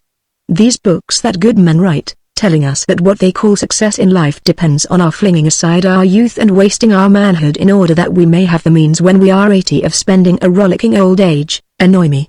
We save all our lives to invest in a South Sea bubble, and in skimping and scheming, we have grown mean, and narrow, and hard. We will put off the gathering of the roses till tomorrow. Today it shall be all work, all bargain driving, all plotting. Lo, when tomorrow comes, the roses are blown, nor do we care for roses, idle things of small marketable value. Cabbages are more to our fancy by the time tomorrow comes. Life is a thing to be lived, not spent, to be faced, not ordered. Life is not a game of chess, the victory to the most knowing, it is a game of cards, one's hand by skill to be made the best of. Is it the wisest who is always the most successful? I think not. The luckiest whist player I ever came across was a man who was never quite certain what were trumps, and whose most frequent observation during the game was "I really beg your pardon," addressed to his partner, a remark which generally elicited the reply, "Oh, don't apologize. All's well that ends well." The man I knew who made the most rapid fortune was a builder in the outskirts of Birmingham, who could not write his name, and who, for 30 years of his life, never went to bed sober. I do not say that forgetfulness of trumps should be cultivated by whist players. I think my builder friend might have been even more successful had he learned to write his name, and had he occasionally, not overdoing it, enjoyed a sober evening. All I wish to impress is, that virtue is not the road to success of the kind we are dealing with. We must find other reasons for being virtuous, maybe, there are some. The truth is, life is a gamble pure and simple, and the rules we lay down for success are akin to the infallible systems with which a certain class of idiot goes armed each season to Monte Carlo. We can play the game with coolness and judgment, decide when to plunge and when to stake small, but to think that wisdom will decide it, is to imagine that we have discovered the law of chance. Let us play the game of life as sportsmen, pocketing our winnings with a smile, leaving our losings with a shrug. Perhaps that is why we have been summoned to the board and the cards dealt round, that we may learn some of the virtues of the good gambler, his self-control, his courage under misfortune, his modesty under the strain of success, his firmness, his alertness, his general indifference to fate. Good lessons these, all of them. If by the game we learn some of them, our time on the green earth has not been wasted. If we rise from the table having learned only fretfulness and self-pity, I fear it has been. The grim hall porter taps at the door. Number 500,028,000,028, your boatman is waiting, sir. So. Is it time already? We pick up our counters. Of what use are they? In the country the other side of the river they are no tender. The blood red for gold, and the pale green for love. To whom shall we fling them? Here is some poor beggar longing to play, let us give them to him as we pass out. Poor devil. The game will amuse him for a while. Keep your powder dry, and trust in Providence, is the motto of the wise. Wet powder could never be of any possible use to you. Dry, it may be, with the help of Providence. We will call it Providence. It is a prettier name than chance, perhaps also a truer. Another mistake we make when we reason out our lives is this: we reason as though we were planning for reasonable creatures. It is a big mistake. Well-meaning ladies and gentlemen make it when they picture their ideal worlds.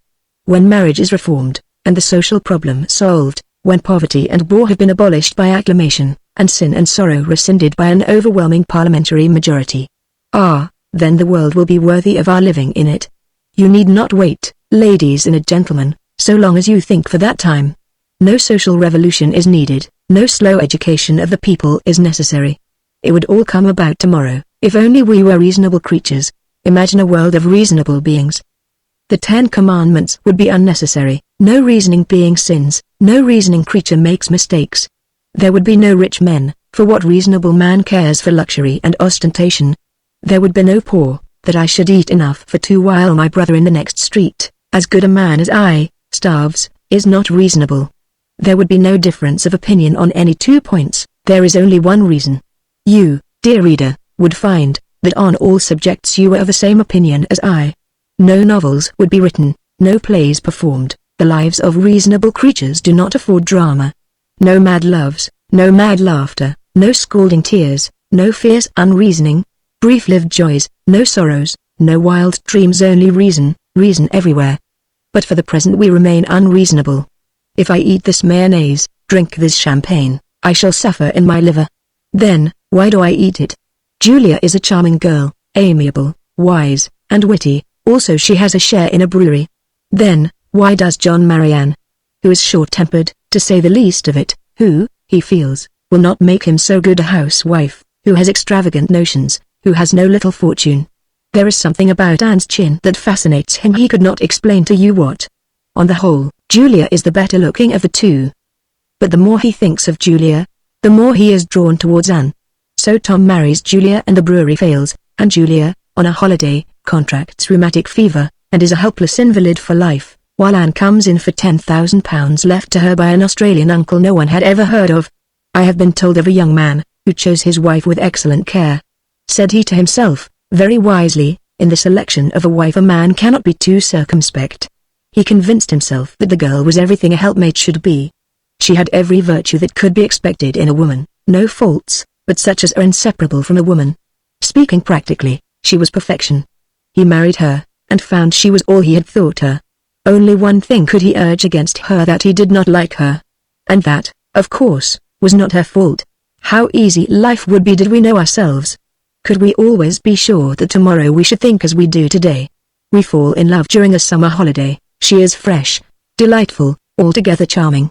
The blood rushes to our head every time we think of her. Our ideal career is one of perpetual service at her feet. It seems impossible that fate could bestow upon us any greater happiness than the privilege of cleaning her boots, and kissing the hem of her garment if the hem be a little muddy. That will please us the more. We tell her our ambition, and at that moment every word we utter is sincere. But the summer holiday passes, and with it the holiday mood, and winter finds us wondering how we are going to get out of the difficulty into which we have landed ourselves. Or worse still, perhaps, the mood lasts longer than is usual. We become formally engaged. We marry. I wonder how many marriages are the result of a passion that is burnt out before the altar rails are reached. And 3 months afterwards the little lass is broken-hearted to find that we consider the lacing of her boots a bore. Her feet seem to have grown bigger. There is no excuse for us, save that we are silly children, never sure of what we are crying for, hurting one another in our play, crying very loudly when hurt ourselves. I knew an American lady once who used to bore me with long accounts of the brutalities exercised upon her by her husband. She had instituted divorce proceedings against him. The trial came on, and she was highly successful. We all congratulated her, and then for some months she dropped out of my life. But there came a day when we again found ourselves together. One of the problems of social life is to know what to say to one another when we meet. Every man and woman's desire is to appear sympathetic and clever, and this makes conversation difficult, because, taking us all round, we are neither sympathetic nor clever. But this by the way. Of course, I began to talk to her about her former husband. I asked her how he was getting on. She replied that she thought he was very comfortable. Married again? I suggested. Yes, she answered. Serve him right, I exclaimed, and his wife too. She was a pretty, bright-eyed little woman, my American friend, and I wished to ingratiate myself. A woman who would marry such a man, knowing what she must have known of him, is sure to make him wretched, and we may trust him to be a curse to her. My friend seemed inclined to defend him. I think he is greatly improved, she argued. Nonsense. I returned, a man never improves.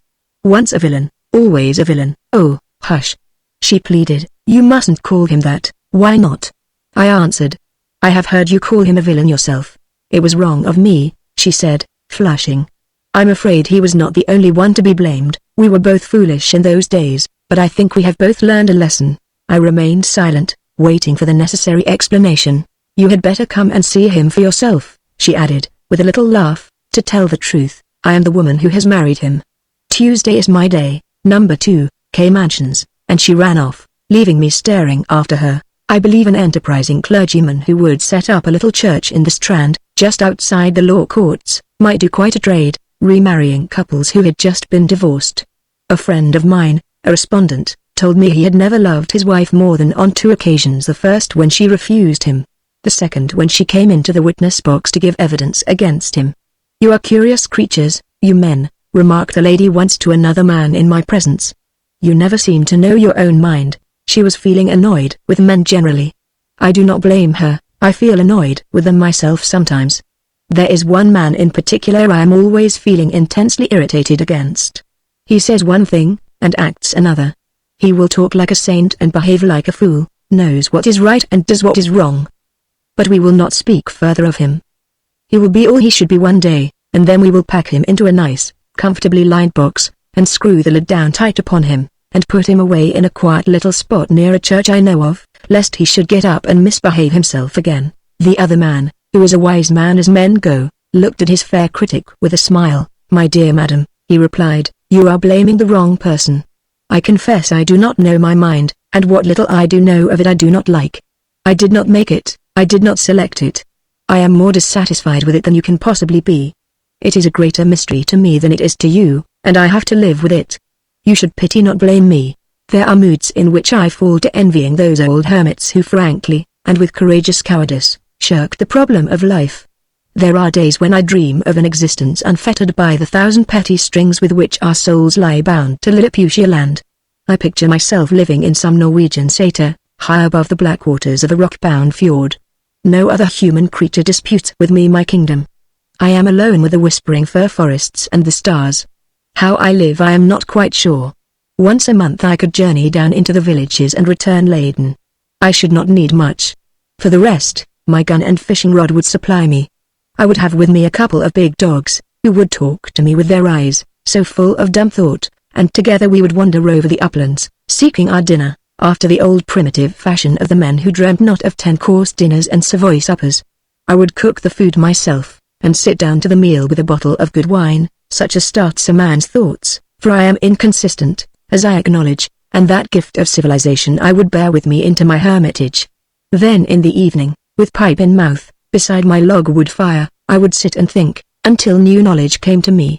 Strengthened by those silent voices that are drowned in the roar of streetland, I might, perhaps, grow into something nearer to what it was intended that a man should be, might catch a glimpse, perhaps, of the meaning of life. No, no, my dear lady, into this life of renunciation I would not take a companion, certainly not of the sex you are thinking of, even would she care to come, which I doubt. There are times when a man is better without the woman, when a woman is better without the man.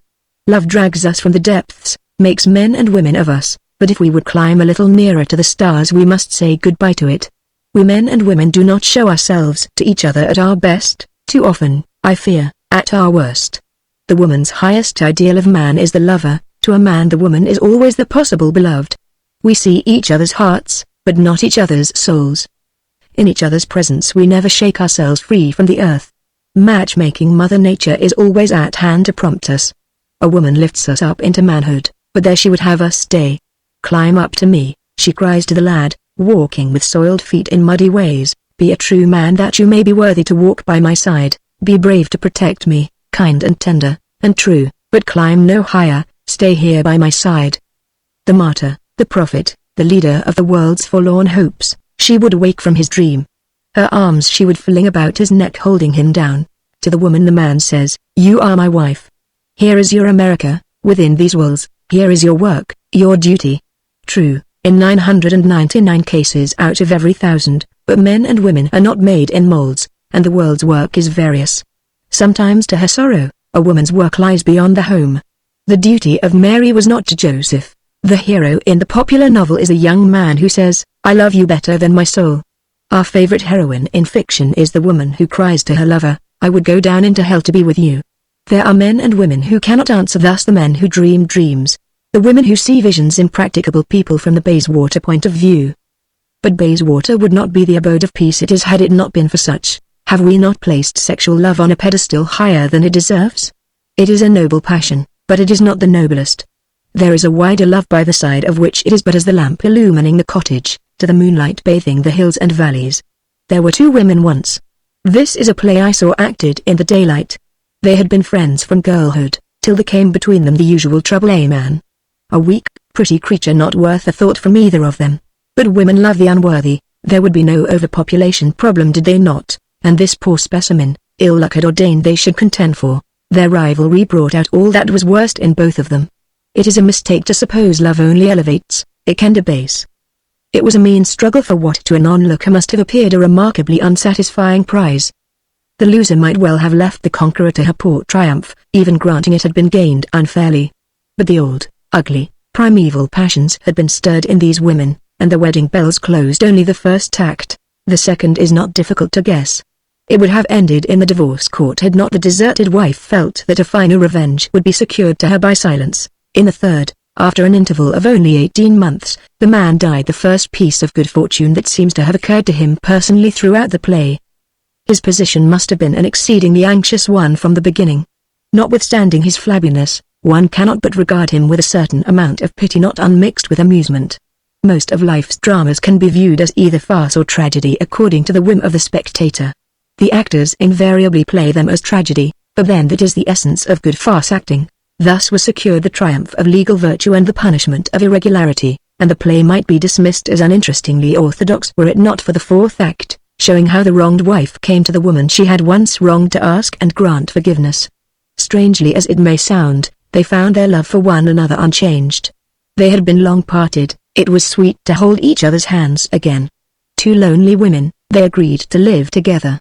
Those who knew them well in this later time say that their life was very beautiful, filled with graciousness and nobility. I do not say that such a story could ever be common, but it is more probable than the world might credit. Sometimes the man is better without the woman without the man. On the nobility of ourselves. An old anglicized Frenchman, I used to meet often in my earlier journalistic days, held a theory, concerning man's future state, that has since come to afford me more food for reflection than, at the time, I should have deemed possible. He was a bright-eyed, eager little man. One felt no lotus land could be paradise to him. We build a heaven of the stones of our desires, to the old, red-bearded Norseman, a photo-fight and a cup to drain, to the artistic Greek, a grove of animated statuary, to the Red Indian, his happy hunting ground, to the Turk, his harem, to the Jew, his New Jerusalem, paved with gold, to others, according to their taste, limited by the range of their imagination. Few things had more terrors for me, when a child, than heaven as pictured for me by certain of the good folks round about me. I was told that if I were a good lad, kept my hair tidy, and did not tease the cat, I would probably, when I died, go to a place where all day long I would sit still and sing hymns. Think of it. As reward to a healthy boy for being good, there would be no breakfast and no dinner, no tea and no supper.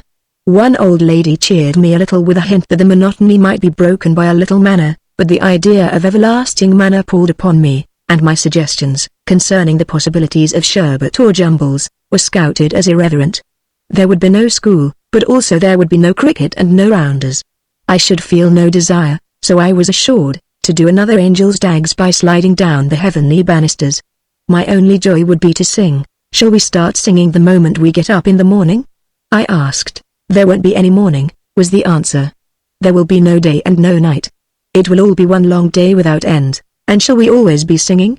I persisted. Yes, you will be so happy, you will always want to sing. Shan't I ever get tired? No, you will never get tired, and you will never get sleepy or hungry or thirsty. And does it go on like that forever? Yes, forever and ever. Will it go on for 1,000,000 years? Yes, 1,000,000 years, and then another 1,000,000 years, and then another 1,000,000 years after that. There will never be any end to it. I can remember to this day the agony of those nights, when I would lie awake, thinking of this endless heaven, from which there seemed to be no possible escape. For the other place was equally eternal, or I might have been tempted to seek refuge there. We grown-up folk, our brains dulled by the slowly acquired habit of not thinking, do wrong to torture children with these awful themes. Eternity, heaven, hell are meaningless words to us. We repeat them, as we gabble our prayers, telling our smug, self-satisfied selves that we are miserable sinners. But to the child, the intelligent stranger in the land, seeking to know, they are fearful realities. If you doubt me, reader, stand by yourself, beneath the stars, one night, and solve this thought, eternity. Your next address shall be the County Lunatic Asylum. My actively inclined French friend held cheerier views than are common of man's life beyond the grave. His belief was that we were destined to constant change, to everlasting work. We were to pass through the older planets, to labor in the greater suns. But for such advanced career a more capable being was needed. No one of us was sufficient, he argued, to be granted a future existence all to himself. His idea was that 2 or 3 or 4 of us, according to our intrinsic value, would be combined to make a new and more important individuality, fitted for a higher existence. Man, he pointed out, was already a collection of the beasts. You and I, he would say, tapping first my chest and then his own, we have them all here: the ape, the tiger, the pig, the motherly hen, the gamecock, the good ant. We are all rolled into one. So the man of the future, he will be made up of many men, the courage of one, the wisdom of another, the kindliness of a third. Take a city man, he would continue, say the Lord Mayor, add to him a poet, say Swinburne, mix them with a religious enthusiast, say General Booth. For you will have the man fit for the higher life. Garibaldi and Bismarck, he held, should make a very fine mixture, correcting one another, if needful. Extract of Ibsen might be added, as seasoning. He thought that Irish politicians would mix admirably with Scotch divines, that Oxford dons would go well with lady novelists. He was convinced that Count Tolstoy, a few Gaiety Johnnies, we called them mashers in those days, together with a humorist he was kind enough to suggest myself, would produce something very choice. Queen Elizabeth, he fancied, was probably being reserved to go, let us hope, in a long-distant future with Ouida. It sounds a whimsical theory, set down here in my words, not his, but the old fellow was so much in earnest that few of us ever thought to laugh as he talked. Indeed, there were moments on starry nights, as walking home from the office, we would pause on Waterloo Bridge to enjoy the witchery of the long line of the embankment lights, when I could almost believe, as I listened to him, in the not impossibility of his dreams. Even as regards this world, it would often be a gain, one thinks, and no loss, if some half-dozen of us were rolled together, or boiled down, or whatever the process necessary might be, and something made out of us in that way. Have not you, my fair reader, sometimes thought to yourself what a delightful husband Tom this, plus Harry that, plus Dick the other, would make? Tom is always so cheerful and good-tempered, yet you feel that in the serious moments of life he would be lacking. A delightful hubby when you felt merry, yes, but you would not go to him for comfort and strength in your troubles, now would you? No, in your hour of sorrow, how good it would be to have near you grave, earnest Harry. He is a good sort, Harry. Perhaps, after all, he is the best of the 3, solid, staunch, and true. What a pity he is just a trifle commonplace and unambitious. Your friends, not knowing his sterling hidden qualities, would hardly envy you, and a husband that no other girl envies you well, that would hardly be satisfactory, would it? Dick, on the other hand, is clever and brilliant. He will make his way, there will come a day. You are convinced, when a woman will be proud to bear his name. If only he were not so self-centered, if only he were more sympathetic, but a combination of the three, or rather of the best qualities of the three: Tom's good temper, Harry's tender strength, Dick's brilliant masterfulness, that is the man who would be worthy of you. The woman David Copperfield wanted was Agnes, and Dora rolled into one. He had to take them one after the other, which was not so nice. And did he really love Agnes, Mr. Dickens, or merely feel he ought to? Forgive me, but I am doubtful concerning that second marriage of Copperfield's. Come, strictly between ourselves, Mr. Dickens, was not David, good human soul, now and again a wee bit bored by the immaculate Agnes? She made him an excellent wife, I am sure. She never ordered oysters by the barrel, unopened. It would, on any day, have been safe to ask Striddles home to dinner. In fact, Sophie and the whole Rose Garden might have accompanied him. Agnes would have been equal to the occasion. The dinner would have been perfectly cooked and served, and Agnes' sweet smile would have pervaded the meal. But after the dinner, when David and Striddles sat smoking alone, while from the drawing-room drifted down the notes of high-class, elevating music, played by the saintly Agnes, did they never, glancing covertly towards the empty chair between them, see the laughing, curl-framed face of a very foolish little woman, one of those foolish little women that a wise man thanks God for making, and wish, in spite of all, that it were flesh and blood, not shadow. Oh, you foolish wise folk, who would remodel human nature! Cannot you see how great is the work given unto childish hands? Think you that in well-ordered housekeeping and high-class conversation lies the whole making of a man? Foolish Dora, fashioned by clever old magician Nature, who knows that weakness and helplessness are as a talisman calling forth strength and tenderness in man, trouble yourself not unduly about those oysters nor the underdone mutton, little woman. Good plain cooks at £20 a year will see to these things for us, and, now and then, when a windfall comes our way, we will dine together at a moderate-priced restaurant where these things are managed even better. Your work, dear, is to teach us gentleness and kindliness. Lay your curls here, child. It is from such as you that we learn wisdom. Foolish wise folk sneer at you. Foolish wise folk would pull out the useless lilies, the needless roses, from the garden, would plant in their places only serviceable wholesome cabbage. But the gardener, knowing better, plants the silly short-lived flowers. Foolish wise folk, asking for what purpose? As for Agnes, Mr. Dickens, do you know what she always makes me think of? You will not mind my saying ? The woman one reads about. Frankly, I don't believe in her. I do not refer to Agnes in particular, but the woman of whom she is a type, the faultless woman we read of. Women have many faults, but, thank God, they have one redeeming virtue: they are none of them faultless. But the heroine of fiction. Oh, a terrible dragon of virtue is she. May heaven preserve us poor men, undeserving though we be, from a life with the heroine of fiction. She is all soul, and heart, and intellect, with never a bit of human nature to catch hold of her by. Her beauty, it appalls one, it is so painfully indescribable. Whence comes she, whither goes she, why do we never meet her like? Of women I know a goodish few, and I look among them for her prototype, but I find it not. They are charming, they are beautiful, all these women that I know. It would not be right for me to tell you, ladies, the esteem and veneration with which I regard you all. You yourselves, blushing, would be the first to cheek my ardor. But yet, dear ladies, seen even through my eyes, you come not near the ladies that I read about. You are not, if I may be permitted an expressive vulgarism, in the same street with them. Your beauty I can look upon, and retain my reason for whatever value that may be to me. Your conversation, I admit, is clever and brilliant in the extreme, your knowledge vast and various, your culture quite Bostonian, yet you do not, I hardly know how to express it, you do not shine with the 16 full moon power of the heroine of fiction. You do not, and I thank you for it, impress me with the idea that you are the only women on earth. You, even you, possess tempers of your own. I am inclined to think you take an interest in your clothes. I would not be sure, even, that you do not mingle a little of your own hair, you know what I mean, with the hair of your head. There is in your temperament a vein of vanity, a suggestion of selfishness, a spice of laziness. I have known you a trifle unreasonable, a little inconsiderate, slightly exacting. Unlike the heroine of fiction, you have a certain number of human appetites and instincts, a few human follies, perhaps, a human fault, or shall we say two? In short, dear ladies, you also, even as we men, are the children of Adam and Eve. Tell me, if you know, where I may meet with this supernatural sister of yours, this woman that one reads about. She never keeps anyone waiting while she does her back hair. She is never indignant with everybody else in the house because she cannot find her own boots. She never scolds the servants. She is never cross with the children. She never slams the door. She is never jealous of her younger sister. She never lingers at the gate with any cousin but the right one. Dear me, where do they keep them, these women that one reads about? I suppose where they keep the pretty girl of art. You have seen her, have you not, reader? The pretty girl in the picture?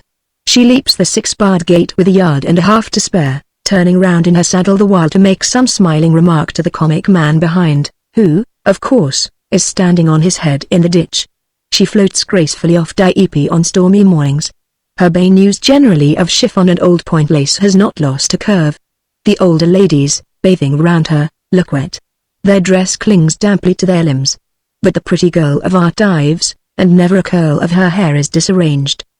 The pretty girl of art stands lightly on tiptoe and volleys a tennis ball 6 feet above her head. The pretty girl of art keeps the head of the punt straight against a stiff current and a strong wind. She never gets the water up her sleeve, and down her back, and all over the cushions. Her pole never sticks in the mud, with the steam launch 10 yards off and the man looking the other way. The pretty girl of art skates in high-heeled French shoes at an angle of 45 to the surface of the ice, both hands in her muff. She never sits down plump, with her feet a yard apart, and says off. The pretty girl of art drives tandem down Piccadilly, during the height of the season, at 18 miles an hour.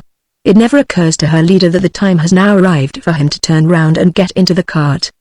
The pretty girl of art rides her bicycle through the town on market day, carrying a basket of eggs, and smiling right and left. She never throws away both her handles and runs into a cow.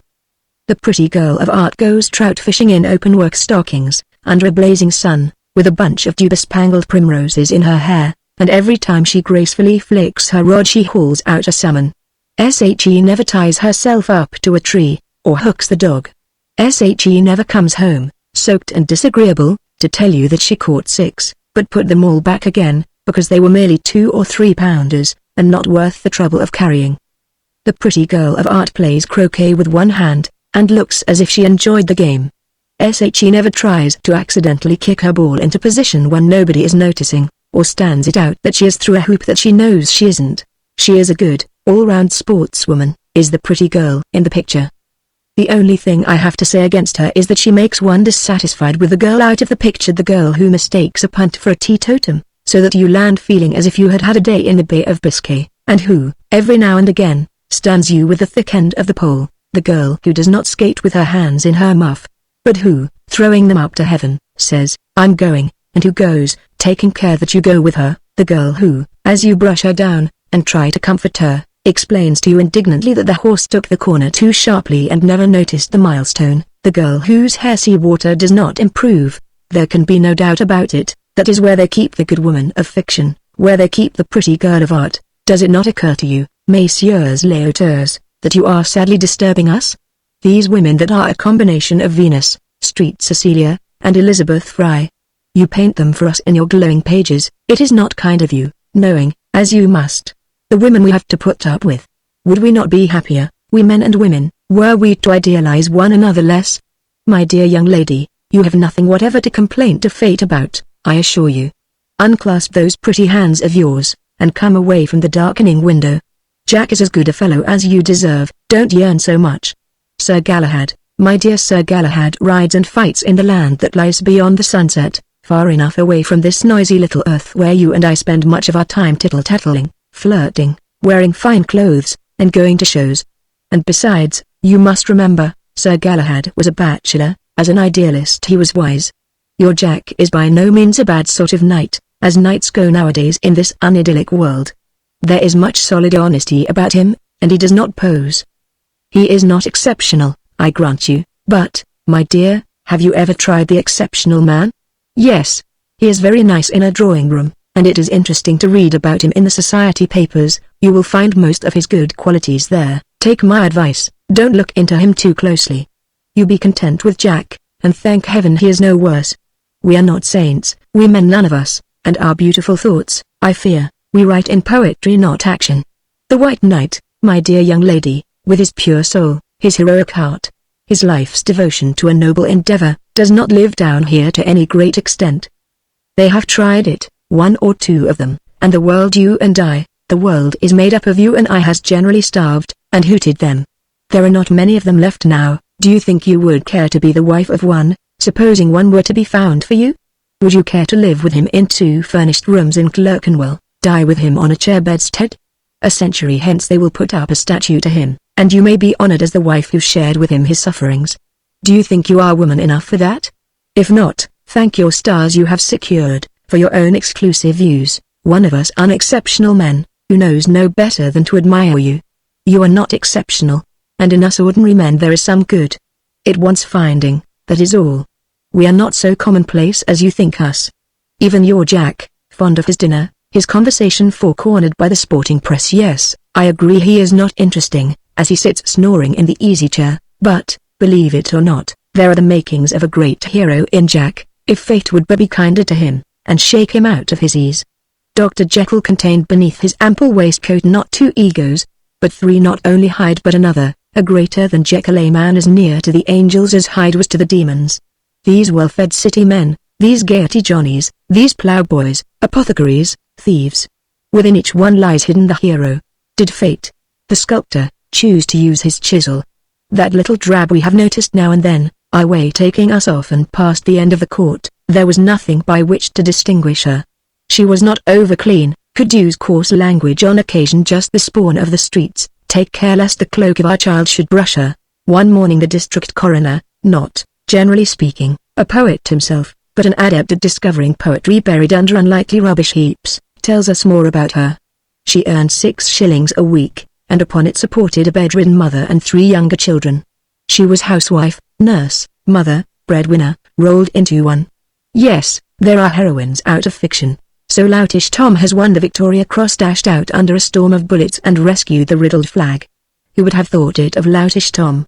The village alehouse one always deemed the goal of his endeavors. Chance comes to Tom and we find him out. To Harry the fates were less kind. An ne'er-do-well was Harry drank, knocked his wife about. They say, bury him, we are well rid of him, he was good for nothing. Are we sure? Let us acknowledge we are sinners. We know, those of us who dare to examine ourselves, that we are capable of every meanness, of every wrong under the sun. It is by the accident of circumstance, aided by the helpful watchfulness of the policeman, that our possibilities of crime are known only to ourselves. But having acknowledged our evil, let us also acknowledge that we are capable of greatness. The martyrs who faced death and torture unflinchingly for conscience' sake, were men and women like ourselves. They had their wrong side. Before the small trials of daily life they no doubt fell as we fall. By no means were they the pick of humanity. Thieves many of them had been, and murderers, evil livers, and evildoers. But the nobility was there also, lying dormant, and their day came. Among them must have been men who had cheated their neighbors over the counter, men who had been cruel to their wives and children, selfish, scandal-mongering women. In easier times their virtue might never have been known to any but their Maker. In every age and in every period, when and where fate has called upon men and women to play the man, human nature has not been found wanting. They were a poor lot, those French aristocrats that the terror seized. Cowardly, selfish, greedy had been their lives. Yet there must have been good, even in them. When the little things that in their little lives they had thought so great were swept away from them, when they found themselves face to face with the realities, then even they played the man. Poor shuffling Charles I, crusted over with weakness and folly, deep down in him at last we find the great gentleman. I like to hear stories of the littleness of great men. I like to think that Shakespeare was fond of his glass. I even cling to the tale of that disgraceful final orgy with friend Ben Jonson. Possibly the story may not be true, but I hope it was. I like to think of him as poacher, as village ne'er-do-well, denounced by the local grammar school master, preached at by the local J.P. of the period. I like to reflect that Cromwell had a wart on his nose. The thought makes me more contented with my own features. I like to think that he put sweets upon the chairs, to see finely dressed ladies spoil their frocks, to tell myself that he roared with laughter at the silly jest, like any East Endery with his bank holiday squirt of dirty water. I like to read that Carlyle threw bacon at his wife and occasionally made himself highly ridiculous over small annoyances, that would have been smiled at by a man of well-balanced mind. I think of the 50 foolish things a week I do, and say to myself, I, too, am a literary man. I like to think that even Judas had his moments of nobility, his good hours when he would willingly have laid down his life for his master. Perhaps even to him there came, before the journey's end, the memory of a voice saying, "Thy sins be forgiven thee." There must have been good, even in Judas. Virtue lies like the gold in quartz, there is not very much of it, and much pains has to be spent on the extracting of it. But nature seems to think it worth her while to fashion these huge useless stones, if in them she may hide away her precious metals. Perhaps, also, in human nature, she cares little for the mass of dross, provided that by crushing and cleansing she can extract from it a little gold, sufficient to repay her for the labor of the world. We wonder why she troubles to make the stone. Why cannot the gold lie in nuggets on the surface? But her methods are secrets to us. Perchance there is reason for the quartz. Perchance there is reason for the evil and folly, through which run, unseen to the careless eye, the tiny veins of virtue. Aye, the stone predominates, but the gold is there. We claim to have it valued. The evil that there is in man no tongue can tell. We are vile among the vile, a little evil people. But we are great. Pile up the bricks of our sins till the tower knocks at heaven's gate, calling for vengeance, yet we are great with a greatness and a virtue that the untempted angels may not reach to. The written history of the human race, it is one long record of cruelty, of falsehood, of oppression. Think you the world would be spinning round the sun unto this day, if that written record were all? Sodom, God would have spared had there been found 10 righteous men within its walls. The world is saved by its just men. History sees them not, she is but the newspaper, a report of accidents. Judge you life by that? Then you shall believe that the true temple of Hymen is the divorce court, that men are of 2 classes only, the thief and the policeman, that all noble thought is but a politician's catchword. History sees only the destroying conflagrations, she takes no thought of the sweet firesides. History notes the wrong, but the patient suffering, the heroic endeavor, that, slowly and silently, as the soft processes of nature clothing with verdure the passion-wasted land, obliterate that wrong, she has no eyes for. In the days of cruelty and oppression not altogether yet of the past, one fears must have lived gentle-hearted men and women, healing with their help and sympathy the wounds that else the world had died of. After the thief, riding with jingle of sword and spur, comes, mounted on his ass, the Good Samaritan. The pyramid of the world's evil, God help us. It rises high, shutting out almost the sun. But the record of man's good deeds, it lies written in the laughter of the children, in the light of lovers' eyes, in the dreams of the young men, it shall not be forgotten. The fires of persecution served as torches to show heaven the heroism that was in man.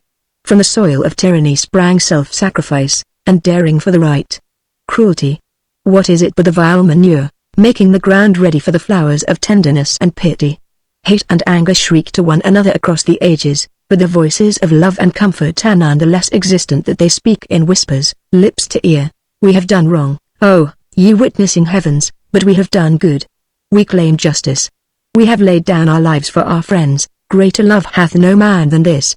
We have fought for the right. We have died for the truth as the truth seemed to us. We have done noble deeds, we have lived noble lives, we have comforted the sorrowful, we have succored the weak. Failing, falling, making in our blindness many a false step, yet we have striven. For the sake of the army of just men and true, for the sake of the myriads of patient, loving women, for the sake of the pitiful and helpful, for the sake of the good that lies hidden within us, spare us, O Lord, on the motherliness of man. It was only a piece of broken glass. From its shape and color, I should say it had, in its happier days, formed portion of a cheap scent bottle. Lying isolated on the grass, shone upon by the early morning sun, it certainly appeared at its best. It attracted him. He cocked his head, and looked at it with his right eye. Then he hopped round to the other side, and looked at it with his left eye. With either optic it seemed equally desirable. That he was an inexperienced young rook goes without saying. An older bird would not have given a second glance to the thing. Indeed, one would have thought his own instinct might have told him that broken glass would be a mistake in a bird's nest. But its glitter drew him too strongly for resistance.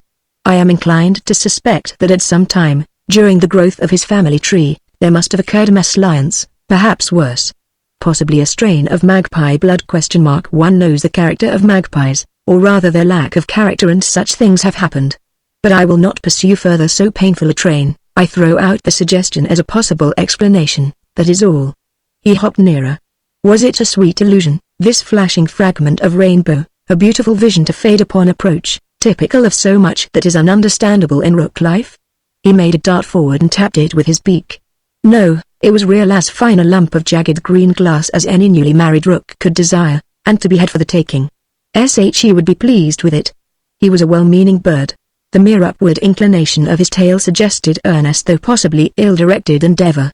He turned it over. It was an awkward thing to carry, it had so very many corners.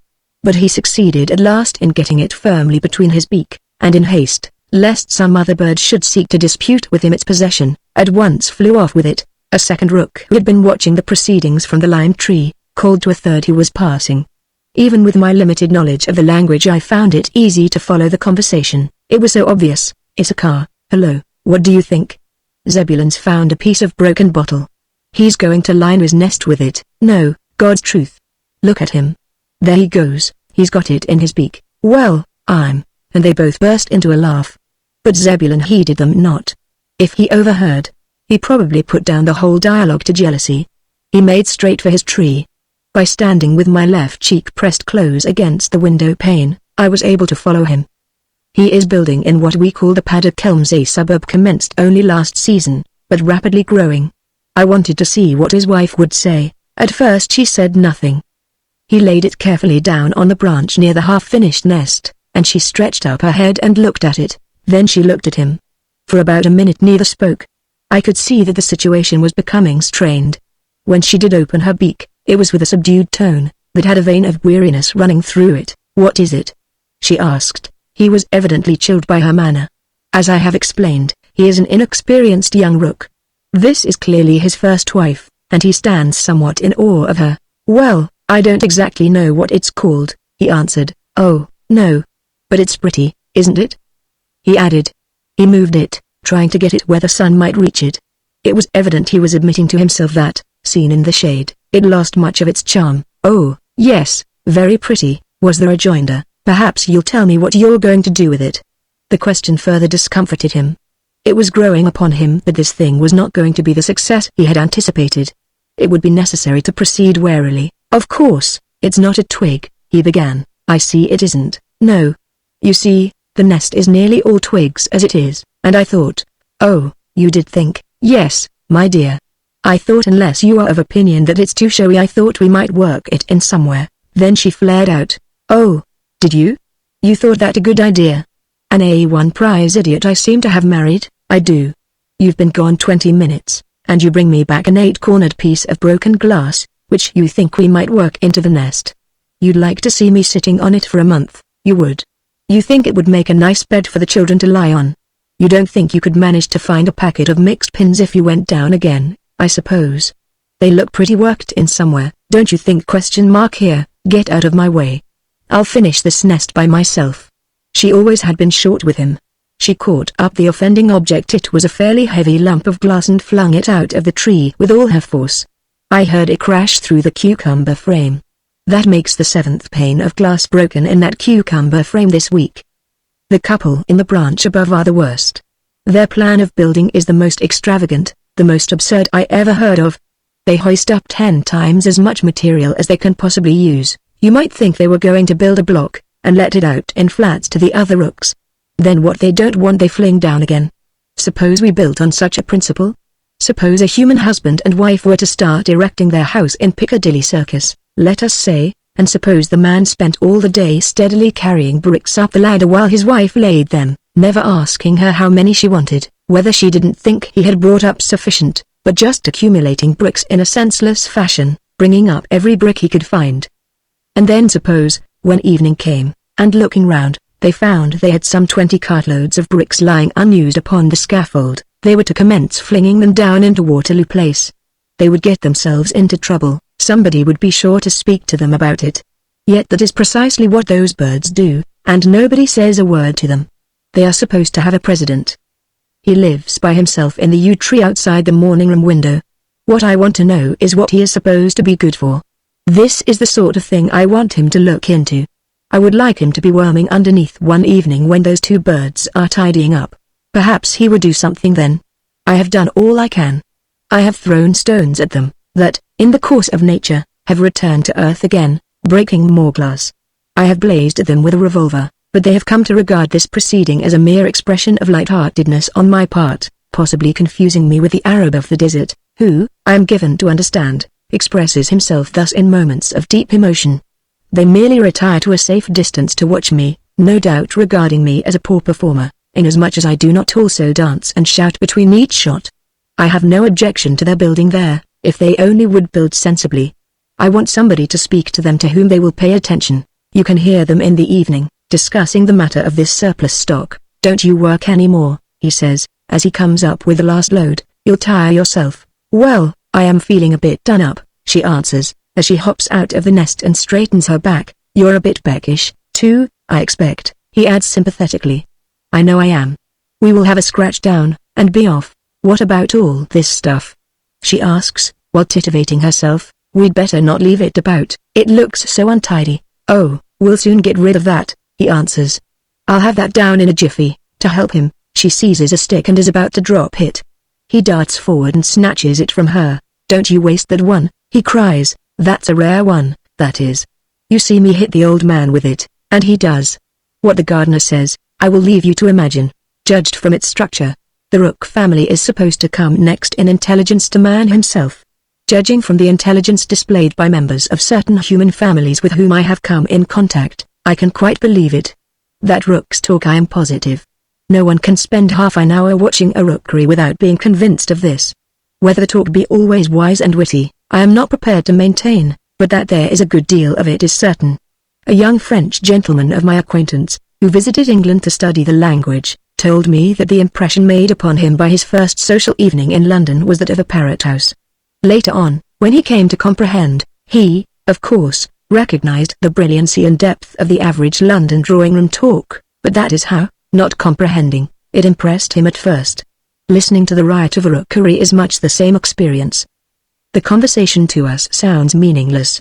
The rooks themselves would probably describe it as sparkling. There is a misanthrope I know who hardly ever goes into society.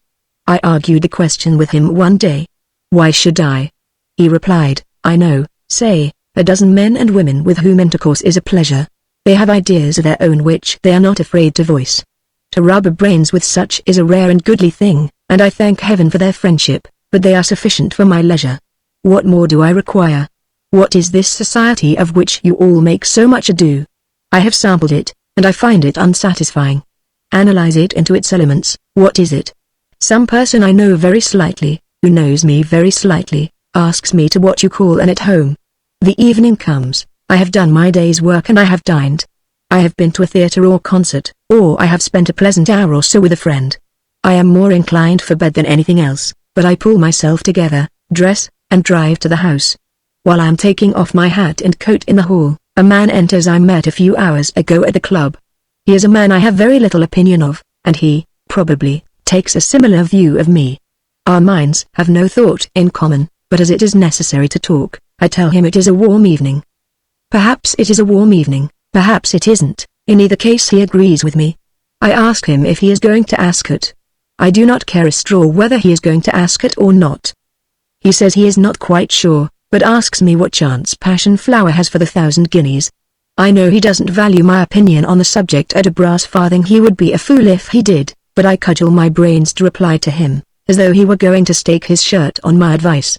We reach the first floor, and are mutually glad to get rid of one another. I catch my hostess' eye. She looks tired and worried. She would be happier in bed, only she doesn't know it. She smiles sweetly, but it is clear she has not the slightest idea who I am, and is waiting to catch my name from the butler. I whisper it to him. Perhaps he will get it right, perhaps he won't. It is quite immaterial.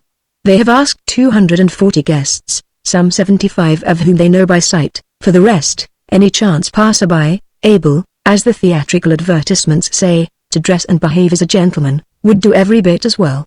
Indeed, I sometimes wonder why people go to the trouble and expense of invitation cards at all. A sandwich man outside the door would answer the purpose. Lady Tompkins, at home, this afternoon from 3 to 7, tea and music. Ladies and gentlemen admitted on presentation of visiting card. Afternoon dress indispensable. The crowd is the thing wanted.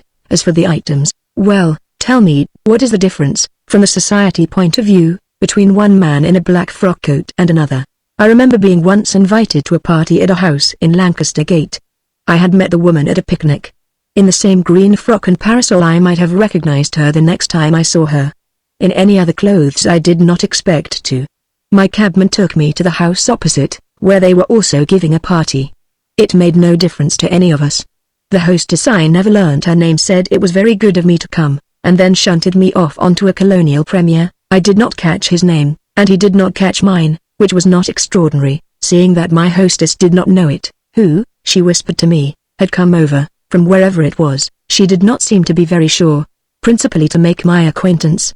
Half through the evening, and by accident, I discovered my mistake, but judged it too late to say anything then. I met a couple of people I knew, had a little supper with them, and came away. The next afternoon I met my right hostess, the lady who should have been my hostess. She thanked me effusively for having sacrificed the previous evening to her and her friends. She said she knew how seldom I went out, that made her feel my kindness all the more. She told me that the Brazilian minister's wife had told her that I was the cleverest man she had ever met. I often think I should like to meet that man, whoever he may be, and thank him. But perhaps the butler does pronounce my name rightly, and perhaps my hostess actually does recognize me. She smiles, and says she was so afraid I was not coming. She implies that all the other guests are but as a feather in her scales of joy compared with myself.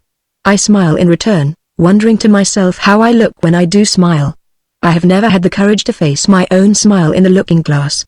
I notice the society smile of other men, and it is not reassuring. I murmur something about my not having been likely to forget this evening, in my turn, seeking to imply that I have been looking forward to it for weeks. A few men shine at this sort of thing, but they are a small percentage, and without conceit I regard myself as no bigger a fool than the average male. Not knowing what else to say, I tell her also that it is a warm evening. She smiles archly as though there was some hidden witticism in the remark, and I drift away, feeling ashamed of myself. To talk as an idiot when you are an idiot brings no discomfort. To behave as an idiot when you have sufficient sense to know it, is painful. I hide myself in the crowd, and perhaps I'll meet a woman I was introduced to 3 weeks ago at a picture gallery. We don't know each other's names, but, both of us feeling lonesome, we converse, as it is called. If she be the ordinary type of woman, she asks me if I am going on to the Johnsons. I tell her no. We stand silent for a moment, both thinking what next to say. She asks me if I was at the Thompsons the day before yesterday. I again tell her no. I begin to feel dissatisfied with myself that I was not at the Thompsons. Trying to get even with her, I ask her if she is going to the Browns next Monday. There are no Browns, she will have to say, no, she is not, and her tone suggests that a social stigma rests upon the Browns. I ask her if she has been to Barnum's Circus. She hasn't, but is going. I give her my impressions of Barnum's Circus, which are precisely the impressions of everybody else who has seen the show. Or if luck be against me, she is possibly a smart woman, that is to say, her conversation is a running fire of spiteful remarks at the expense of everyone she knows, and of sneers at the expense of everyone she doesn't. I always feel I could make a better woman myself, out of a bottle of vinegar and a pennorth of mixed pins. Yet it usually takes one about 10 minutes to get away from her, even when, by chance, one meets a flesh and blood man or woman at such gatherings. It is not the time or place for real conversation. And as for the shadows, what person in their senses would exhaust a single brain cell upon such? I remember a discussion once concerning Tennyson, considered as a social item. The dullest and the most densely stupid bore I ever came across was telling how he had sat next to Tennyson at dinner. I found him a most uninteresting man, so he confided to us, he had nothing to say for himself, absolutely nothing. I should like to resuscitate Dr. Samuel Johnson for an evening, and throw him into one of these at-homes of yours. My friend is an admitted misanthrope, as I have explained, but one cannot dismiss him as altogether unjust. That there is a certain mystery about society's craving for society must be admitted. I stood one evening trying to force my way into the supper room of a house in Berkeley Square. A lady, hot and weary, a few yards in front of me was struggling to the same goal. "Why," remarked she to her companion, "why do we come to these places, and fight like a bank holiday crowd for 18 penny worth of food?" "We come here," replied the man, whom I judged to be a philosopher, "to say we've been here. I met A. the other evening, and asked him to dine with me on Monday. I don't know why I ask A. to dine with me, but about once a month I do. He is an uninteresting man. "I can't," he said. "I've got to go to the B. Confounded nuisance, it will be infernally dull. Why go? I asked. I really don't know, he replied. A little later B met me, and asked me to dine with him on Monday. I can't, I answered. Some friends are coming to us that evening. It's a duty dinner, you know the sort of thing. I wish you could have managed it, he said. I shall have no one to talk to. The A.S. are coming, and they bore me to death. Why do you ask him? I suggested. Upon my word, I really don't know, he replied. But to return to our rooks. We were speaking of their social instincts. Some dozen of them, the scallywags and bachelors of the community, I judge them to have started a club. For a month past I have been trying to understand what the affair was. Now I know, it is a club. And for their clubhouse they have chosen, of course, the tree nearest my bedroom window. I can guess how that came about. It was my own fault. I never thought of it. About 2 months ago, a single rook suffering from indigestion or an unhappy marriage, I know not, chose this tree one night for purposes of reflection. He woke me up. I felt angry. I opened the window, and threw an empty soda water bottle at him. Of course it did not hit him, and finding nothing else to throw, I shouted at him, thinking to frighten him away. He took no notice, but went on talking to himself. I shouted louder, and woke up my own dog. The dog barked furiously, and woke up most things within a quarter of a mile. I had to go down with a boot jack, the only thing I could find handy to soothe the dog. 2 hours later I fell asleep from exhaustion.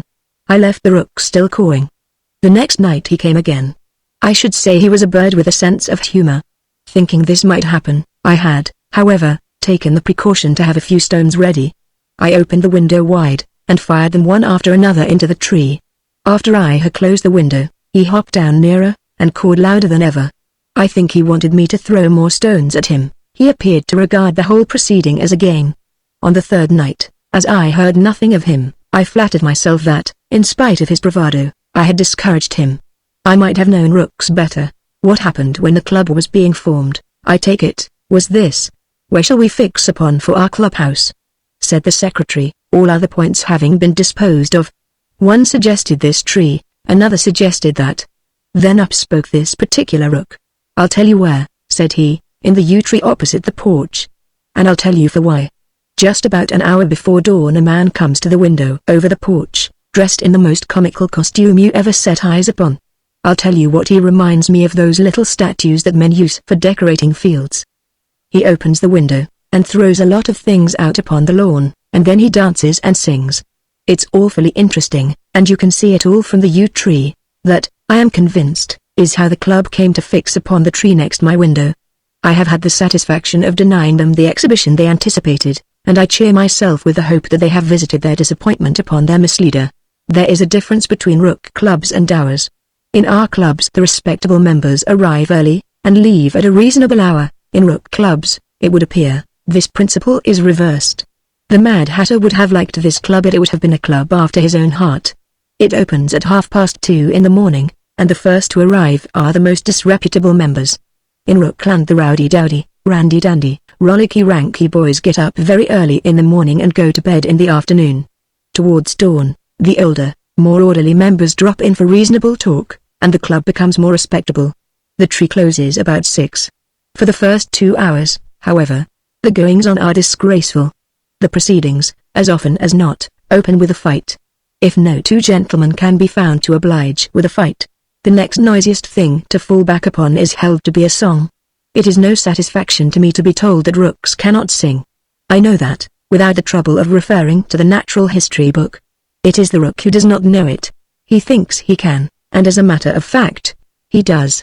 You can criticize his singing, you can call it what you like, but you can't stop it, at least, that is my experience. The song selected is sure to be one with a chorus. Towards the end it becomes mainly chorus, unless the soloist be an extra powerful bird, determined to insist upon his rights. The president knows nothing of this club. He gets up himself about 7, 3 hours after all the others have finished breakfast, and then fusses round under the impression that he is waking up the colony, the fat-headed old fool. He is the poorest thing in presidents I have ever heard of. A South American republic would supply a better article.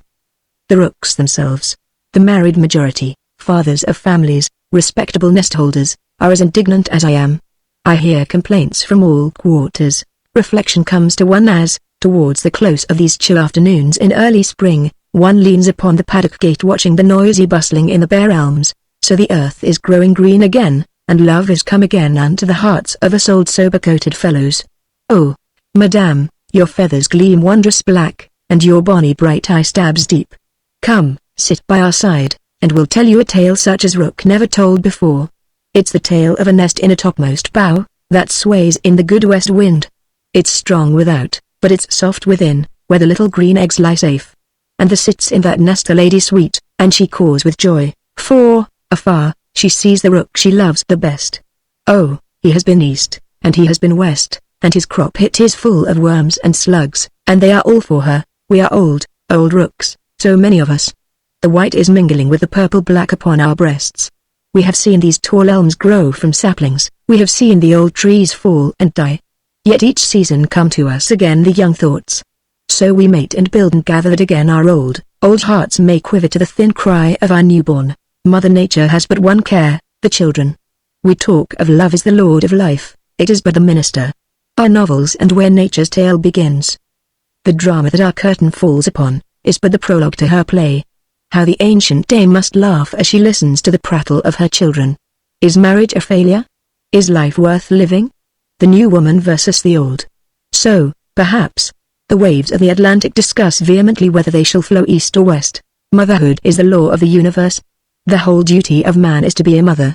We labor, to what end? The children, the woman in the home, the man in the community. The nation takes thought for its future. Why? In a few years its statesmen, its soldiers, its merchants, its toilers, will be gathered unto their fathers. Why trouble we ourselves about the future? The country pours its blood and treasure into the earth that the children may reap. Foolish Jacques Bonamy, his addled brain full of dreams, rushes with bloody hands to give his blood for liberty, equality, fraternity.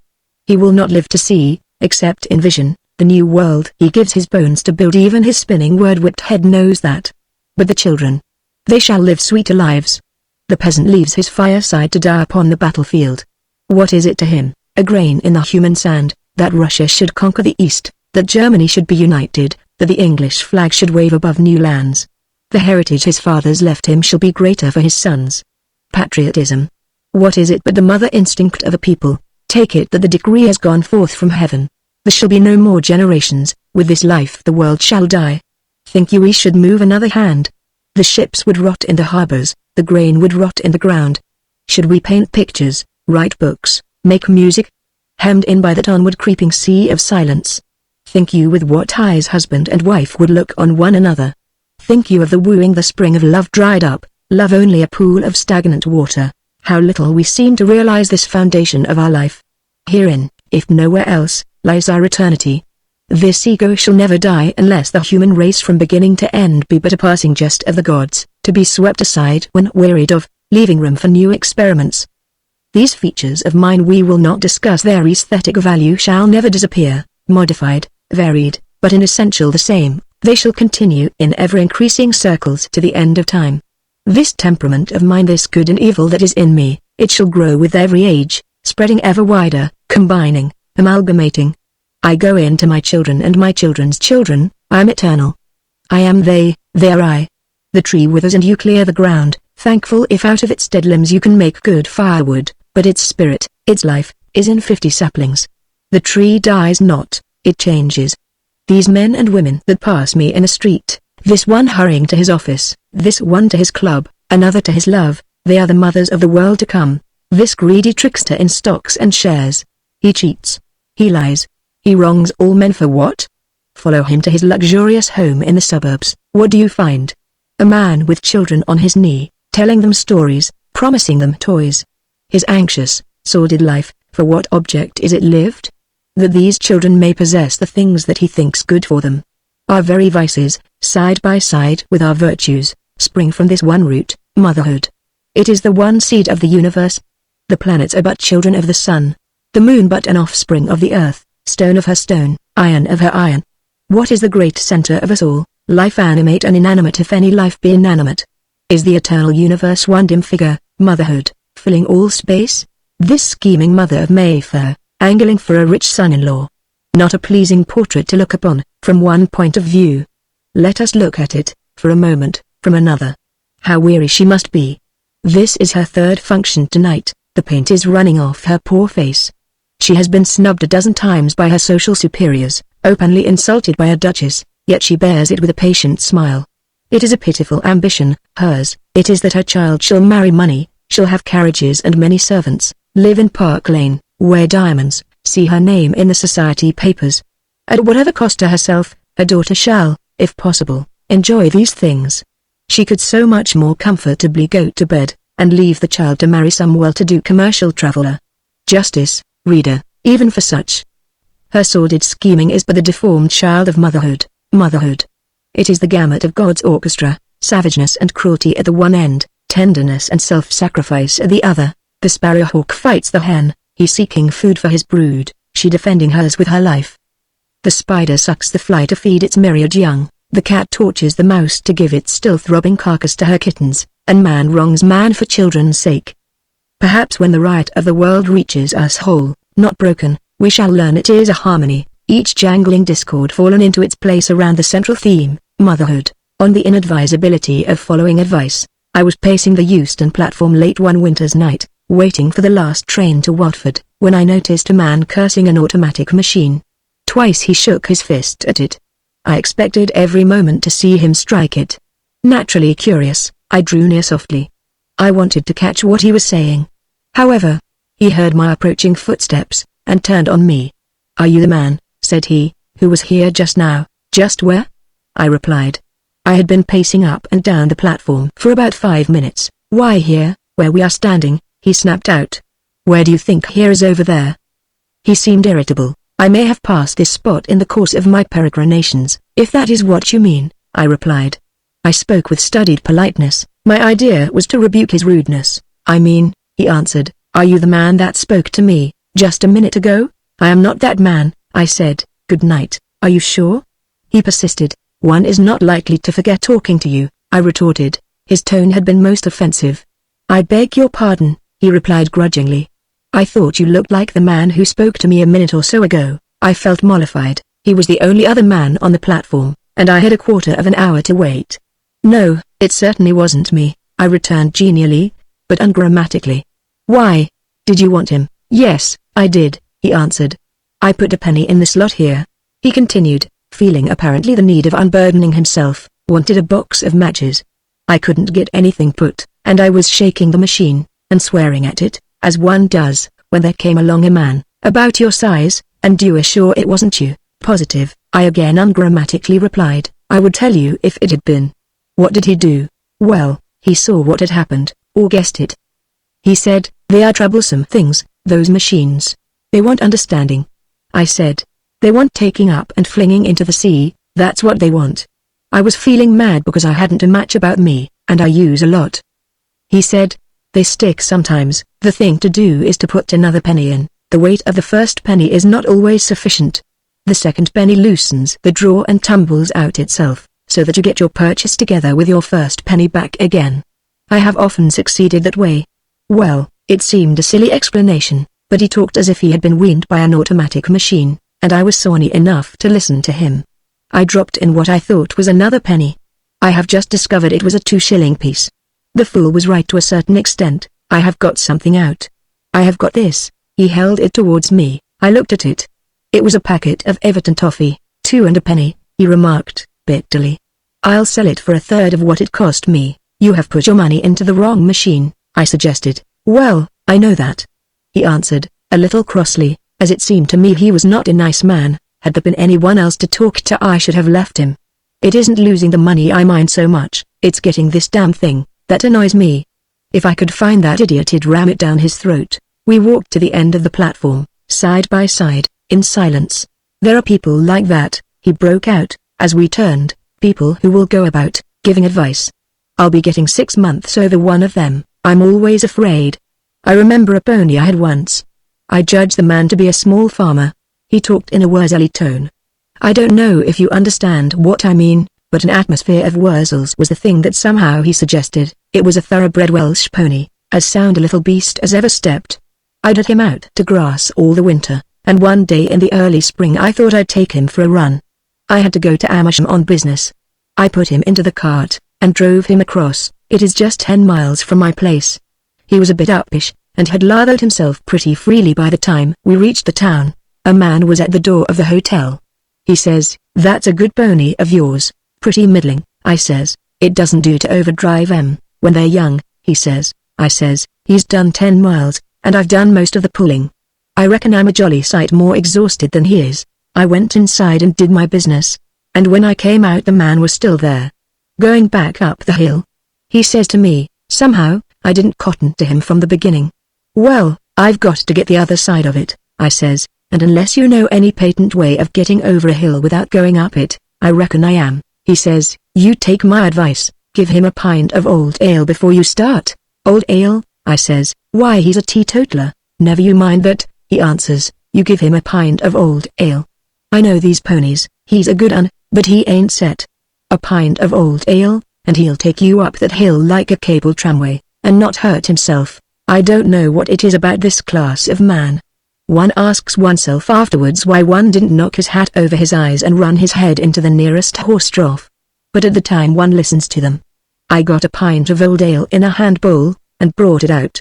About half a dozen chaps were standing round, and of course there was a good deal of chaff. "You're starting him on the downward course, Jim," says one of them.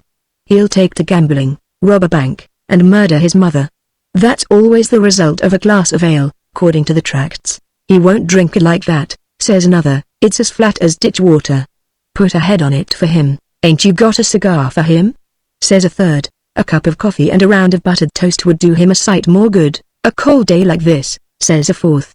"I'd half a mind then to throw the stuff away, or drink it myself." It seemed a piece of bally nonsense, giving good ale to a 4-year-old pony, but the moment the beggar smelt the bowl he reached out his head, and lapped it up as though he'd been a Christian, and I jumped into the cart and started off, amid cheers. We got up the hill pretty steady. Then the liquor began to work into his head. I've taken home a drunken man more than once, and there's pleasanter jobs than that. I've seen a drunken woman, and they're worse. But a drunken Welsh pony I never want to have anything more to do with so long as I live. Having 4 legs, he managed to hold himself up, but as to guiding himself, he couldn't, and as for letting me do it, he wouldn't. First we were one side of the road, and then we were the other. When we were not either side, we were crossways in the middle. I heard a bicycle bell behind me, but I dared not turn my head. All I could do was to shout to the fellow to keep where he was. "I want to pass you," he sang out, so soon as he was near enough. "Well, you can't do it," I called back. "Why can't I?" he answered. "How much of the road do you want?" "All of it and a bit over," I answered him, "for this job, and nothing in the way." He followed me for half a mile, abusing me, and every time he thought he saw a chance he tried to pass me. But the pony was always a bit too smart for him. "You might have thought the brute was doing it on purpose. You're not fit to be driving," he shouted. He was quite right, I wasn't. I was feeling just about dead beat. "What do you think you are?" he continued. "The charge of the Light Brigade? He was a common sort of fellow, who sent you home with the washing. Well, he was making me wild by this time. What's the good of talking to me?" I shouted back. "Come and blackguard the pony if you want to blackguard anybody. I've got all I can do without the help of that alarm clock of yours. Go away, you're only making him worse." "What's the matter with the pony?" he called out. "Can't you see?" I answered. "He's drunk." Well, of course it sounded foolish, the truth often does. "One of you's drunk," he retorted. "For 2 pins I'd come and haul you out of the cart." I wish to goodness he had. I'd have given something to be out of that cart. But he didn't have the chance. At that moment the pony gave a sudden swerve, and I take it he must have been a bit too close. I heard a yell and a curse, and at the same instant I was splashed from head to foot with ditch water. Then the brute bolted. A man was coming along, asleep on the top of a cartload of Windsor chairs. It's disgraceful the way those wagoners go to sleep. I wonder there are not more accidents. I don't think he ever knew what had happened to him. I couldn't look round to see what became of him. I only saw him start. Halfway down the hill a policeman hollered to me to stop. I heard him shouting out something about furious driving. Half a mile this side of Chesham we came upon a girls' school walking 2 and 2, a crocodile they call it, I think. I bet you those girls are still talking about it. It must have taken the old woman a good hour to collect them together again. It was market day in Chesham, and I guess there has not been a busier market day in Chesham before or since. We went through the town at about 30 miles an hour. I've never seen Chesham so lively, it's a sleepy hole as a rule. A mile outside the town I sighted the High Wycombe coach. I didn't feel I minded much. I had got to that pass when it didn't seem to matter to me what happened, I only felt curious. A dozen yards off the coach the pony stopped dead. That jerked me off the seat to the bottom of the cart. I couldn't get up, because the seat was on top of me. I could see nothing but the sky, and occasionally the head of the pony, when he stood upon his hind legs. But I could hear what the driver of the coach said, and I judged he was having trouble also. "Take that damn circus out of the road," he shouted. If he'd had any sense he'd have seen how helpless I was. I could hear his cattle plunging about. They are like that, horses, if they see one fool, then they all want to be fools. "Take it home, and tie it up to its organ," shouted the guard. Then an old woman went into hysterics, and began laughing like an hyena. That started the pony off again, and, as far as I could calculate by watching the clouds, we did about another 4 miles at the gallop. Then he thought he'd try to jump a gate, and finding, I suppose, that the cart hampered him, he started kicking it to pieces. I'd never have thought a cart could have been separated into so many pieces, if I hadn't seen it done. When he had got rid of everything but half a wheel and the splashboard, he bolted again. I remained behind with the other ruins, and glad I was to get a little rest. He came back later in the afternoon, and I was pleased to sell him the next week for a £5 note. It cost me about another 10 to repair myself. To this day I am chuffed about that pony, and the local temperance society made a lecture out of me. That's what comes of following advice. I sympathized with him. I have suffered from advice myself. I have a friend, a city man, whom I meet occasionally. One of his most ardent passions in life is to make my fortune. He buttonholes me in Threadneedle Street. "The very man I wanted to see," he says. "I'm going to let you in for a good thing. We are getting up a little syndicate." He is forever getting up a little syndicate, and for every £100 you put into it you take 1,000 out. Had I gone into all his little syndicates, I could have been worth at the present moment, I reckon, £2,500,000. But I have not gone into all his little syndicates. I went into one, years ago, when I was younger. I am still in it. My friend is confident that my holding, later on, will yield me thousands. Being, however, hard up for ready money, I am willing to part with my share to any deserving person at a genuine reduction, upon a cash basis. Another friend of mine knows another man who is in the know as regards racing matters. I suppose most people possess a friend of this type. He is generally very popular just before a race, and extremely unpopular immediately afterwards. A third benefactor of mine is an enthusiast upon the subject of diet. One day he brought me something in a packet, and pressed it into my hand with the air of a man who is relieving you of all your troubles. "What is it?" I asked. "Open it and see," he answered, in the tone of a pantomime fairy. I opened it and looked, but I was no wiser. "It's tea," he explained. "Oh," I replied, "I was wondering if it could be snuff." "Well, it's not exactly tea," he continued, "it's a sort of tea. You take 1 cup of that 1 cup, and you will never care for any other kind of tea again." He was quite right. I took 1 cup. After drinking it I felt I didn't care for any other tea. I felt I didn't care for anything, except to die quietly and inoffensively. He called on me a week later. "You remember that tea I gave you?" he said. "Distinctly," I answered. "I've got the taste of it in my mouth now." "Did it upset you?" he asked. "It annoyed me at the time," I answered, "but that's all over now." He seemed thoughtful. "You were quite correct," he answered. "It was snuff, a very special snuff, sent me all the way from India." "I can't say I liked it," I replied. "A stupid mistake of mine," he went on. "I must have mixed up the packets." "Oh, accidents will happen," I said, "and you won't make another mistake, I feel sure. So far as I am concerned, we can all give advice." I had the honor once of serving an old gentleman whose profession it was to give legal advice, and excellent legal advice he always gave. In common with most men who know the law, he had little respect for it. I have heard him say to a would-be litigant, "My dear sir, if a villain stopped me in the street and demanded of me my watch and chain, I should refuse to give it to him. If he thereupon said, 'Then I shall take it from you by brute force,' I should, old as I am, I feel convinced, reply to him, 'Come on.' But if, on the other hand, he were to say to me, 'Very well, then I shall take proceedings against you in the Court of Queen's Bench to compel you to give it up to me,' I should at once take it from my pocket, press it into his hand, and beg of him to say no more about the matter. And I should consider I was getting off cheaply. Yet that same old gentleman went to law himself with his next-door neighbor over a dead poll parrot that wasn't worth sixpence to anybody, and spent from first to last £100. If he spent a penny, I know I'm a fool. He confessed. I have no positive proof that it was his cat, but I'll make him pay for calling me an Old Bailey attorney, hanged if I don't. We all know how the pudding ought to be made. We do not profess to be able to make it. That is not our business. Our business is to criticize the cook. It seems our business to criticize so many things that it is not our business to do. We are all critics nowadays. I have my opinion of you, reader, and you possibly have your own opinion of me. I do not seek to know it. Personally, I prefer the man who says what he has to say of me behind my back. I remember, when on a lecturing tour, the grand plan of the hall often necessitated my mingling with the audience as they streamed out. This never happened, but I would overhear somebody in front of me whisper to his or her companion, "Take care, he's just behind you." I always felt so grateful to that whisperer. At a Bohemian club, I was once drinking coffee with a novelist, who happened to be a broad-shouldered, athletic man. A fellow member, joining us, said to the novelist, "I have just finished that last book of yours, I'll tell you my candid opinion of it." Promptly replied the novelist, "I give you fair warning, if you do, I shall punch your head." We never heard that candid opinion.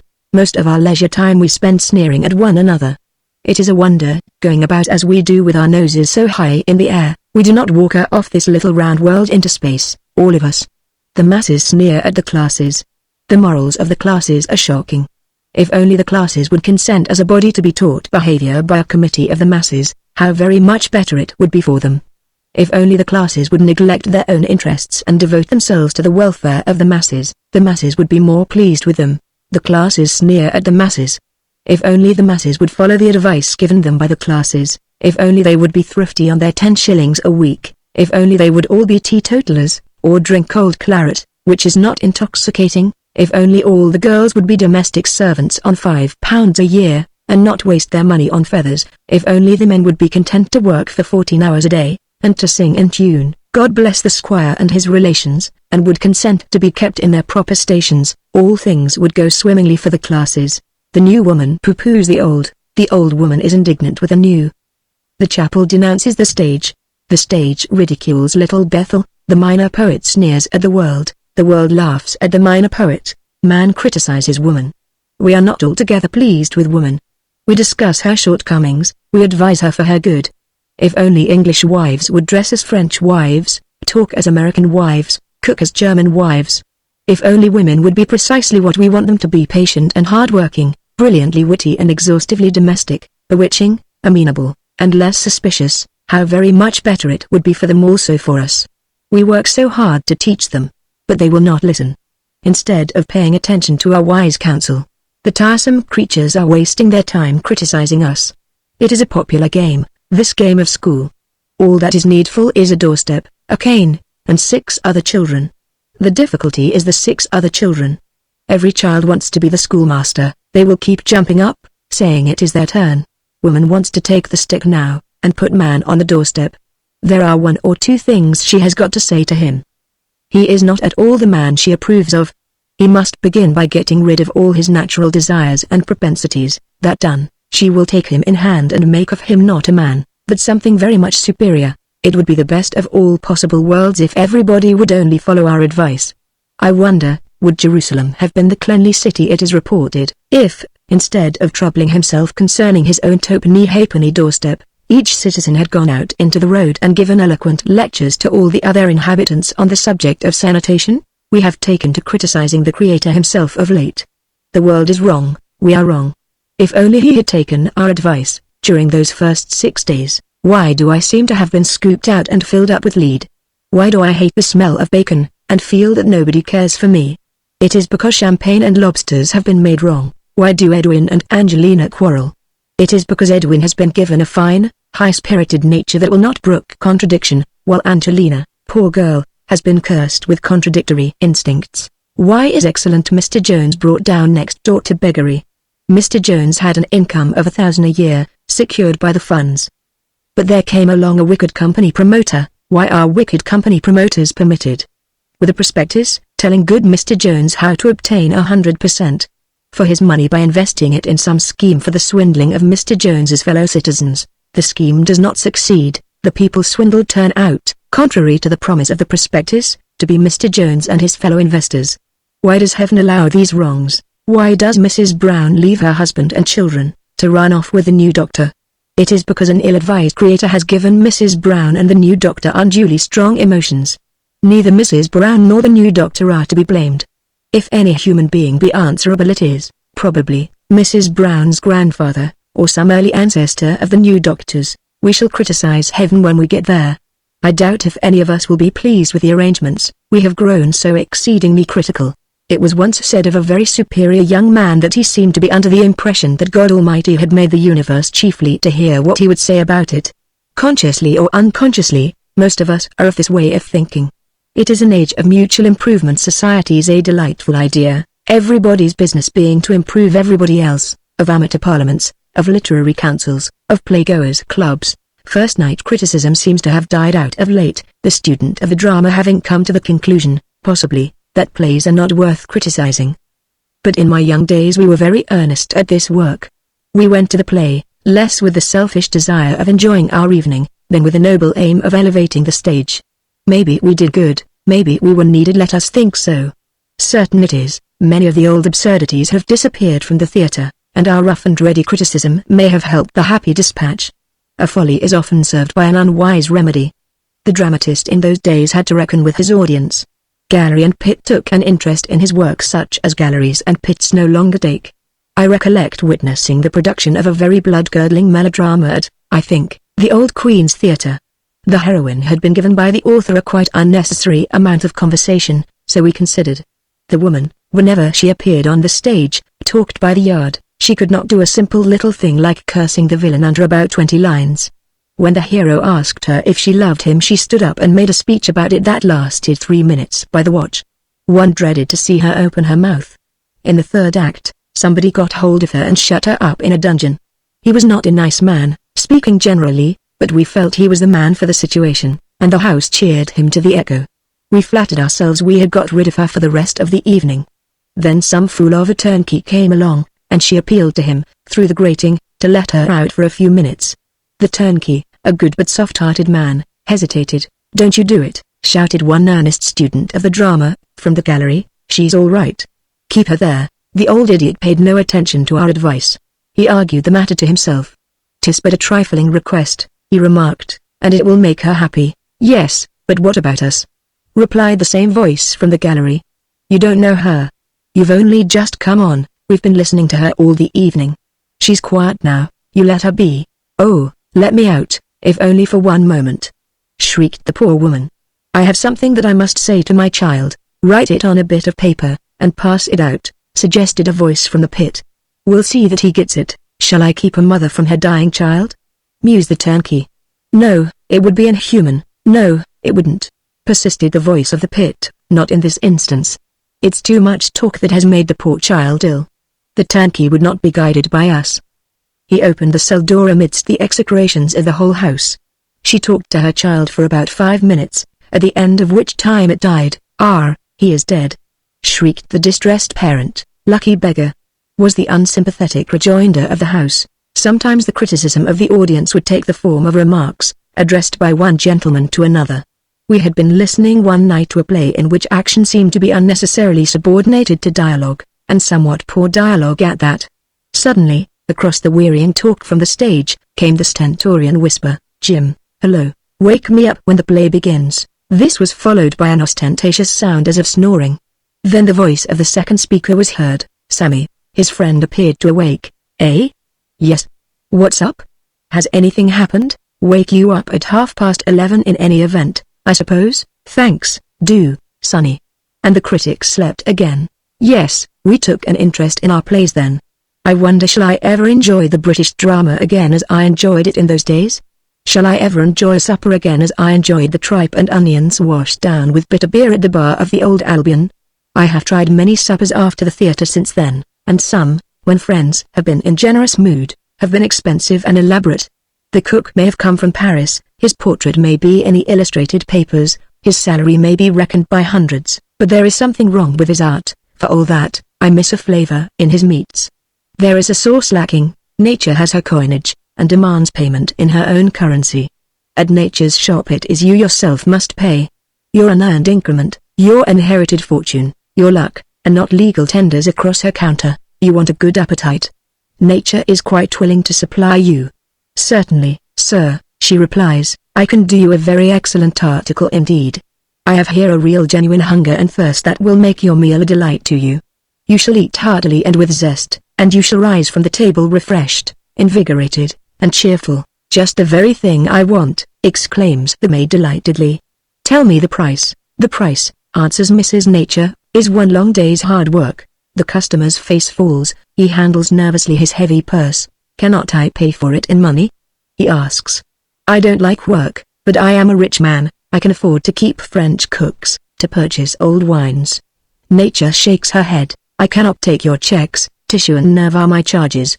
For these I can give you an appetite that will make a rump steak and a tankard of ale more delicious to you than any dinner that the greatest chef in Europe could put before you. I can even promise you that a hunk of bread and cheese shall be a banquet to you, but you must pay my price in my money, I do not deal in yours. And next the dilettante enters, demanding a taste for art and literature, and this also nature is quite prepared to supply. I can give you true delight in all these things, she answers.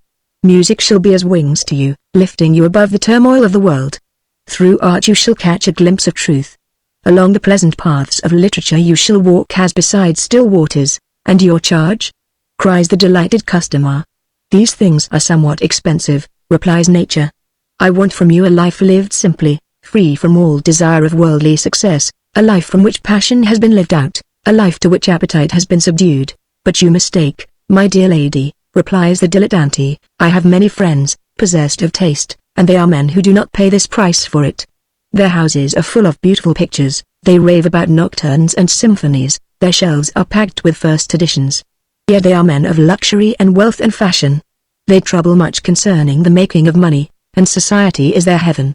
Cannot I be as one of these? I do not deal in the tricks of apes, answers nature coldly. The culture of these friends of yours is a mere pose, a fashion of the hour, their talk mere parrot chatter.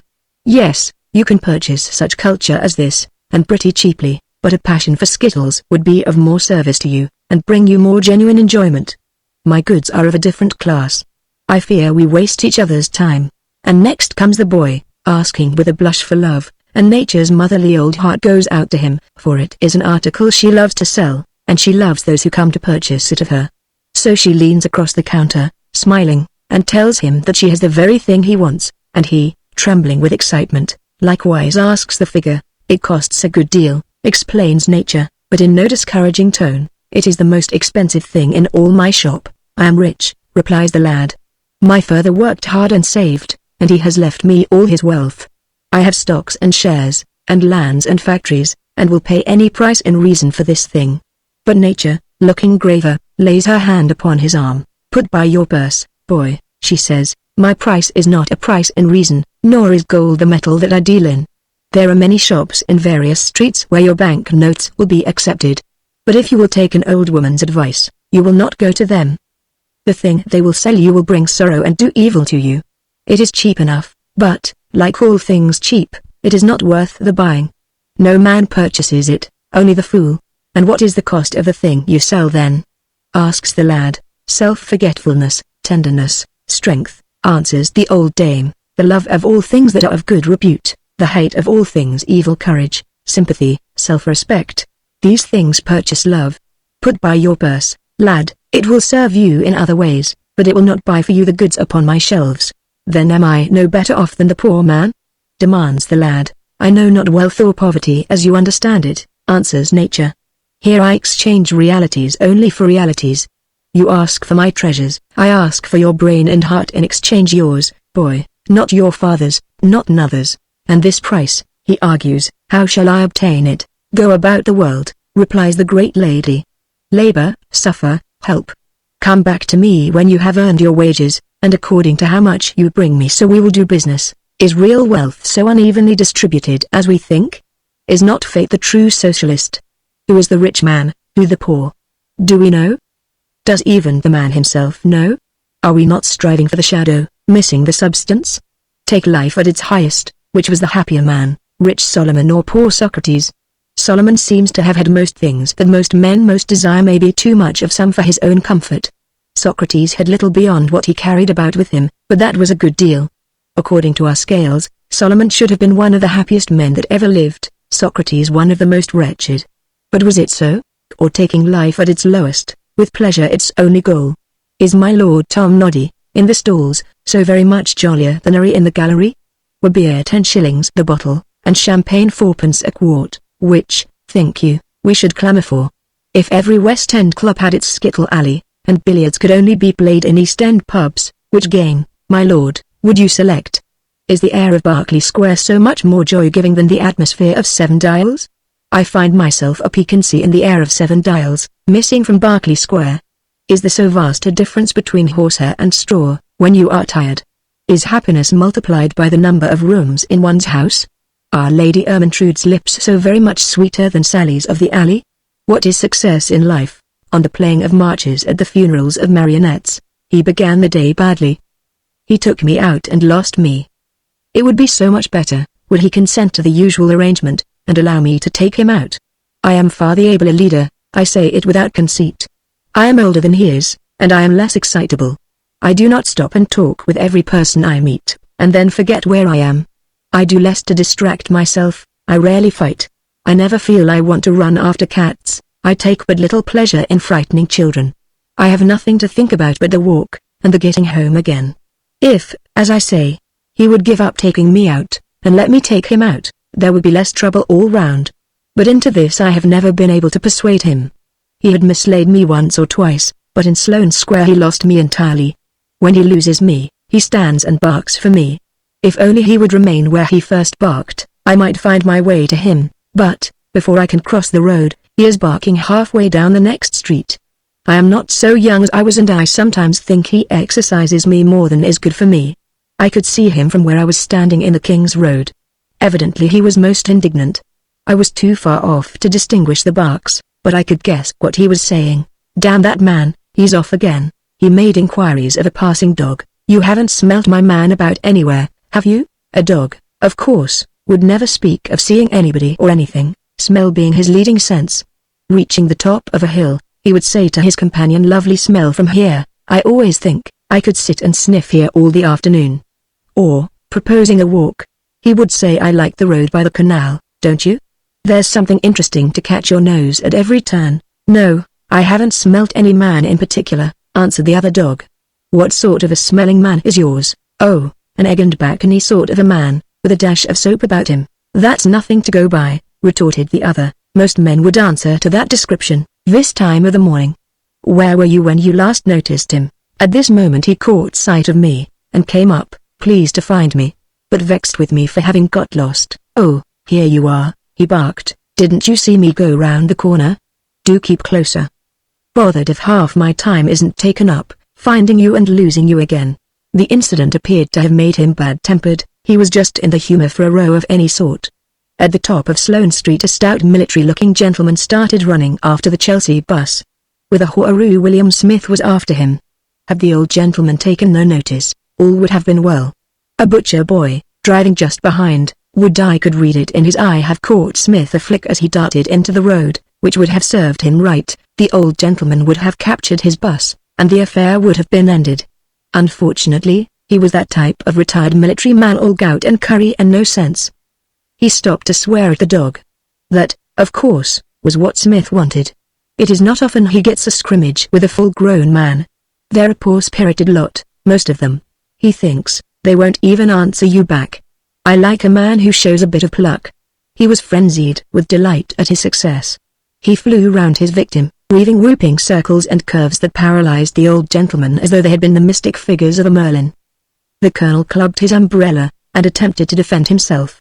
I called to the dog. I gave good advice to the colonel. I judged him to be a colonel. The louder he spoke, the less one could understand him, but both were too excited to listen to me. A sympathetic bus driver leaned over, and whispered hoarse counsel. Catch him by the tail, sir, he advised the old gentleman. Don't you be afraid of him, you catch him firmly by the tail. A milkman, on the other hand, sought rather to encourage Smith, shouting as he passed, good dog, kill him. A child, brained within an inch by the old gentleman's umbrella, began to cry. The nurse told the old gentleman he was a fool, a remark which struck me as singularly apartment. The old gentleman gasped back that perambulators were illegal on the pavement, and, between his exercises, inquired after myself. A crowd began to collect, and a policeman strolled up. It was not the right thing, I do not defend myself, but, at this point, the temptation came to me to desert William Smith. He likes a street row, I don't. These things are matters of temperament.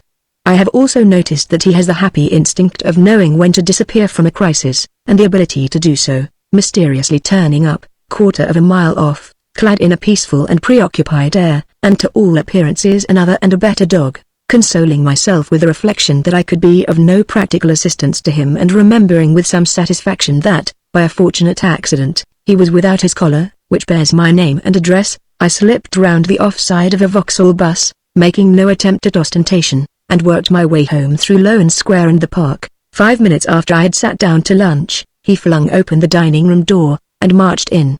It is his customary entrance. In a previous state of existence, his soul was probably that of an actor manager. From his exuberant self-satisfaction, I was inclined to think he must have succeeded in following the milkman's advice. At all events, I have not seen the Colonel since. His bad temper had disappeared, but his uppishness had, if possible, increased. Previous to his return, I had given the O'Shannon a biscuit. The O'Shannon had been insulted. He did not want a dog biscuit. If he could not have a grilled kidney, he did not want anything. He had thrown the biscuit on the floor. Smith saw it and made for it. Now Smith never eats biscuits. I give him one occasionally, and he at once proceeds to hide it. He is a thrifty dog. He thinks of the future. You never know what may happen, he says. Suppose the governor dies, or goes mad, or bankrupt. I may be glad even of this biscuit. I'll put it under the doormat. No, I won't. Somebody will find it there. I'll scratch a hole in the tennis lawn, and bury it there. That's a good idea, perhaps it'll grow. Once I caught him hiding it in my study, behind the shelf devoted to my own books. It offended me, his doing that. The argument was so palpable. Generally, wherever he hides it, somebody finds it. We find it under our pillows, inside our boots. No place seems safe. This time he had said to himself, by Jove. A whole row of the governor's books. Nobody will ever want to take these out. I'll hide it here. One feels a thing like that from one's own dog. But the O'Shannon's biscuit was another matter. Honesty is the best policy, but dishonesty is the better fun. He made a dash for it, and commenced to devour it greedily. You might have thought he had not tasted food for a week. The indignation of the O'Shannon was a sight for the gods. He has the good nature of his race. Had Smith asked him for the biscuit, he would probably have given it to him. It was the insult, the immorality of the proceeding, that maddened the O'Shannon. For a moment he was paralyzed. Well, of all the, did ye see that now? He said to me with his eyes. Then he made a rush and snatched the biscuit out of Smith's very jaws. Ye unprincipled black Saxon thief, growled the O'Shannon. How dare ye take my biscuit, you miserable Irish cur, growled Smith. How was I to know it was your biscuit? Does everything on the floor belong to you? Perhaps you think I belong to you. I'm on the floor. I don't believe it is your biscuit, you long-eared, snub-nosed bog-trotter. Give it me back. I don't require any of your argument, you flop-eared son of a tramp with half a tail, replied the O'Shannon. You come and take it, if you think you are dog enough. He did think he was dog enough. He is half the size of the O'Shannon, but such considerations weigh not with him. His argument is, if a dog is too big for you to fight the whole of him, take a bit of him and fight that. He generally gets licked, but what is left of him invariably swaggers about afterwards under the impression it is the victor. When he is dead, he will say to himself, as he settles himself in his grave, well, I flatter myself I've laid out that old world at last. It won't trouble me any more, I'm thinking. On this occasion, I took a hand in the fight. It becomes necessary at intervals to remind Master Smith that the man, as the useful and faithful friend of dog, has his rights. I deemed such interval had arrived. He flung himself onto the sofa, muttering. It sounded like wish I'd never got up this morning. Nobody understands me. Nothing, however, sobers him for long. Half an hour later, he was killing the next door cat. He will never learn sense. He has been killing that cat for the last 3 months. Why, the next morning his nose is invariably twice its natural size, while for the next week he can see objects on one side of his head only. He never seems to grasp. I suppose he attributes it to change in the weather. He ended up the afternoon with what he no doubt regarded as a complete and satisfying success. Dorothea had invited a lady to take tea with her that day. I heard the sound of laughter, and, being near the nursery, I looked in to see what was the joke. Smith was worrying a doll. I have rarely seen a more worried-looking doll. Its head was off, and its sawdust strewed the floor. Both the children were crowing with delight. Dorothea, in particular, was in an ecstasy of amusement. "Whose doll is it?" I asked. "Eva's," answered Dorothea, between her peals of laughter. "Oh no, it isn't," explained Eva, in a tone of sweet content. "Here's my doll." She had been sitting on it, and now drew it forth, warm but whole. "That's Dory's doll." The change from joy to grief on the part of Dorothea was distinctly dramatic. Even Smith, accustomed to storm, was nonplussed at the suddenness of the attack upon him. Dorothea's sorrow lasted longer than I had expected. I promised her another doll. But it seemed she did not want another. That was the only doll she would ever care for so long as life lasted. No other doll could ever take its place. No other doll would be to her what the doll had been. These little people are so absurd, as if it could matter whether you loved one doll or another, when all are so much alike. They have curly hair, and pink and white complexions, big eyes that open and shut, a little red mouth, two little hands. Yet these foolish little people. They will love one, while another they will not look upon. I find the best plan is not to reason with them, but to sympathize. Later on, but not too soon, introduce to them another doll. They will not care for it at first, but in time they will come to take an interest in it. Of course, it cannot make them forget the first doll. No doll ever born in Lothair Arcadia could be as that, but still it is many weeks before they forget entirely the first love. We buried Dolly in the country under the yew tree. A friend of mine who plays the fiddle came down on purpose to assist.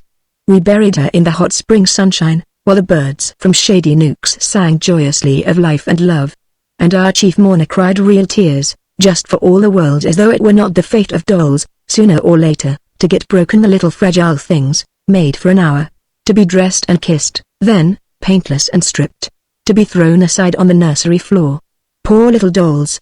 I wonder do they take themselves seriously, not knowing the springs that stir their sawdust bosoms are but clockwork, not seeing the wires to which they dance? Poor little marionettes. Do they talk together, I wonder, when the lights of the booth are out? You, little sister doll, were the heroine.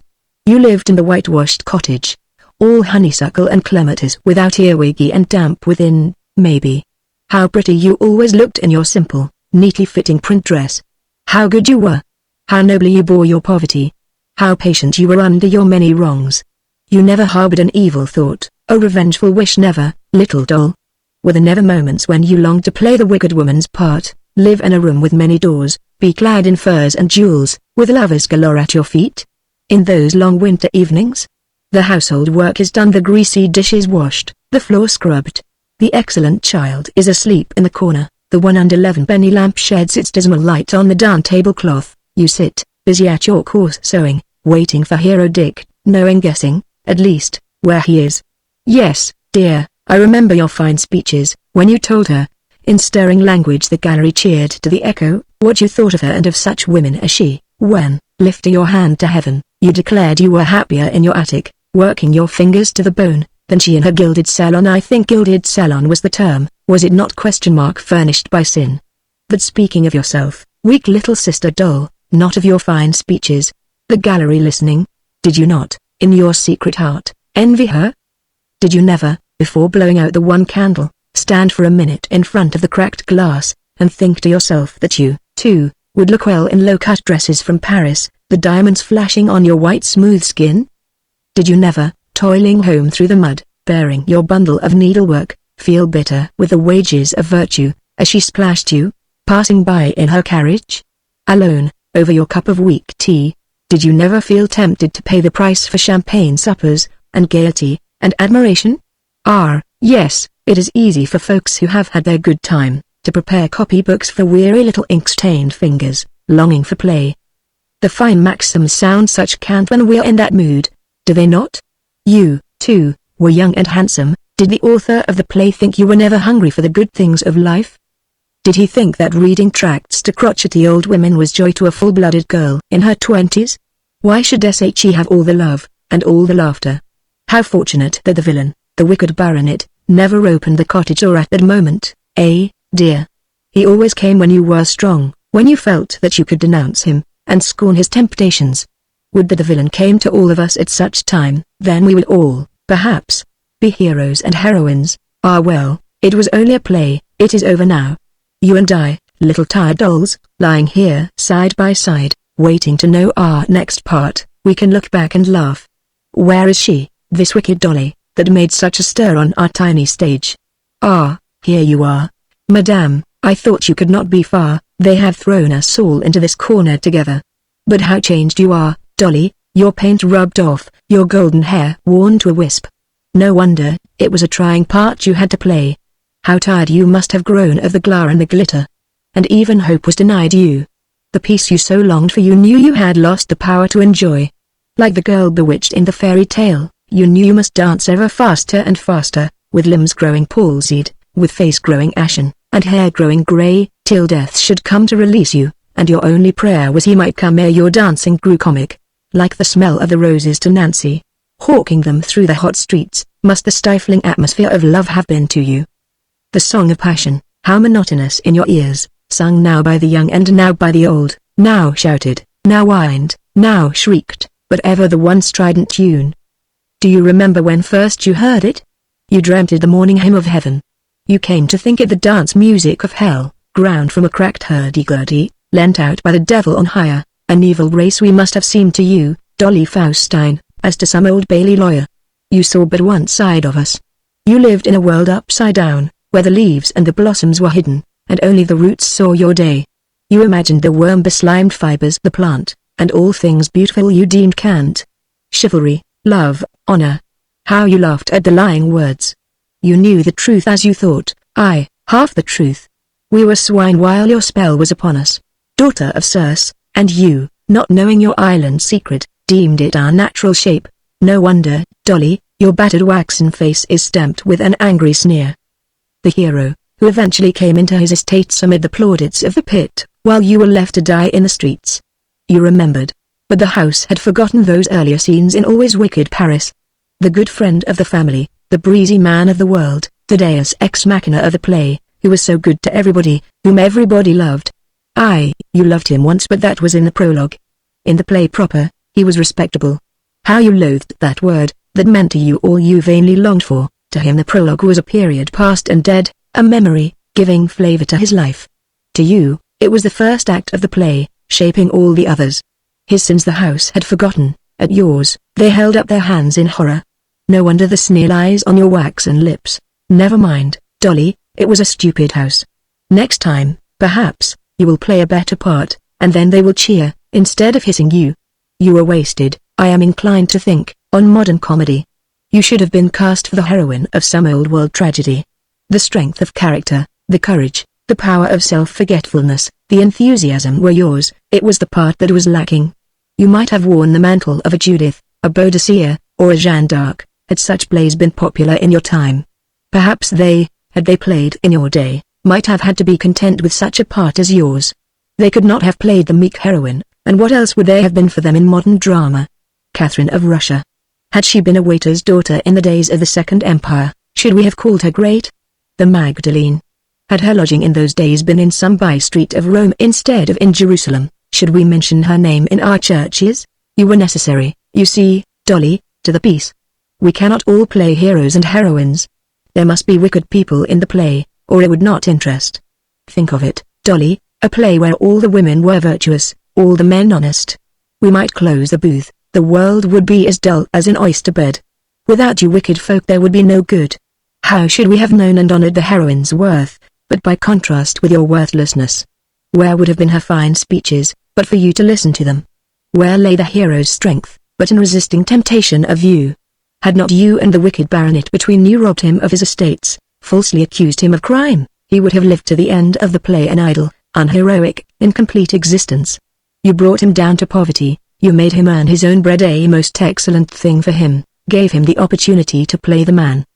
But for your conduct in the prologue, of what value would have been that fine scene at the end of the third act, that stirred the house to tears and laughter?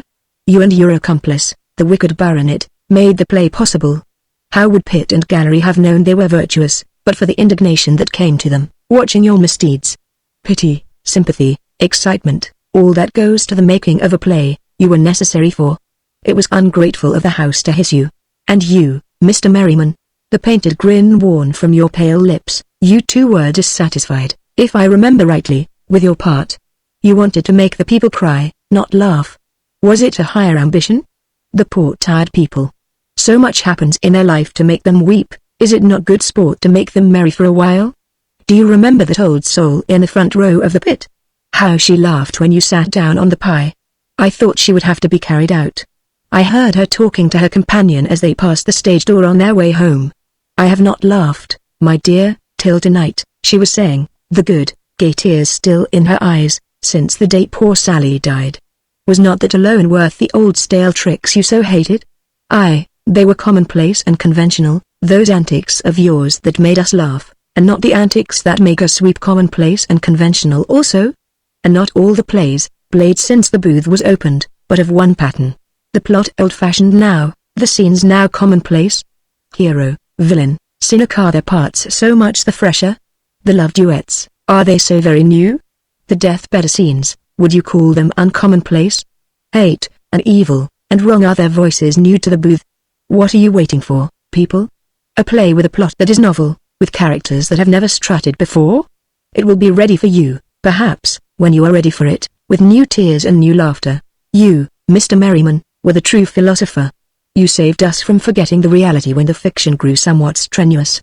How we all applauded your gag in answer to the hero, when, bewailing his sad fate, he demanded of heaven how much longer he was to suffer evil fortune. Well, there cannot be much more of it in store for you, you answered him. It's nearly 9 o'clock already, and the show closes at 10.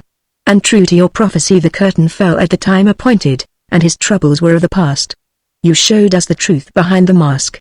When pompous Lord Shallow, in ermine and wig, went to take his seat amid the fawning crowd, you pulled the chair from under him, and down he sat plump on the floor. His robe flew open, his wig flew off. No longer he awed us. His ape dignity fell from him, we saw him a stupid-eyed, bald little man, he imposed no longer upon us. It is your fool who is the only true wise man. Yours was the best part in the play, Brother Merriman, had you and the audience but known it. But you dreamt of a showier part, where you loved and fought. I have heard you now and again, when you did not know I was near, shouting with sword in hand before your looking-glass. You had thrown your motley aside to don a dingy red coat, you were the hero of the play, you performed the gallant deeds, you made the noble speeches. I wonder what the play would be like, were we all to write our own parts. There would be no clowns, no singing chambermaids.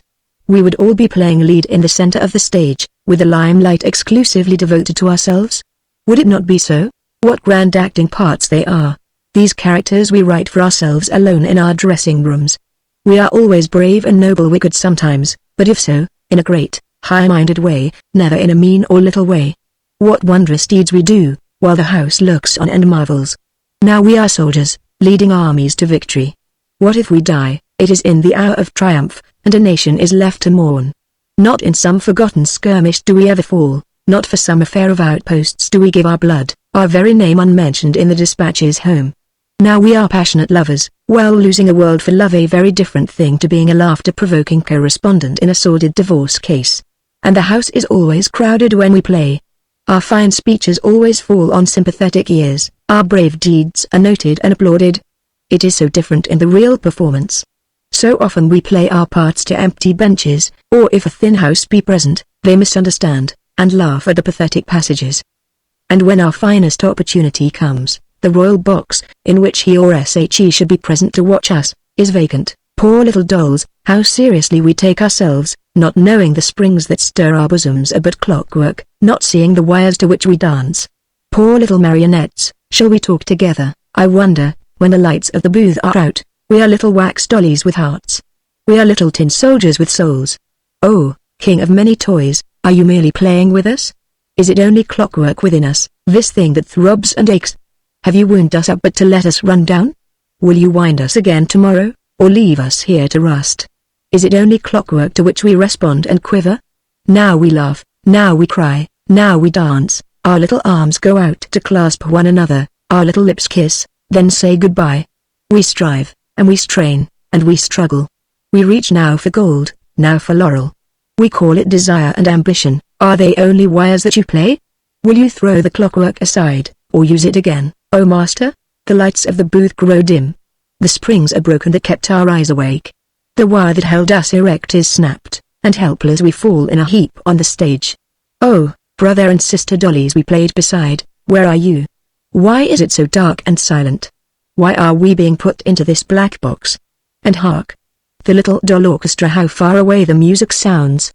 What is it they are playing? Start of Gounod's funeral march of a marionette.